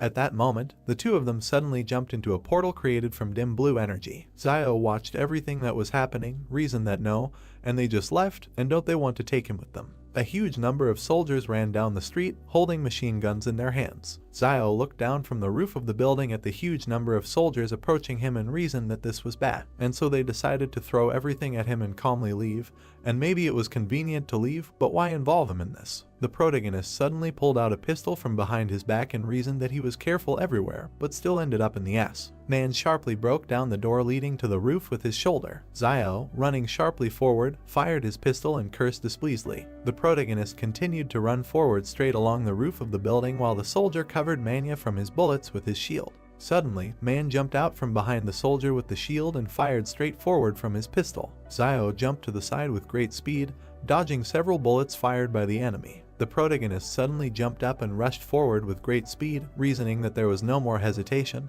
He must run before all their troops arrived. Man aimed his pistol, clenched his teeth, and said that it was amazing how fast he could move.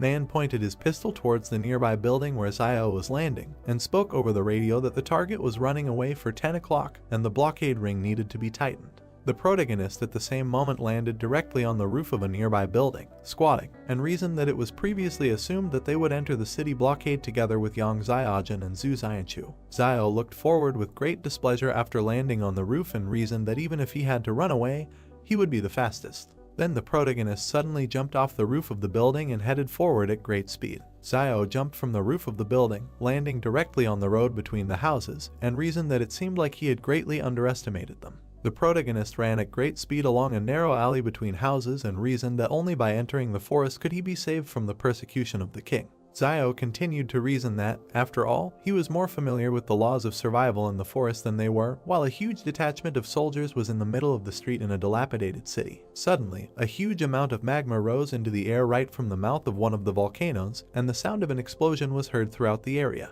The protagonist continued to run forward at great speed, greatly surprised and reasoning that it was a volcanic eruption. Man ran straight down the city street towards the volcano and was greatly stunned by the eruption he saw. Man continued to run forward along with the soldiers and, greatly frightened, reasoned that if this guy went further and the volcano erupted, there would be no turning back. Xiao turned around abruptly with great displeasure, gritting his teeth as a huge amount of magma erupted from the volcano right in front of him. The protagonist continued to run forward at great speed, debating whether they would continue to pursue him or let him go, while a crowd of people ran after him. The protagonist found himself on the outskirts of the city and turned back to the crowd of people shining flashlights, and reasoned that the path back only leads to death. Xiao rushed forward with great speed straight towards the forest and the volcano, which began its eruption, reasoning that the only way to survive was to move forward. Man, raising his hand clenched into a fist, addressed all the soldiers, saying that they should not stop. One of the soldiers approached Manhwa and said that the object of research had disappeared, and he shouted that they should look for it,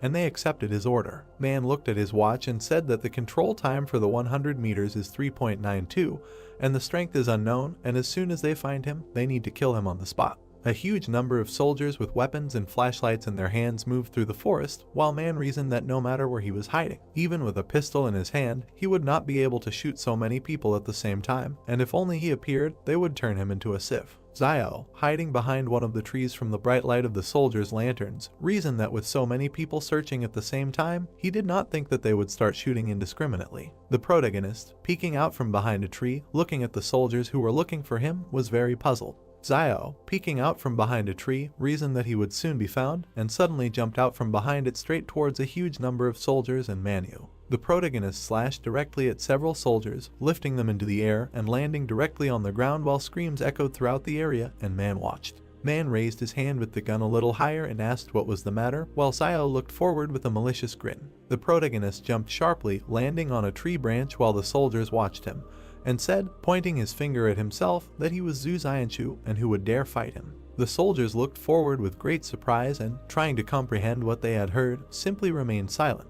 The protagonist jumped sharply upward due to the bullets that destroyed the branch he was standing on, and then landed on the ground while the soldiers shouted that Zhu Xianchu and they needed Ren Xiaosu, and fired their machine guns. Xiao abruptly pushed himself off the ground and rushed forward with a smug grin, holding his hand out in front of him, while the soldiers, standing still, fired their weapons and shouted loudly, saying that it was a monster. The protagonist jumped sharply to the side, dodging a huge number of bullets fired by very surprised soldiers. Several soldiers, still firing their machine guns, said that he was incredibly fast. Then Xiao rushed forward with great speed, running away from them straight into the forest, and the soldiers shouted that he was running away and needed to be caught up. Man, holding a walkie-talkie watch to his mouth, said that the previous information was incorrect and the target was not Ren Xiaosu, but Zhu Xianchu. Suddenly, straight towards Manhwa and the soldiers, a certain silhouette of black and red energy rushed at great speed. Man fired his pistol with his hand forward, straight at the silhouette of black and red energy, which dodged the bullet.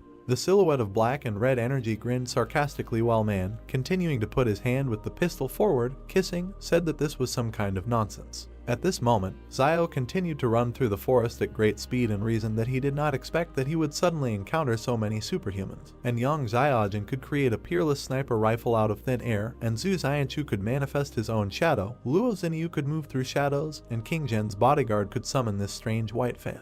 The protagonist ran straight through the forest and continued to reason that everyone hides their abilities very well and does not show them until they have to. So it is better for him not to reveal his abilities, which is why he had to go by the name Zuzianshu. At this time, the shadow of black and red energy was dodging the bullets that the soldiers were firing, and Zio reasoned that now the shadow could be brought back and ordered it to return, and it immediately rushed forward with great speed. A shadow quickly passed between the soldiers, throwing them into the air as they screamed loudly in fear. The shadow grinned a little, running away from them, and immediately found itself right next to the protagonist, who was standing in the middle of the forest and looking to the side. Suddenly, the shadow did not seep into Zio's body, and he suddenly shuddered, greatly surprised by this. The protagonist leaned sharply on a tree and trembled violently in pain, reasoning that it turned out that I had a side effect, and it seems that this shadow cannot be used just like that, and the body also feels all the wounds that it received. Zio, closing one eye, looked to the side and reasoned that, however, in the end, he got rid of the king people, and first he should rest, and once they regained their strength, they would figure out how to avoid it. The leg, shackled in chains, suddenly became very tense, destroying them. Zio was very surprised, holding his chest, and reasoned that it seemed that he was not alone here. The protagonist stood still while several strange monsters appeared right in front of him, moving on all fours, and he wondered what it was. Several gray monsters lay on the ground, looking forward with furious gaze while Zio reasoned that life was indeed unfair. Zio was very frightened, closing one of his eyes and gritting his teeth, reasoning that it seemed that he could not escape. At the same moment, the protagonist stood in place right in front of the three gray monsters, until a silhouette suddenly appeared right above him, jumping down. Zio turned sharply to the side, looking straight ahead with great surprise. Subject attacks Zio with a jump. Zio dodges at the last moment. He talks about how to get out of the situation, because it is impossible to shoot now, this will attract the King Consortium.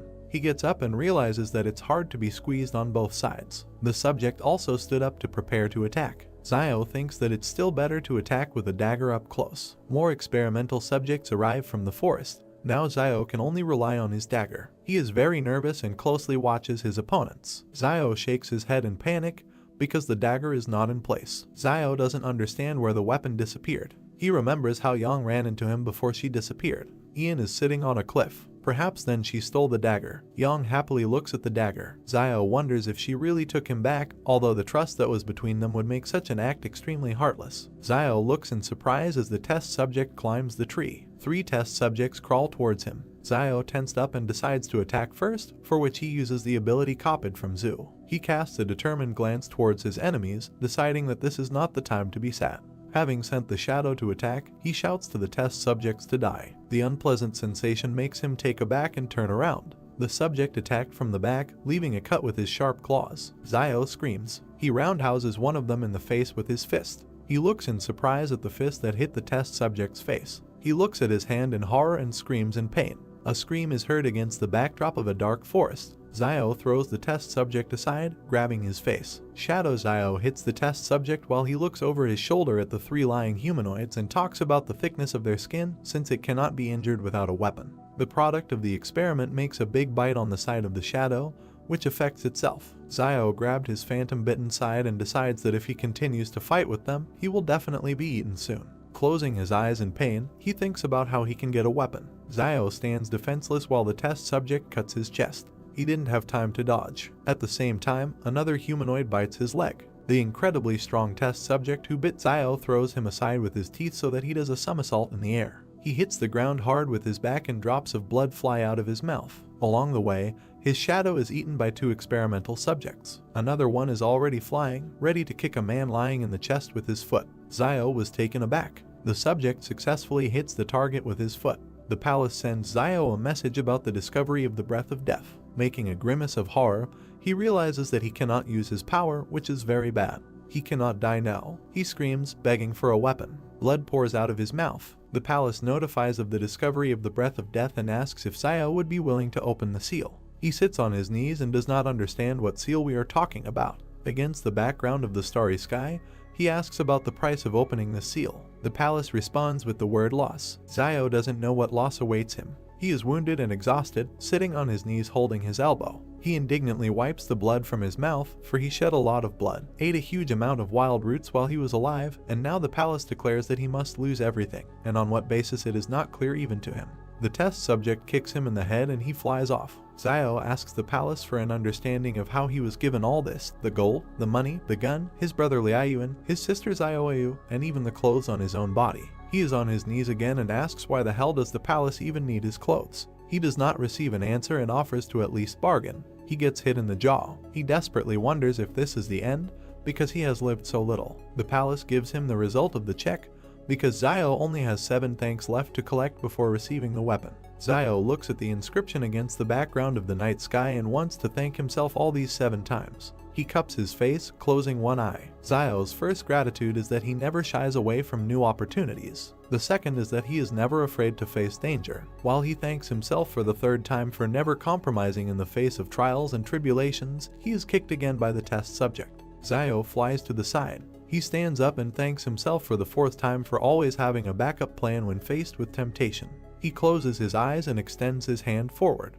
The 5th thanks is that he was never a hypocrite. With a smile on his face, he says the 6th gratitude for his sober assessment of the situation and lack of hesitation in decisions. He enthusiastically shouts 7th gratitude for the fact that when he finds himself in terrible situations, he goes through all the hardships. In the background, an active volcano erupts into the sky with a column of fire. Xiao gets down on one knee, preparing to attack the next test subject approaching him. He screams for the weapon to be unlocked. The subject runs towards Xiao with his mouth open to bite. The palace counts Xiao's 7 thanks towards the total score. Xiao aggressively directs a black ball glowing purple at the test subject. The subject flies to attack, and Xiao sits with his hand outstretched towards him. The ball in his hand forms a long blade that glows red. He points the blade at the test subject. Making a determined face, he talks about a sword that draws the line between life and death. Such a sword is no match for an army of thousands. The blade cuts right through the test subject. 3 bloody humanoids bare their teeth at Xiao. Xiao himself stands menacingly against the backdrop of the 2 halves of the test subject. Xiao uses the new sword and shadow together, making an armed shadow fighter. He goes on the attack, and the shadow follows him. He is not alone. The subject tries to injure Xiao, but he dodges. With a rotating movement, he makes 2 halves of a whole experimental subject.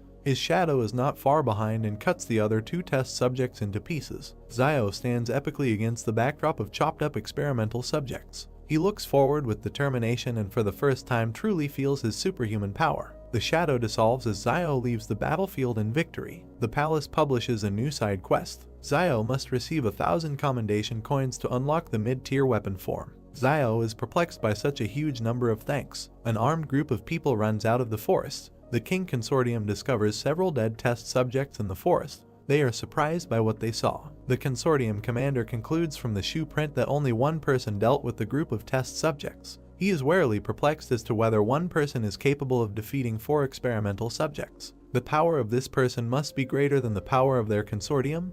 They need help. He radios to King Zhen that Xiao, who called himself Zhu, requires his reassessment because he alone dealt with 4 test subjects. Zhen stands somewhere against the backdrop of ruins and listens to the fact that Zhu was wounded and left traces of blood. Zhen is surprised by Zhu's capabilities. Putting on a serious face, he asks his assistant to adjust Zhu's danger level to B and orders the commander to take a sample of Zhu's blood and send it to the warehouse for analysis. The commander presses the radio button and accepts the order. Zhen stands pathetically with his eyes closed and argues that Zhu and Yang have proven themselves. Xinyu has also revealed her superhuman nature, but no one knows where Xiao has gone. He looks to the side. For him, capturing Xiao would be a good outcome because he could become a bargaining chip in the future in the fight against Zhang Jinglin. Zhang Jinglin's love for justice is well known throughout the north of the country. Zhen smirks, because there is nothing wrong with Xiao not being caught, since Fortresses 112 and 113 are under the influence of the King Consortium. Zhen pathetically walks past armed men in uniform. He continues to talk about Xiao, because when he returns to the walls of the fortress, the Consortium members will be able to capture him at any moment. The volcano is erupting. A group of people from the King Consortium are being inspected using flashlights on their weapons. The group leader shines a flashlight towards the trees and realizes that Xiao was running towards the volcano, but the pursuit led them nowhere. Consortium member King places a Q-tip containing Xiao's blood sample into a test tube in a bag while the commander assesses the amount of Xiao's blood on the battlefield. He must not have been hurt that badly. The commander looks down sternly and evaluates Xiao's fighting abilities and worries that they will not take him in numbers. For comparison, he takes an example from the capture of 1 test subject, in which 3 people died in a day and 13 left with injuries. He stands over a test subject cut in half and shines a flashlight on him. The wounds are extremely smooth. Close-up of the commander's face with a flashlight. He compares the cuts on the test subject to the fact that a sharp tactical knife can only damage the test subject's skin with great force. This refers him to the fact that there are many more secrets in Zio than they can even imagine. The group from the King Consortium turn at the sound of a man approaching. Zio runs towards them. The group began to shoot at him.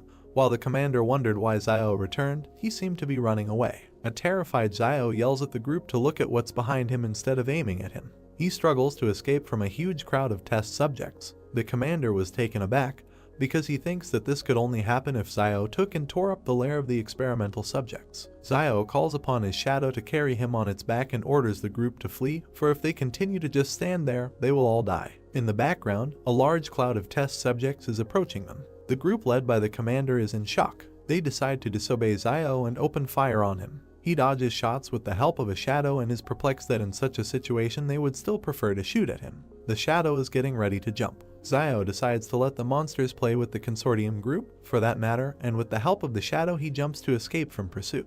He jumps over the squad, they dodge. The commander turns around and realizes that the crowd cannot be left unattended, because their rear may suffer, and even the city will be behind them. A huge crowd of experimental subjects bare their teeth, preparing to attack the squad. Some members of the group unsuccessfully dodged and were injured because of Zio. The commander sees this picture and curses in horror. He could not imagine that Zio would use such vile tactics to evade pursuit. He realizes that Zio is using the test subjects in order to contain the squad and get rid of persecution from both them and the test subjects. The commander with a menacing face looks at the crowd and does not understand where such a large number of experimental subjects came from, if the information said there were 100 individuals. Close-up of the commander's face. He thinks that the source of the flame may have deliberately spread false information to deceive Jen, and most likely this happened after the source of the flame could not intersect with the King Consortium to resume the work of this laboratory. This is quite possible, because Jen killed many people from the source of the flame campaign over the past couple of years. He worriedly notifies the city via radio that a defensive line should be built. Team members follow orders to fire to support defenses on the ground. We need to gain time so that the city can prepare for the attack. Zio turns to look at the group going to the front line and thinks that maybe this is the difference between the consortium members and the private army. A close-up of the squad in combat readiness is shown. Zio is surprised by the dedication of the consortium soldiers, that they are willing to sacrifice their lives and safety in order to buy time for their comrades in the rear. The shadow drives him away from the carnage while he talks about Jen with his image in the background. He doesn't understand how this young man in white can lead such an army. The squad stands in formation and waits for the moment to attack. The test subjects are approaching. Gunshot does not take test subjects. The commander despairs. Reinforcements arrive and give the order for an immediate retreat to the outskirts of the city. Support was already prepared for this in advance. The commander breathes a sigh of relief. He gives orders to his squad to hold formation and look for a moment to retreat because reinforcements are already on the way. The squad opens fire on the test subjects. Bloodied test subjects try to block bullets with their forelimbs and scream in pain. However, the bullets still do not hit them, but simply bounce off. The group is kept in formation and continues the attack. Zio escapes from the scene of the firefight and is glad that a detachment from the consortium was on the way, otherwise he would not have been able to escape from the test subjects. With one hand he holds onto the shadow's shoulder, and with the other he rubs his chin and thinks about the reaction of the bald squad leader, because he also did not expect to see such a huge number of experimental subjects in the mountains. He grins, because this is the norm for such numbers, because in the forest there is no more entertainment except giving birth to children. Zio turns around at something. Meanwhile, the volcanic eruption is only intensifying. A huge five-fingered red limb with claws protrudes from the crater of the volcano. Zio was taken aback. He wonders how some creature could be hiding in the volcano and what kind of creatures in general can survive in lava. Jen stands pathetically against the background of the eruption and his white cloak flutters in the wind. A man in uniform and glasses behind him asks what the hell this is. Jen closes his eyes and sighs. He was very sorry that such things really existed and because of this they would have to retreat immediately. Mission failed. He opens his eyes and turns to the guy with glasses asking him to call his mediocre brother if this thing crawls out of the crater or if a large number of test subjects are forced south by the volcano, because Barrier 113 is in danger. The guy in uniform agrees. Jen orders everyone else to gather and prepare to retreat. The volcano emits another pillar of fire into the sky. Military trucks are urgently leaving the city. The consortium squad continues to exchange fire as the eruption intensifies with each passing moment. The commander turns around and yells to the squad member to evacuate all personnel. The commander and several other members of the consortium cover the others who retreated. A new wave of bullets hits the test subjects. Jen himself arrived at the scene of the shootout and his people cover the detachment while he pompously stands at the head. People evacuating are running near it. Close-up of Jen holding a detonator. Test subjects run through trees with guided bombs on them. Jen presses the button and looks pathetically at the explosion. Bloody experimental subjects scatter in different directions. The commander, closing his eyes, confesses to his boss Jen that he could not return Xiao, who called himself Zhu. Jen goes to the cars, and the commander turns in surprise at the words that it doesn't matter. Jen orders the commander to get into the car. They drive to the west, where there should be another way back to Fortress 112. The commander is silent in bewilderment, looking after the boss. Jen tells him with a grin that he knows that he wants to ask about the reason for sending help to them. Jen tells him not to think too much about it, because the main reason is that the commander is still useful to him. He also added a request not to say words of loyalty to him, because Jen does not believe in such things. Jen looks towards the cars. There are cries that the car can be driven because something is wrong with the tires. The commander looked at them seriously and asked if they had a flat tire, because they had a jack and a spare wheel for such a case. A member of the squad looks at the tire with concern and tells him about the condition. It is rather not flat, but cut. The commander and Jen do not comment on the situation until they are told that the spare tire has also been cut off. Jen's cold disposition hides anger. He thinks about Zhu and really wants someone to be killed and asks Suxuan to bring him a bulletproof vest. Another column of fire into the sky from the direction of the erupting volcano. Close-up of the feet of running soldiers. The commander worriedly reminds Jen in the bulletproof vest about what will happen for failure to complete this task, namely, he must receive punishment in the consortium. Jen replies that everything is fine. Because the old people in the consortium always need someone to work for them, they will most likely just send him on leave indefinitely. The beaten commander asks the cold Jen what to do with the real Xiao, to which Jen replies that if the real Xiao did not die on the mountain, then he must have found a way to retreat to the 113th wall, so Luolan will take care of him. Against the background of the ruins of the city, the eruption continues. Jen concludes that Xiao is a simple tramp, which means he won't be able to make much noise. Xiao, riding on a shadow, continues to flee, during which he gloats that he thought of cutting off the soldiers' tires. He is already wearing a cloak, which he had to leave at the very beginning of the persecution by the consortium, which he actually did not expect. He holds his face with his hand and regrets that he could not take the gold with him. Nothing can be done. He stops with a shadow near the cave and thinks about spending the night there today. He lit a fire. Xiao looks into the fire and remembers that they stayed in this cave as a team and that now he is here alone. He heard something behind him and turned to look. The words, "It is carved into the stone right behind you." He rubs his chin and concludes that the message was written relatively recently. He remembers that the last time they were here, Jan was the last one to leave the cave, whether they could have left this message or not.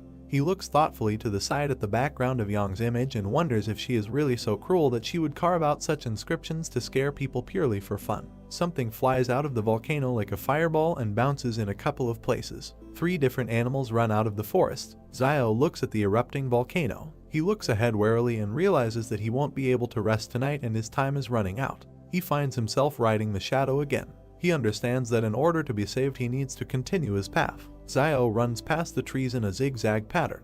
His speed is so high that he is almost invisible. He is convinced that if he is fast enough, the monsters will not be able to catch him. Runs past small rocks on which gray red-eyed arachnids sit. The arachnids are talking, because they don't understand what it was, a person or something else. Xiao runs past the wolf, who hatched after him out of shock. Then he knocks another wolf off his paws. He looks forward confidently, sitting astride the shadow. In front of him there is a view of the trading city. He's glad he's finally back. Fugui goes to Liaoyuan and Xiaoyu's sister's house, asking to see what he brought for Liaoyuan. The latter, in turn, lies in bed, and sister Xiaoyu sits next to him. With tired eyes, Liaoyuan peeks out from under the blanket and thanks Fugui for putting in a good word for them during the arrest, but waking him up early in the morning is not nice. Sister Xiaoyu looks at Liaoyuan worriedly and urges him to get up, because if he gets up 15 minutes earlier every day, then in total he will have an extra 90 hours to use for the thing he likes. She asks him to think about what he likes most. Liaoyuan, in response, unhappily wraps himself in a blanket and convinces him that his favorite thing is sleep. Sister Xiaoyu did not like this answer and pulls the blanket off him and reproaches him for making people more angry than his older brother. Liaoyuan closes his eyes in displeasure and says that he doesn't care. He sits unhappily wrapped in a blanket. Sadly lowering his gaze, he talks about the calm situation in the city in recent days and he is very sorry that his brother is not here at such a time. Xiaoyu stood up from the bed and smiled softly. Fugui brought 2 hot sweet potatoes for Liaoyuan and Xiaoyu. With a smile on his face, he asks them to hurry up and eat the potatoes while they are still hot.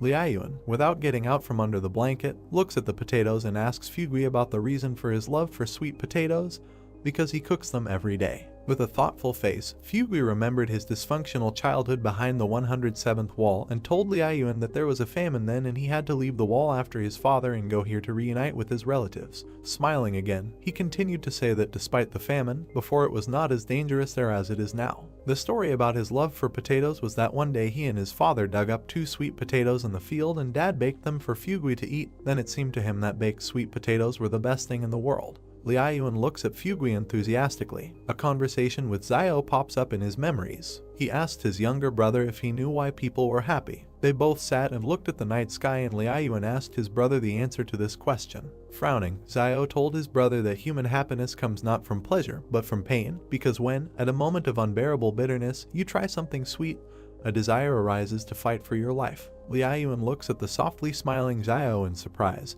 and the latter continues that the sweet taste may not mean much to others, but for you at such a moment, this sweetness is the greatest joy. Liayuan and Xiaoyu started eating the potatoes. Fugui says that with Mr. Zhang gone, there are no more teachers left in their trading city. Liayuan enthusiastically says that this is not a problem, because when Xiao returns, he will teach. Fugui answered warily, spreading his fingers that he had heard rumors from factory workers near Jing Mountain. It seems that the Jing Mountain volcano has erupted and it is unknown how Xiao is doing. Liayuan closed his eyes and said confidently that his brother should be fine, a hint of concern in his eyes. He remembers that he wished everyone with his life for Xiao's safe return to the city, and since Liayuan is alive, then Xiao is completely fine. Fugui cheerfully raised his finger up and noted that Xiao should be alive, because as they say, a good man does not live long, but an unkind man prospers. Fugui looks around the street warily and states that the street has been very busy lately, which is most likely due to the fact that the fortress is not easy to rule the trading town, for which they bribe strangers to be their ears and eyes. People on the street look unfriendly. Fugui confirms this fact by saying that you should not offend them or pour out your soul to them.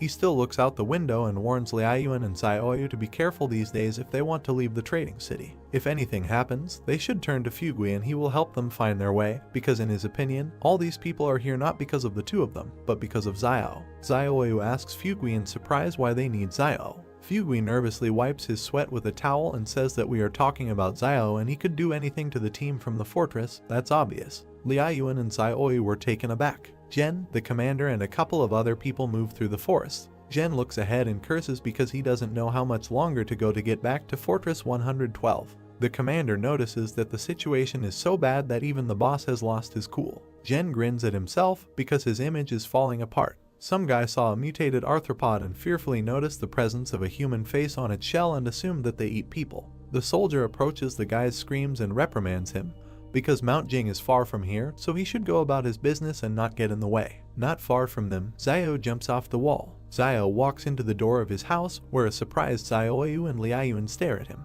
Liayuan is happy to see his brother, as can be seen from his exclamation towards Xiao. He tells the younger one to pack his things quickly. Xiao takes out a gun and points the barrel at Fugui, threatening him. He apologizes for what he is doing, but he will have to stay here until they leave. Frightened, Fugui raises his palms and warns that the street is full of people watching this courtyard. Maybe Xiao alone can easily enter and exit, but what about Liayuan? Playfully twirling the gun in his hands, Xiao replies that these people are not able to stop him. Fugui says that Mr. Zhang is nearby, then the people from the King Consortium will not be able to do anything to him. Xiao asks him about Teacher Zhang. Xiao crouches down and packs his things, answering Fugui that the reason for his imminent departure is not the King Consortium, but the monsters that are about to emerge from the Jing Mountains. Fugui fearfully asks him about the monsters. Xiao, who turned around worriedly, tells Fugui that he has heard about insects, the number of which is terribly large, but these same insects are only a small part of the danger that awaits them. The frightened Fugui grabbed Xiao's leg and interrogated him about what he saw in the mountains, after which he began to beg him to wait for Fugui, who needs to go and take his son with him. Surprised, Xiao asks Fugui about leaving, because his family business is located here, but he is still ready to leave the city with Xiao. Fugui tries to convince Xiao because he doesn't know what about everything else, but he believes in Xiao and believes that he can survive by following him. Evil Xiao asks why he thinks so. Fugui replied that only Xiao knows better than anyone what is happening in the Jing Mountains and maybe no one believes him, but Fugui himself believes and is ready to follow him. This pleasantly hurt Xiao, who looked at Fugui in surprise and put his hand on his chest. He thought about it, because if he went outside now and shouted that monsters were coming from the Jing Mountains, half of the residents would simply look at Xiao like he was a fool. But Fugui was able to believe him. He continues to look at Fugui, who begs for his help and reasons, because to put it in perspective, Old Man Wang is not very capable and ruthless, but nevertheless, he is a little more tactful, and his ability to survive in these turbulent times is based on his ability to always quickly making better choices in the face of danger. Xiao clenched his fist thoughtfully and wondered if it was even possible to run away with Fugui, because although he was a profit-oriented businessman, he was not inherently bad. Fugui interrupts his thoughts with the fact that he doesn't just want to follow him, because he has money and medicine, and he also has better communication skills with people than any of them. Xiao happily points out that medicine is also considered the most valuable thing in this era. He agrees and winks at Fugui to follow his son. He doesn't need his money, he will help him without it. Fugui agrees and asks to wait for him. Liaoyuan confesses that they were attacked by robbers some time ago and he had to use firearms. He even killed them, which brought Wang Kanjiang here. Angry Xiao notices that after all, someone bullied his younger brother in his absence. Concerned, Xiao asks about the further course of action, whether Wang Kanjiang saw the Liaoyuan pistol and whether it caused them problems. Liaoyuan responds by handing him a coin with the inscription 178 and said that Mr. Zhang revealed himself to protect him and Xiaoyu, causing him to go with them and give Liaoyuan this coin before leaving. Xiao holds a coin in his hands and clarifies what kind of person Mr. Zhang revealed. Did they say who he is? Liaoyuan raised his finger up and replied that Zhang had asked about this, but he did not answer, but only mentioned Fortress 178 and also said that if things went really badly, then Xiao could head to Sebe to find him there, but clarified that it's not worth going there just like that. Liaoyuan added that the northern lands are very harsh and that most likely Mr. Zhang is an important person there. Xiao clenched the coin in his fist and agreed to go to Sebe for Zhang if they were driven into a corner. Xiaoyu intervened in the dialogue, saying that the things had been collected because there was nothing special to collect. Xiao sees a full bag of cabbage behind a satisfied Xiaoyu. He was taken aback and realized that she had simply collected all the cabbages that Mr. Zhang had planted in the backyard of the school. Provocatively rubbing his chin, he noticed that this behavior was very similar to himself. Satisfied, Xiao points his finger at the cabbage, but Xiaoyu is not very happy with what is happening, because Xiao said that there is no need for cabbage. Xiaoyu can take bread with him, but cabbage is not needed because you can find wild vegetables on the road. In the background, Van dragged his son, who really didn't want to go. Evil Zhang drags his son into the house, shouting to his son that otherwise he will be eaten by bugs. Maybe that's what he wants. The son protests that he did not allow a certain Lai Yuqian to be taken with him. Xiao does not understand who we are talking about and asks Liaoyuan in a whisper who Lai Yuqian is. Liaoyuan replies that this is the daughter of Old Man Lai. Wang's son is in deep sadness because Xiao refused to take this girl with him. The son replies that Xiao is a substitute teacher at the school and cannot just leave the students. He desperately tries to convince Xiao because if Zhang were here, he would not have left her. Xiao jokingly tells Wang that his son is very worried. It looks like this is love. They could make a great couple. Wang, Xiaoyu and Liaoyuan were taken aback because this was not the right time for such jokes. Van's hand grabs the wall. Xiao sits Wang down and simultaneously tells Liaoyuan and Xiaoyu that the best way to avoid being seen is to climb over the wall. Xiao climbed the wall himself, but then someone noticed him and called him by name. He looks at the startled people who are shouting for Xiao's return. Wang turned out to be right.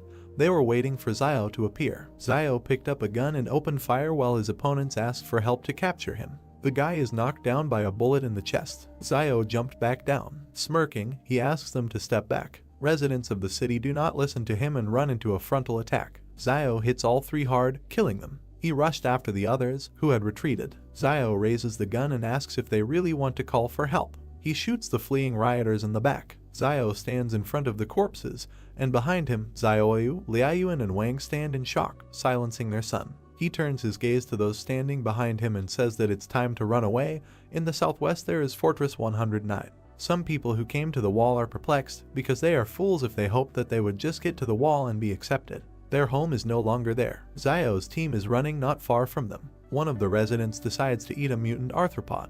The girl with the child in her arms is also eaten by another arthropod. Xiao was taken aback because he felt an earthquake. From them to the wall, the ground forms a large crack. Huge pieces of soil fly out of their usual position. The crack has reached the wall. All five of them look in shock at the collapse of the wall. Xiao announces the fact of the collapse.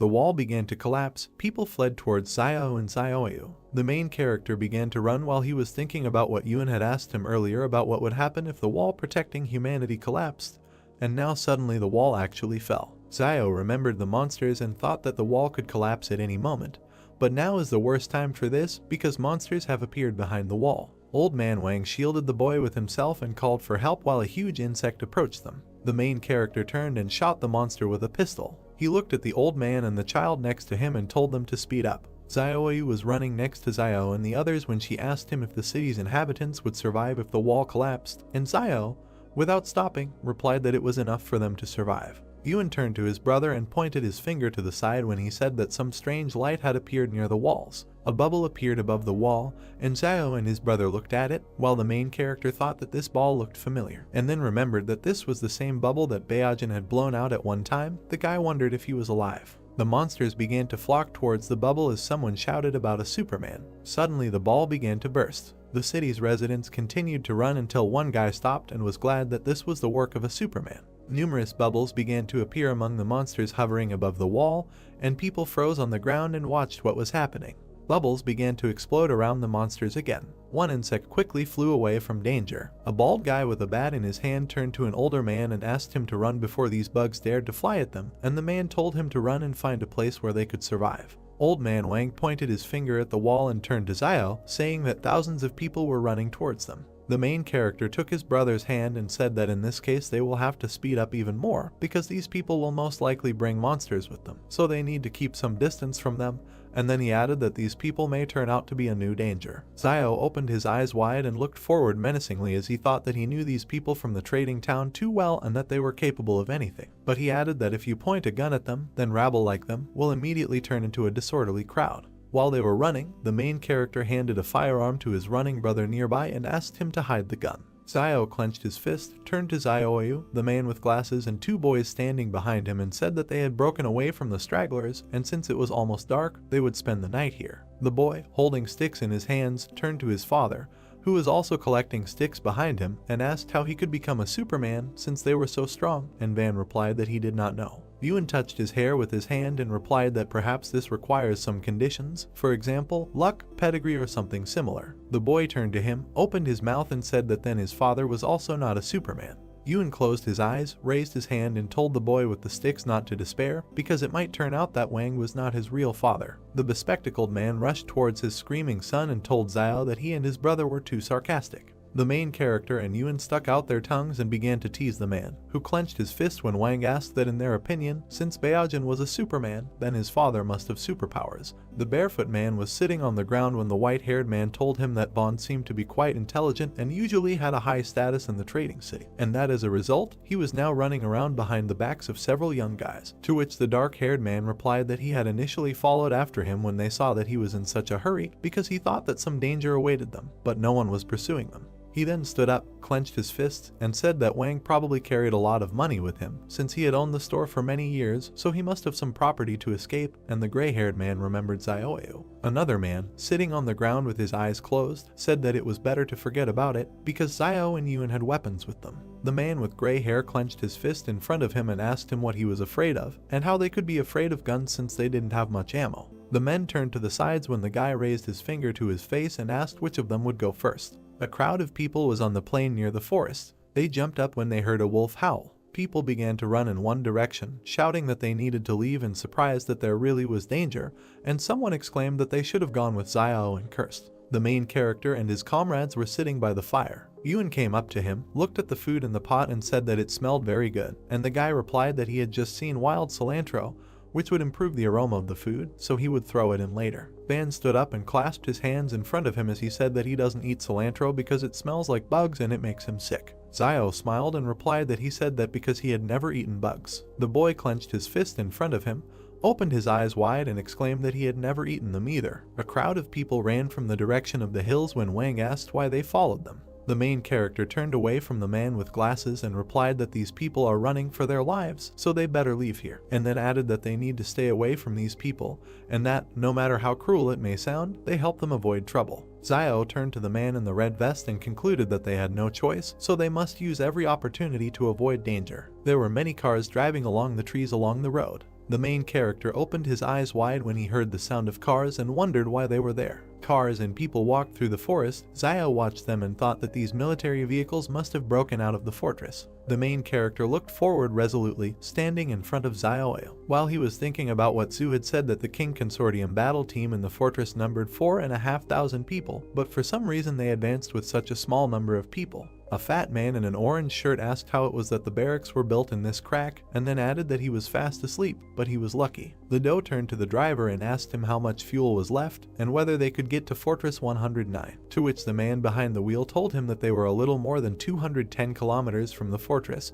and that they had definitely not enough fuel. The cars were driving back to back through the woods when the driver added that they could ask the guy in the SUV behind to pull up next to them so they could transfer fuel from his car to theirs. The Doe looked forward with empty eyes and a wide smile. Then he touched his face with his hand, closed his eyes and replied that the cars were full of wounded and the trucks were overcrowded. The driver turned his head, opened his mouth and addressed the passenger, saying that he and the boss had been very kind to them, unlike other high-ranking people in the consortium, and that therefore they did not mind suffering a little. The man in the orange shirt spread his arms to his sides and told him to stop talking about it as if he were a good person, and then added that he was not a good person, because good people do not live long. The main character looked towards a passing car. Xiao turned to the bespectacled man, clenched his fist and said that the high-ranking people from the fortress were running in the same direction, and that there should be quite a lot of people following them, and also that all these people would distract the attention of the beasts, so they don't need worry. The main character looked away and concluded that even if they were attacked by a small number of wild animals, he would take care of it.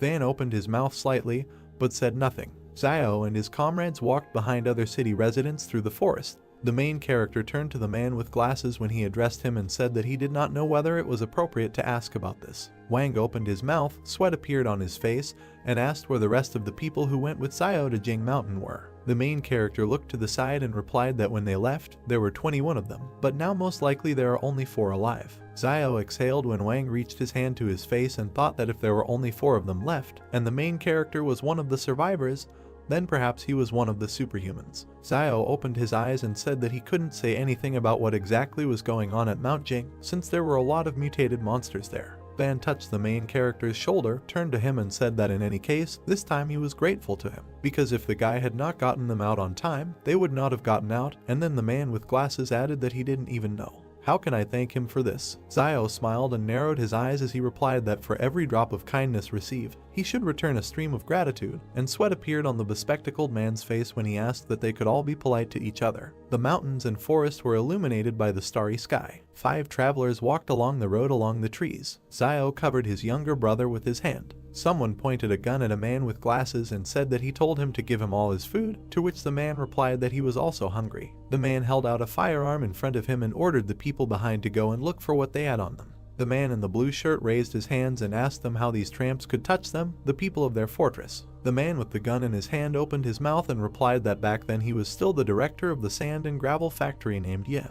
The bespectacled man staggered and screamed when Yan shot him. The man fell to the ground when the plant director said that Fortress 113 had disappeared, and that in Fortress 109 everyone was starting over. Yihan smiled and added that the one with the gun was now in charge, and that he was not the type to kill innocent people indiscriminately, so if they behaved well, he would let them live. The director of the factory pointed in the direction of the 3 men and told them to go and search all the people one by one, and then bring him everything of value that they had.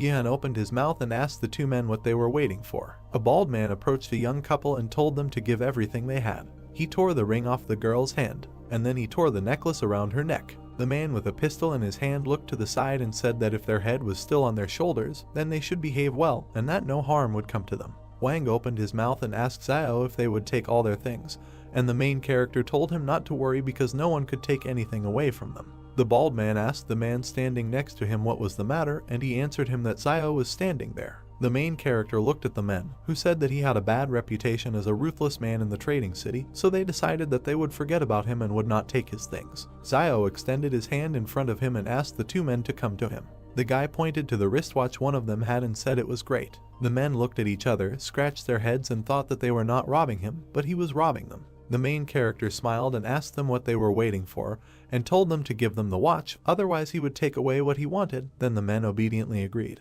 The boys bowed to Xiao as he praised them and wished them luck. The main character extended his hand with the watch to the boy and said that each one should have 1 item, so that later he could keep track of the time, and Van told his son to thank his uncle. The child looked at his watch and wondered if it was definitely from the same generation. Zio turned away from his comrades and told them to follow him and that they would find a place to rest and set off in the morning. The guys walked around large stones. The main character looked at the girl who was convincing someone not to be afraid, because now the teacher will take care of everything, because the most important thing is that they were able to escape. The girl covered the people behind her with her hand when she noticed Zio. The guy looked down, thinking that these were students. A crescent moon shone above the trees. A crowd of people was near the forest, and several more people were sitting around the fire. The main character looked away. People in identical uniforms were sitting by the stones, while Zio thought that they were all really students of the fortress's second high school. The protagonist continued to look away as he remembered that he had heard teacher Zhang mention earlier that there were dozens of schools in the fortress,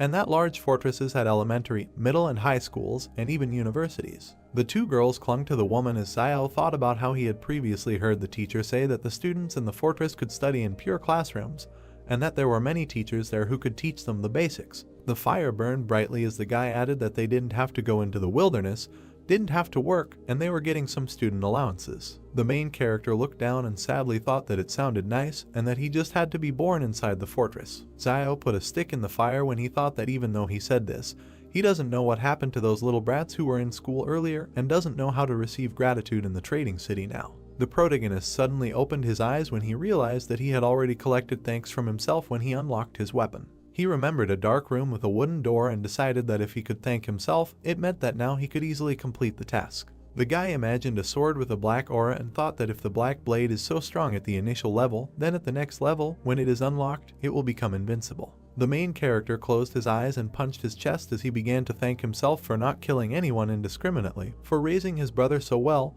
and for eating grapes and not spitting out the seeds. Yuan looked at his brother in disbelief, sweat appearing on his face. There was a dark aura in the gloomy room just as before when Zio decided that there was no reaction. The girl looked up at the dark-haired woman, addressed her as Teacher Jiang, and said that she was hungry. The woman closed her eyes and stroked the student's hair, saying that if they continued to walk further, they might be able to eat something, because people from Fortress 109 would come to their aid, and then added that if they could not stand it any longer, then the teacher will collect edible wild plants for them. Another student looked at Jiang and asked what they looked like, and the blonde guy added that they could go and collect wild plants to fill their bellies. People were sitting around the fire when the teacher asked the students if they could see them. Jiang hugged the girls, looked towards the guy and said that these people look confident enough that they will collect and eat what they collect later, and the student asked why don't they just ask them for help. Sweat appeared on the teacher's face as she said that now that the fortress is no longer there, they must understand that not everyone is obliged to help them, so they must help themselves. The two students looked at each other and agreed.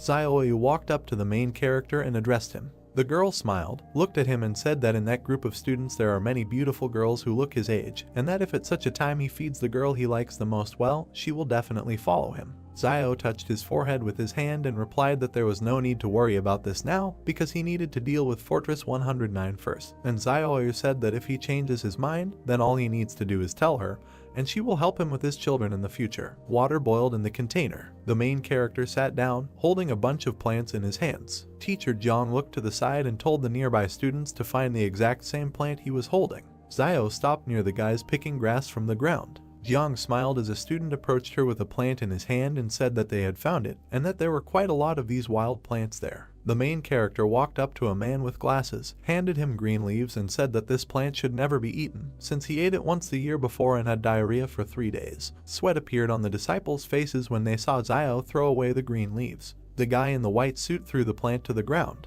The main character looked to the side and realized that they were following his example. The guy pointed his finger at the grass next to the bespectacled man and told him that the small clump of plants at his feet was a purse, also known as a shepherd's purse, and that it was edible. The plant's leaves were arranged in a circle. The guy added that when consumed raw, it may taste a little bitter due to plant alkaloids, but this is insignificant compared to the desire to survive. Van opened his mouth and replied that he was clearly underestimating him because his family often made dumplings with this herb, so he knew for sure that it was edible. Students ran after Jiang when she told everyone to go collect this plant. Her foot tripped on a stone. The girl fell to the ground. The guys helped her up while she said everything was fine. The dark-haired student opened his mouth and turned to Jiang with the words that she had helped them find water and food all this way, and that she did not have to do so much for them, because they were not at school now. The girl closed her eyes and replied that she was their teacher, so she must lead them to the fortress in safety. Zio turned his head and remained silent. The girl with her eyes closed took a bite of grass. Then she stuck out her tongue, spat out the contents, and exclaimed that she was bitter. The girls began to hug the teacher, saying that they missed home and their parents, and that they did not know where they were now. The main character was sitting by the fire when Yuen told him that they were all crying, and Sayo replied that everything was fine and that they didn't need to get involved. Several people were running in the same direction when someone said that there was a fire there, so there must be someone alive there. The guy in the striped shirt exclaimed that, just like he said, he was able to lead them to other people. The man was shaken by hand and thanked. He smiled and touched his head with his other hand as the man in the dark suit talked about how he helped them get away from the crazy bugs and brought them here so they could join the others, and that he was the greatest Superman he had ever saw. The man in the striped suit replied that this is what he had to do, because the great sage, equal to the sky, must pacify demons and protect people. The people sitting around the fire watched them silently. Zio continued to watch carefully. On the back of the man in the striped uniform it was written that he was from the psychiatric hospital of Fortress 113. The main character looked forward emotionlessly and thought that the guy had a mental illness. The men standing behind their savior were talking about how he was an escapee from a mental hospital and not one of those whom the King Consortium had captured some time ago, and that he was still a superhuman who could summon a stick and become physically very strong. People surrounded the guy in the striped uniform and kept talking about how he claimed to be the reincarnation of a great sage equal to the sky and that they didn't know if it was true or not. The smiling patient was observed by Yuen and Zio, who thought that if he were not a Superman, then people would really just consider him a patient who escaped from a mental hospital and that he saved everyone, but they are still only half believe what he says. The blonde guy turned around and opened his eyes wide. They reflected the main character and his brother. The guy in the striped suit started pushing people around and telling them to make way for him. Yuen turned to his brother and asked him if he knew him, to which Zio exclaimed that he did not know. The fugitive from the psychiatric hospital smiled sweetly at the main character. He then folded his hands in front of him and addressed Zio, calling him master. The main character opened his eyes and mouth wide. The guy in the striped uniform waved to the people behind and said that he had found a master whom he was taking to the west for the sacred scriptures. 4 people opened their mouths and looked in one direction in disbelief. Wang turned towards Zio and laughed loudly until he cried. The guy raised his index finger, called the man with glasses Beiji, and asked what he was laughing at. The patient smiled and turned to the son of the man in the red vest named Wujing.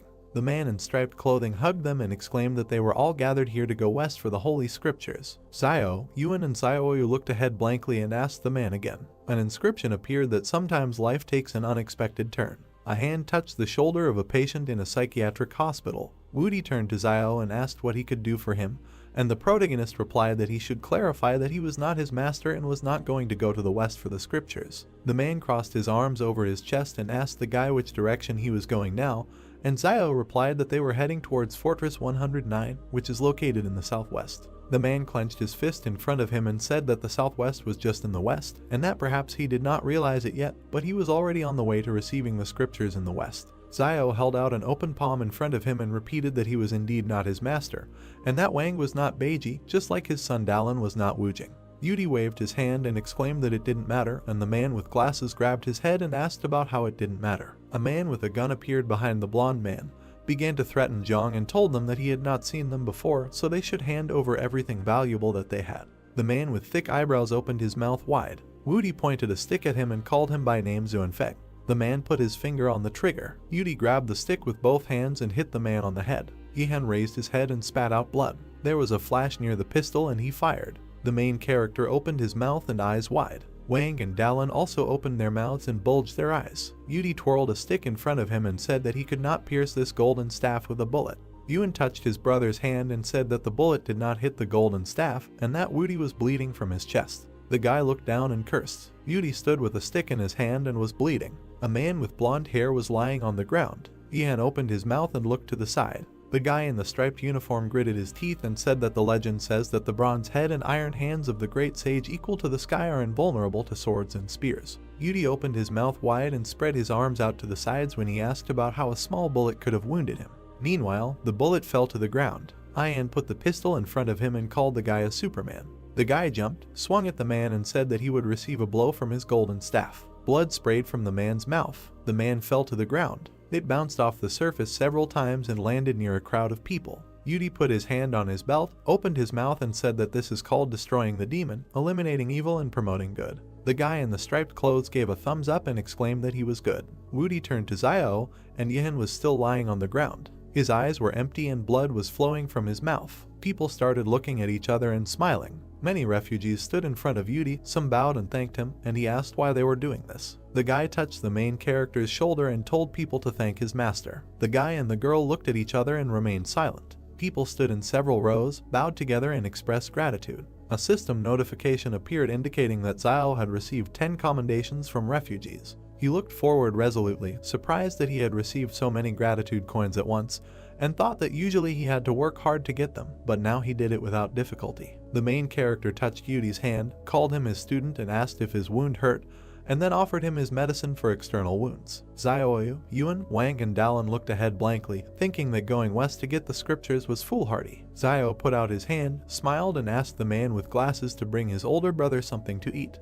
Van clenched his fists and exclaimed that he himself is Beiji. Everyone was sitting around the fire when the main character turned to Yuri and advised him to eat more slowly, despite the fact that he was very hungry. The guy closed his eyes and thanked Xiao and Beiji, who were sitting next to him, when another gratitude notification was displayed, and the main character thought that this relationship between master and student seems very good. Woody touched the back of his head with his hand and told his master that he was still hungry, and Xiao thought that he was a good fighter, but he eats a lot. The main character closed his eyes and asked Yuri if he knew what alms were. The guy replied that he knew. The master looked the student in the eyes and said that he was sending him to some people to ask them to prepare some lean rice, and then return. He pointed his finger at some people sitting on the ground and said that they had all helped the man with the gun in robberies before, and that now they most likely had a lot of things left. Yuri put his palm to his forehead. The guy jumped high and told Xiao that he was going. The main character turned his head, smiled and said that this man was quite funny. The hand took the food. Xiao took a small bite while he thought about how recently,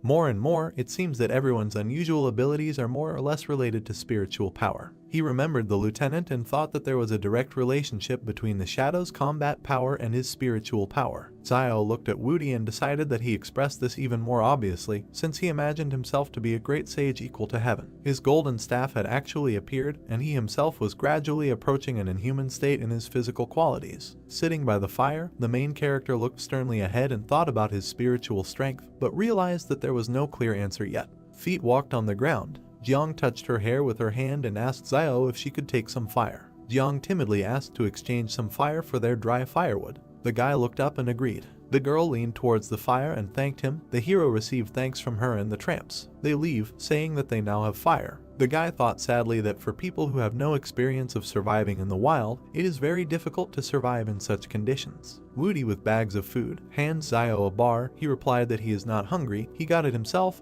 let him keep it for himself. Heroes at the campfire, Yuri said that then he would not be polite. Xiao replied, what is the point of being polite? They are all on their own. Yuri took out a pistol. Van catches the weapon. The guy told him to take it for his protection. The gun is in the hands of the old man. He thanked the guy. He makes hoarse sounds. Wang with a questioning expression on his face. Yuri closed his eyes. Saliva came out of his mouth. The man was surprised, so calmly he took it and fell asleep. Xiao looks at the guy thoughtfully, thinking that although he looks pugnacious, the thought that he is deceiving him is not very pleasant. They say that fools are lucky. One might say this is his gift. Yuan approached his brother and invited him to go to bed first, since he was also tired today, and he would watch the first half of the night. The boy extended his hand to the hero, who was sitting with his back. He objected. Yuan will go to bed first and will be on duty in the second half of the night. He tried to object. Xiao looked around and said angrily, let him go to bed quickly and not waste time. Beads of sweat on Yuan's face, thoughtful. He leaves, lowering his hands, sighing. The boy went to sleep on the ground. The hero frowned, sat by the fire, thought that they were halfway to Fortress 109. It would be great if they could take advantage of the chaos and get there. Behind the hero are gold coins and jars. He thought that the gold he hid in the palace and the medicine should be enough to keep them afloat.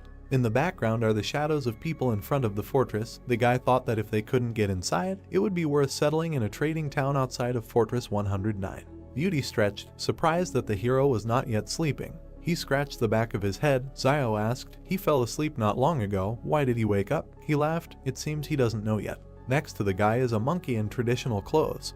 He explained that since he learned that he is the reincarnation of a great sage equal to heaven, he sleeps 3 to 4 hours a day, and this is enough for him, as if he slept as usual all night. Xiao was confused whether this was even possible. They were sitting by the fire. The hero bowed his head, asked how old he was. The guy clarified how many thousands of years old, and said that no one knows how many reincarnations he experienced in past lives. With a dissatisfied grimace, Zio clarified that he was talking about this life, thinking how difficult it is not to send him away in conversation. Yudi raised his hands, yawned, replied that he was 22 years old. The hero thought that he was 5 years younger than him and somehow became his master. These are those same legendary young men.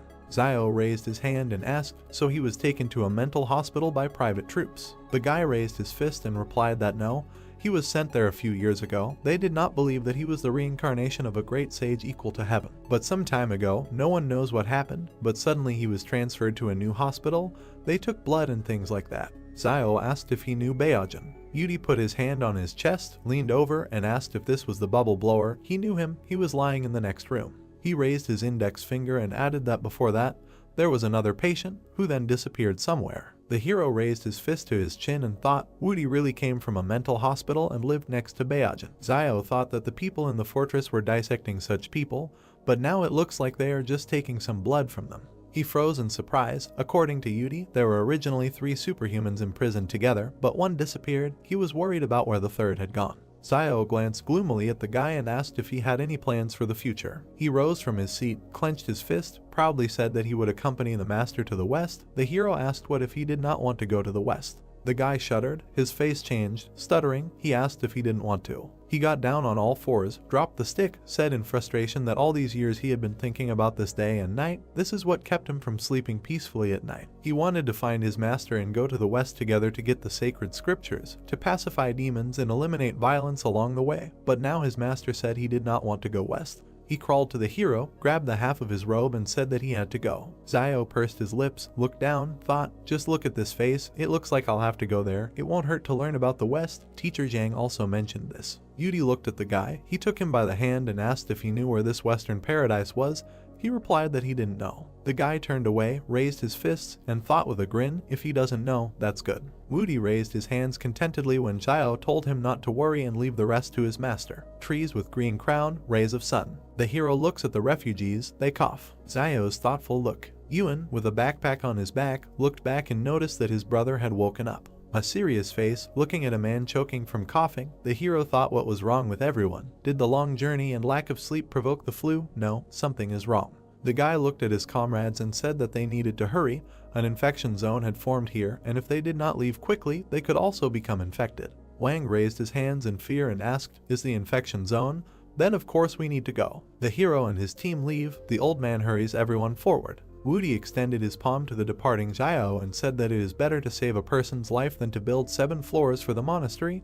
They cannot leave them. The guy looked around and replied that Western Paradise was right ahead. Yudi stands with his hands down. The group leaves. He added that he is going there for the scriptures, but he can stay here if he wants. Yudi raised his head and clenched his fist. Raising an eyebrow, he thought with regret that accompanying the master to the west for the scriptures was the most important thing at the moment. He looked at the refugees. He closed his eyes and exhaled. He ran after the others and shouted for them to wait for him. He caught up with the hero, said with a smile that he had thought about everything. Now the most important thing is to accompany him to the west. Zio said that he was doing well and was glad that he had finally decided. The girl with the bob approached Jiang and asked why don't they stay and help everyone. Zio turned his head. Jiang looked at those leaving. She seriously said that no, first they need to save at least themselves. Perhaps now the teacher is not teaching them quite correctly, but they must follow her. She follows the group and told the guys not to lag behind and to be sure to collect wild greens if they see them along the way. The girl with the bob brought her index fingers together and said, it's so terrible. The teacher replied that even if it's difficult to eat, they should eat it.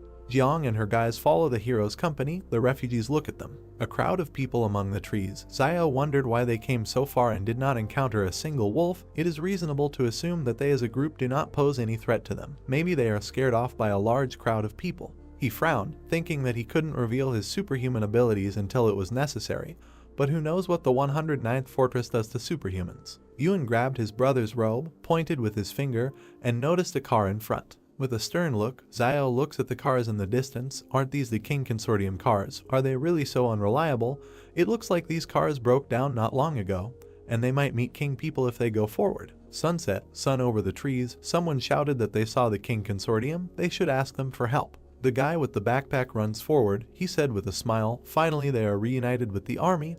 They are saved. Zio clenched his fists. Yuan looked at him questioningly. The guy told them to wait and not go there. At the Karslan and his soldiers, Zayo wondered why this fat man was moving so slowly. The soldiers were sitting on the ground, talking, but he was surprised that he did not leave the wounded soldier to go on his own. The doe, with a cigar in his teeth, raised an eyebrow. The man stood up. The hero thought that this fat man was funny and put the seat cover on himself when he got out of the car. Refugees stand in front of the army with clenched fists. The doe shuddered and shouted that they should quickly take away all the weapons, if they had them, so that these refugees would not make a noise in their camp. The soldiers load their weapons.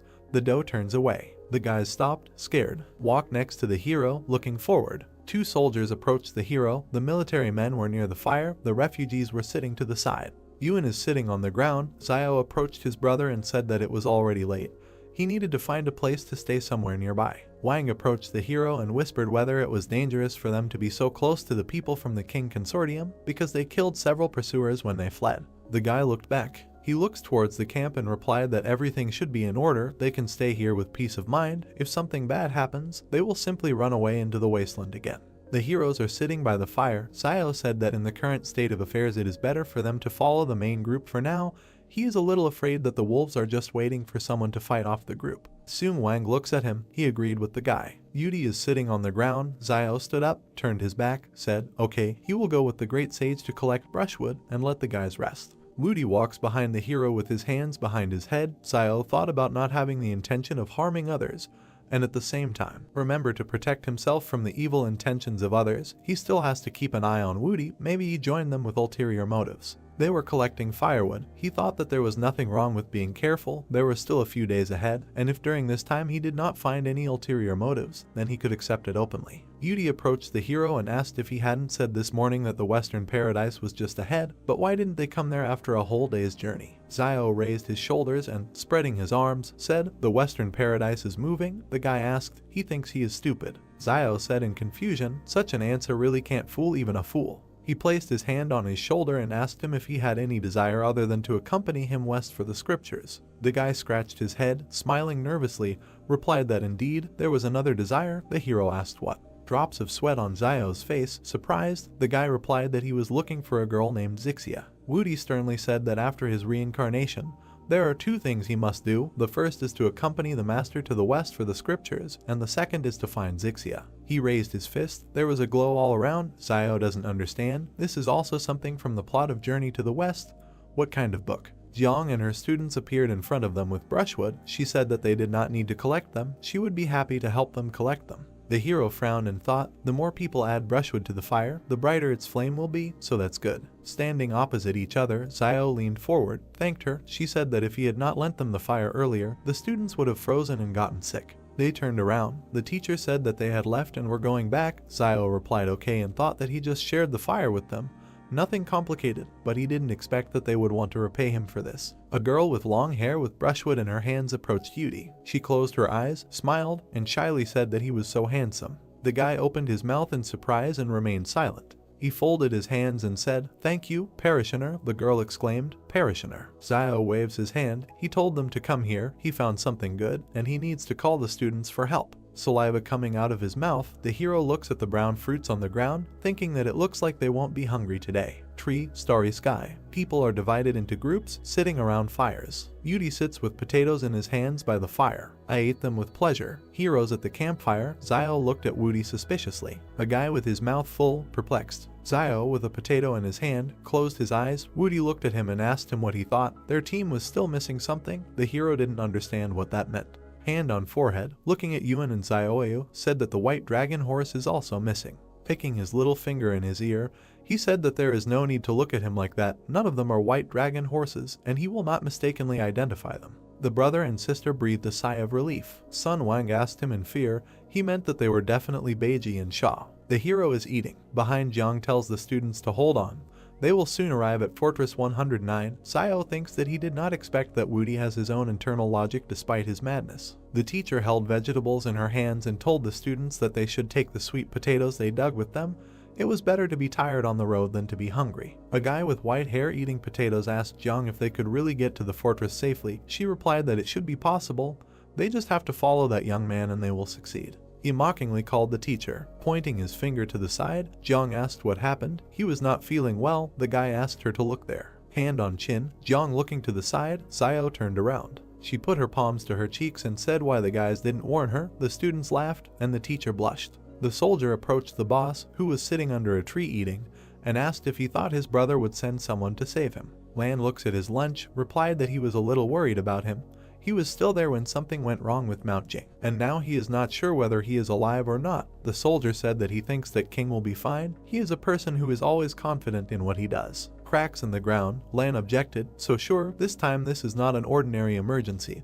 This earthquake and volcanic eruption are a natural disaster and anything can happen. Food on a stick, Lan looks to the side, said, they are so close to Fortress 112, if something went wrong with their fortress, he is afraid that 112 will also collapse. He is afraid that his brother will face a very severe punishment within the consortium, since the consortium lost 2 fortresses at once. The soldier put his hand on his chest and said, but it's not their fault, any fortress would not withstand it. A drop of sweat on his temple, Lan said thoughtfully, in the past, his brother made too many enemies in the consortium. Sitting with his back explained, since he killed so many people from other consortiums a while ago, the consortium will be worried that he will be difficult to control and they will ask him to clear his head for a while. But this is all temporary, since they still need that for Zhang to do his job, because others will not do it as well as him. A month in the sky, the man added that they would not be as ruthless as him. A bald man approached a guy in a white suit with a blue tie, told the boss that the consortium bureau wanted him to answer the phone. The guy asked him to tell them that he didn't have time. The man with the phone to his ear said that he understood and would definitely convey it. He put down the phone, followed the guy, said that fortresses 112 and 113 were no more. He replied that he had guessed. The man looked to the side, with regret on his face, and began to convey what else they said. The guy looked back thoughtfully. He stepped forward and added that they wanted him to proceed to Fortress 111 for investigation as soon as he got off the mountain, and that without permission he could not leave the confines of Fortress 111. He extended his hand to the leaving guy and asked if we were talking about house arrest. He remained silent. Mouth open, the guy replied that it had been a long time since he returned to Fortress 111. He put his hands in his trouser pockets, said to call Lu from Fortress 109 and asked him to send someone to look for Lan. The man replied that this fortress is controlled by the Lai Consortium and Lu, as its manager, may not have much say in the matter. The guy looks ahead and noticed that there is always the opportunity to send several private troops. He pointed his finger forward and sternly told him to tell him that if he did not find the dough, he would die. A doe opposite the refugees sitting around the fires, chewing his food, smelling the potatoes, thought that these poor people know how to be practical in everyday life. A stick with a piece of food in his hand, closed his eyes, called Tang and said that he would go there and buy fried sweet potatoes and come back. Beads of sweat on his face, Tan raised his palms and asked if they couldn't just take some from them. The doe jumped up, hit him on the head and shouted that he wouldn't bat an eyelid if he had to kill someone from the flame source, but rob a bunch of refugees out of their sweet potatoes. Would he still be human if word got out about it? Trees, moon in the sky, Lan pointed his finger forward and shouted for him to run and buy it at 50 times the normal price and not disgrace the king. They don't take advantage of others. The boss is at the fire. Tang leaves. Lan called out to him and told him to take a few people so that they couldn't sneak up. Tan looked back, a drop of sweat on his cheek, and replied, okay. The doe looks at the departing soldiers. He closed his eyes, lowered his head, exhaled, thought that he considered himself a worthy representative of his generation, but he never thought that he would be reduced to begging for food from refugees. Warms his hands by the fire. Tang and the soldiers returned to him. There are potatoes lying on the cloth. Doe is moving his finger and counting. He looked at the wounded sitting on the side and counted them. Tang holds the potatoes. Looking at the boss with a smile, Lan said, 1/2 per person. No one should eat more, and the wounded can eat one whole. He also asked Tang to bake it.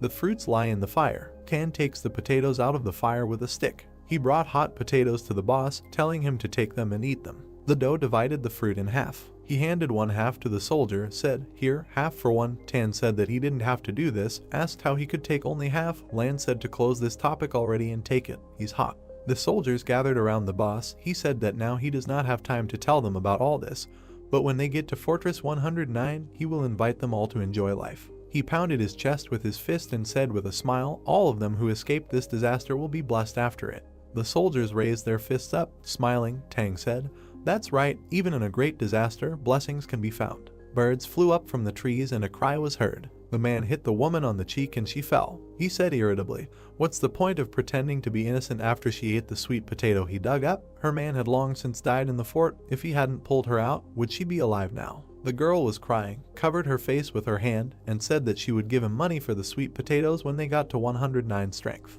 He grabbed her face with his hand and said angrily, "What can she give him? They will all have nothing when they reach Fortress 109. He pulled her by the hair, shouting to the men standing nearby to come with him. The refugees silently look away. Zio was frightened. Behind him, with his hands on his hips, stood Yudi. He shouted, "Stop." He ran forward and shouted menacingly, "So it is he, the king of leopards, who is muddying the waters here." He grabbed the smoldering stick. The man looked around in fear. Yudi swung his stick and the man ran away. I hit him and he fell. The girl ran up to the beaten man, shouted what he had done. "Let them get out of here." Hand to temple, the guy is perplexed, pursing his lips. Having lowered his hands and head, he returns to the heroes sitting by the fire. He sat down on a log and lowered his head into his hands. Zio looked at him gloomily and thought, "This man is really funny." He put his hand on his shoulder, the guy raised his head. Zio thought that he was just making up a magical name for anyone he wanted to beat. He was a great sage equal to heaven. So he had to fight demons. He asked what if in the future he faced hundreds of enemies one after another, and he doesn't have enough names of demons. Heroes in traditional clothes, Woody with a rod crouched in front of Zio, replied that everything is fine, the names of the demons can be repeated. The hero kicked him, asked if he was faking or stupid, what happened to the promise not to make mistakes in personalities. Plant in hand, resting his head on his hand, asked Zio why he thought that woman told him to get away when he defeated the Leopard King. Yudi rests his head on his hand, a tired look. The hero looks at him, he thought, because human nature is so complex that some people are better off not being saved. He didn't want to talk to him about it. He seems to be fine without it. Van sat down next to Yudi and said, "He's just still too curious. He can save himself a lot of problems if he uses words in his life that are not theirs and none of his business." The guy opened his mouth slightly and asked in surprise what he meant. Van smiled and said why should he do something and interfere if it doesn't concern him in any way. Yudi hit the old man on the head with a stem and said, "Boar, it's none of your business." The heroes watching this laughed. Night, the wind fans the flames of the fire. A paw with claws and shackles. Zio looked around in fear. The heroes look into the dark forest. Ewan asked his brother what that sound was. He replied that he needed to run, get out of here now. Monsters in chains are running towards them from the forest. Many monsters with angry eyes began to crawl towards the people. The whole group began to look at Zio, who pointed his finger at them to run away into the forest. The protagonist's gaze was filled with confidence and aggression. The monsters began jumping on people, grabbing them and trying to kill them. Everyone was very scared. Birds were flying in the sky. The night itself was restless. The stomping of people began to be heard quickly.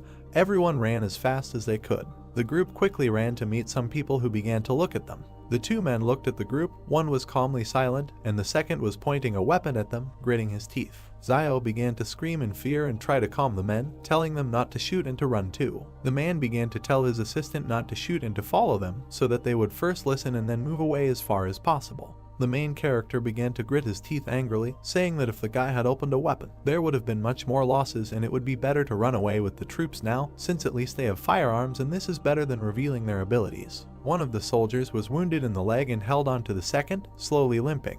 The troops quickly ran behind the group, shouting for everyone to move. The soldiers and the group began to stand opposite the monsters. The monsters began to open their mouths wide and look at people with red, bloody eyes. The main man began to scream in fear about what kind of monster he was and who he was. The monsters began to jump on people with anger. The child began to hold on to his father, crying and screaming. His dad tried to calm him down, but he couldn't do it. Meanwhile, Zio confidently watched the monsters. The main character began to look at everyone who stood behind him and say that the screams behind them were getting closer and the test subjects could now catch up with them. Zio began to look askance at all the people, telling them that they could no longer retreat and that first they needed to look at King's reaction. The main man began to look at Zio in fear, telling his assistant to take a team of people and go with the wounded, and when they get to Fortress 109, they might ask him to come and help. The assistant began to grit his teeth, telling his boss that he would not leave him. The man grabbed the weapon from the assistant and pointed it at everyone and began telling them to behave without arbitrariness and just get out of this situation alive. The boss began to raise his gun with a smile on his face, telling everyone else to follow him and finish them all off as he would fight them. The assistant began to look at the soldiers with anger, asking what they were waiting for and that they needed to protect the boss and then leave. The army began to confidently tell the assistant that they would do it. The soldiers began to grab the boss by the arms and carry him away. The man began to shout to be let go and that Shiluolan had never been a deserter. One of their soldiers began to hold the box, telling him to carry the thing into the box. The soldiers' hands began to open the box. Two guys held weapons in their hands, who took their box and with a smile on their faces began to be glad that they took it with them. One of the troops began to bring the weapon to the peephole, pointing it. The soldier began to confidently open his mouth and shoot at the place where he aimed. A lot of guys were shooting and aiming missiles to the side. The fire quickly spread across the entire area opposite the guys. The soldiers threw grenades and bombs in the direction with anger and confidence. As soon as the air cleared, there was no one on the ground. One of the monsters began to slowly approach the soldier,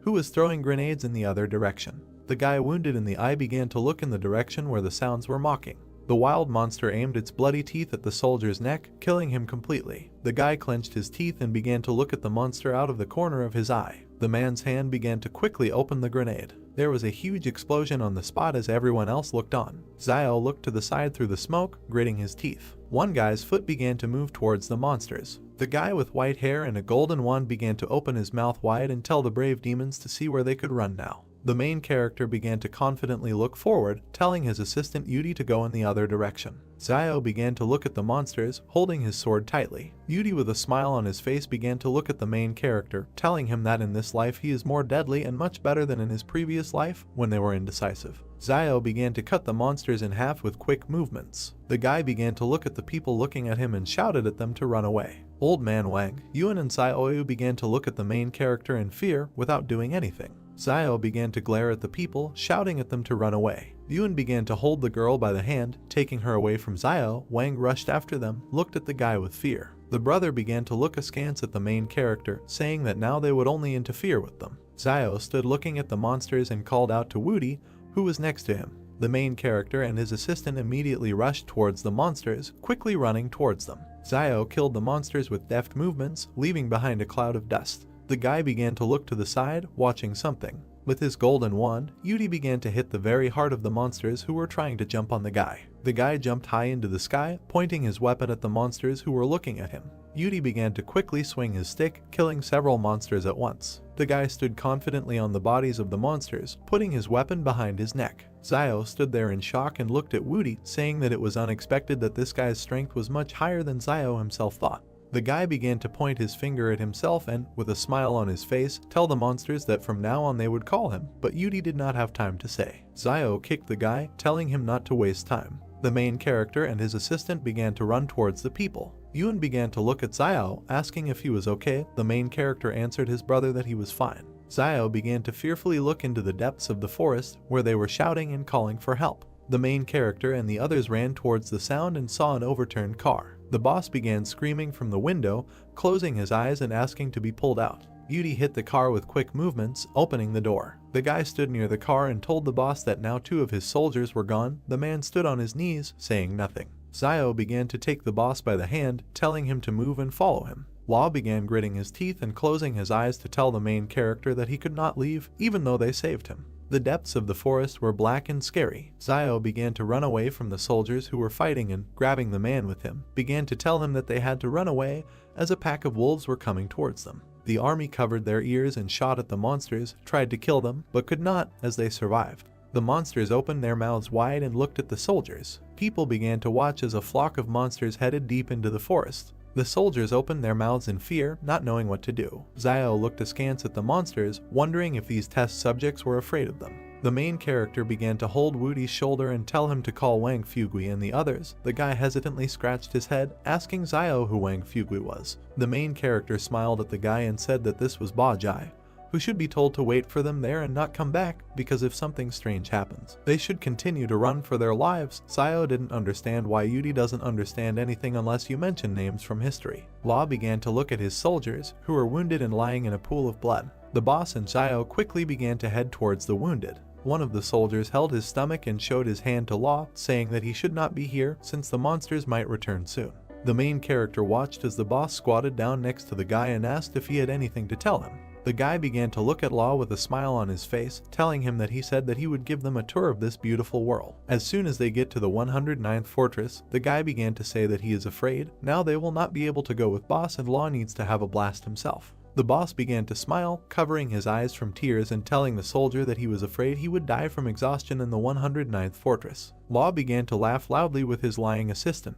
The soldier's hand began to squeeze the boss's hand. The guy held the wound on his stomach and told Law with a smile that they had no regrets. The boss looked at his assistant with a sad look full of tears, nodding slowly. Xiao began to slowly approach Luo and the soldier and talk about how some of them don't have to die. The main character began to stretch out the boss's hand, which contained the jars. The guy began to say that his medicine is the best, which is suitable for external injuries and therefore you don't have to worry that they will die. But Xiao began to say that he doesn't just cure. Law began to look with interest at the jars in the guy's hands. The main character began to tell the boss that in exchange for this medicine they should bring them all to Fortress 109 and provide them with a legal place of residence. Law smiled and laughed, saying that it was a very familiar feeling. Lo began to open his mouth and eyes wide, telling Xiao that he was a miracle healer. The main character imagined in his head how he would hit Law on the head for saying such words. The boss began to smile sweetly and, looking at Xiao, said that given their relationship, if the main character saves their lives, he will be able to drag as many people as he wants into the barrier. Xiao did not understand what kind of relationship the boss was talking about.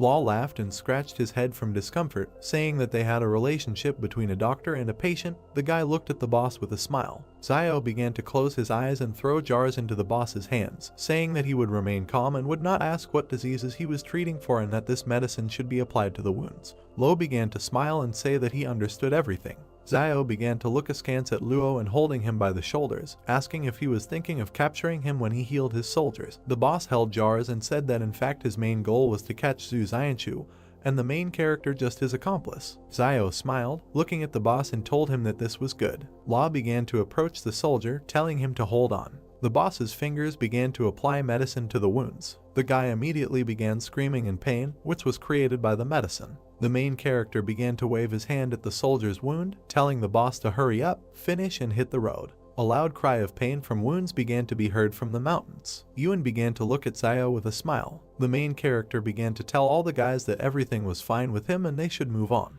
The soldiers began to head out with Xiao and Luo's group. The boss began pointing his finger at Yudi, saying that he remembered him and this crazy man who was in the 3rd psychiatric hospital. The guy began to clasp his hands with a smile on his face, telling Lo that he also remembered him and his name was Benbo-er. The boss began to tell Yudi not to talk nonsense and not to call him Benbo-er. The guy began to clench his hands on his chest in anger and tell the boss to call him a great sage, not a madman. Law began to get angry and angrily tell Yudi that all crazy people say that they are not crazy. The boss began to tell the guy that he says the great sage who protects his master. In order to receive the scriptures in the West, Law began to ask Yudi where his master was. Xiao began to point his finger at himself with a calm face and tell the boss that he was his master. 2 people also began to say their names. Luo could not believe that they were telling the truth. 3 cars stood in one of the places. The boss began to be surprised and say that it was strange, because they looked like the cars from Fortress 109. Law began to point his finger up, smiling and saying that most likely they were saved.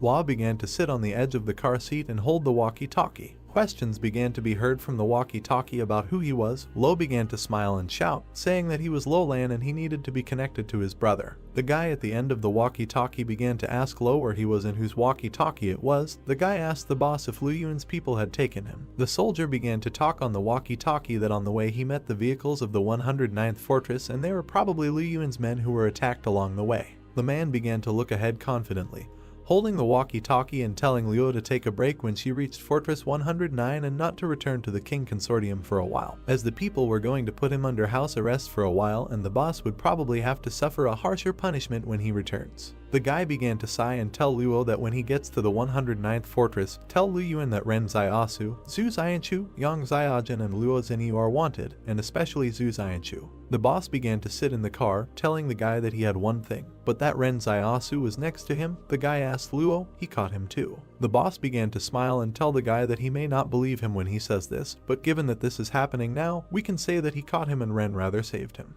The guy began to look ahead, telling the boss to tell the guy that the matter between the King Consortium and him was closed and the guy also owed him for saving his life. Law began to look at the people, telling the guy that they just wanted to go to the 109th Fortress and become legal residents there. Xiao sighed with relief and said that this day had come and from now on they would be the legal residents of the 109th Fortress. Xiao stood next to Luo, who was holding a walkie-talkie. The main character began to look thoughtfully to the side, thinking about where the body would go if they were attacked halfway.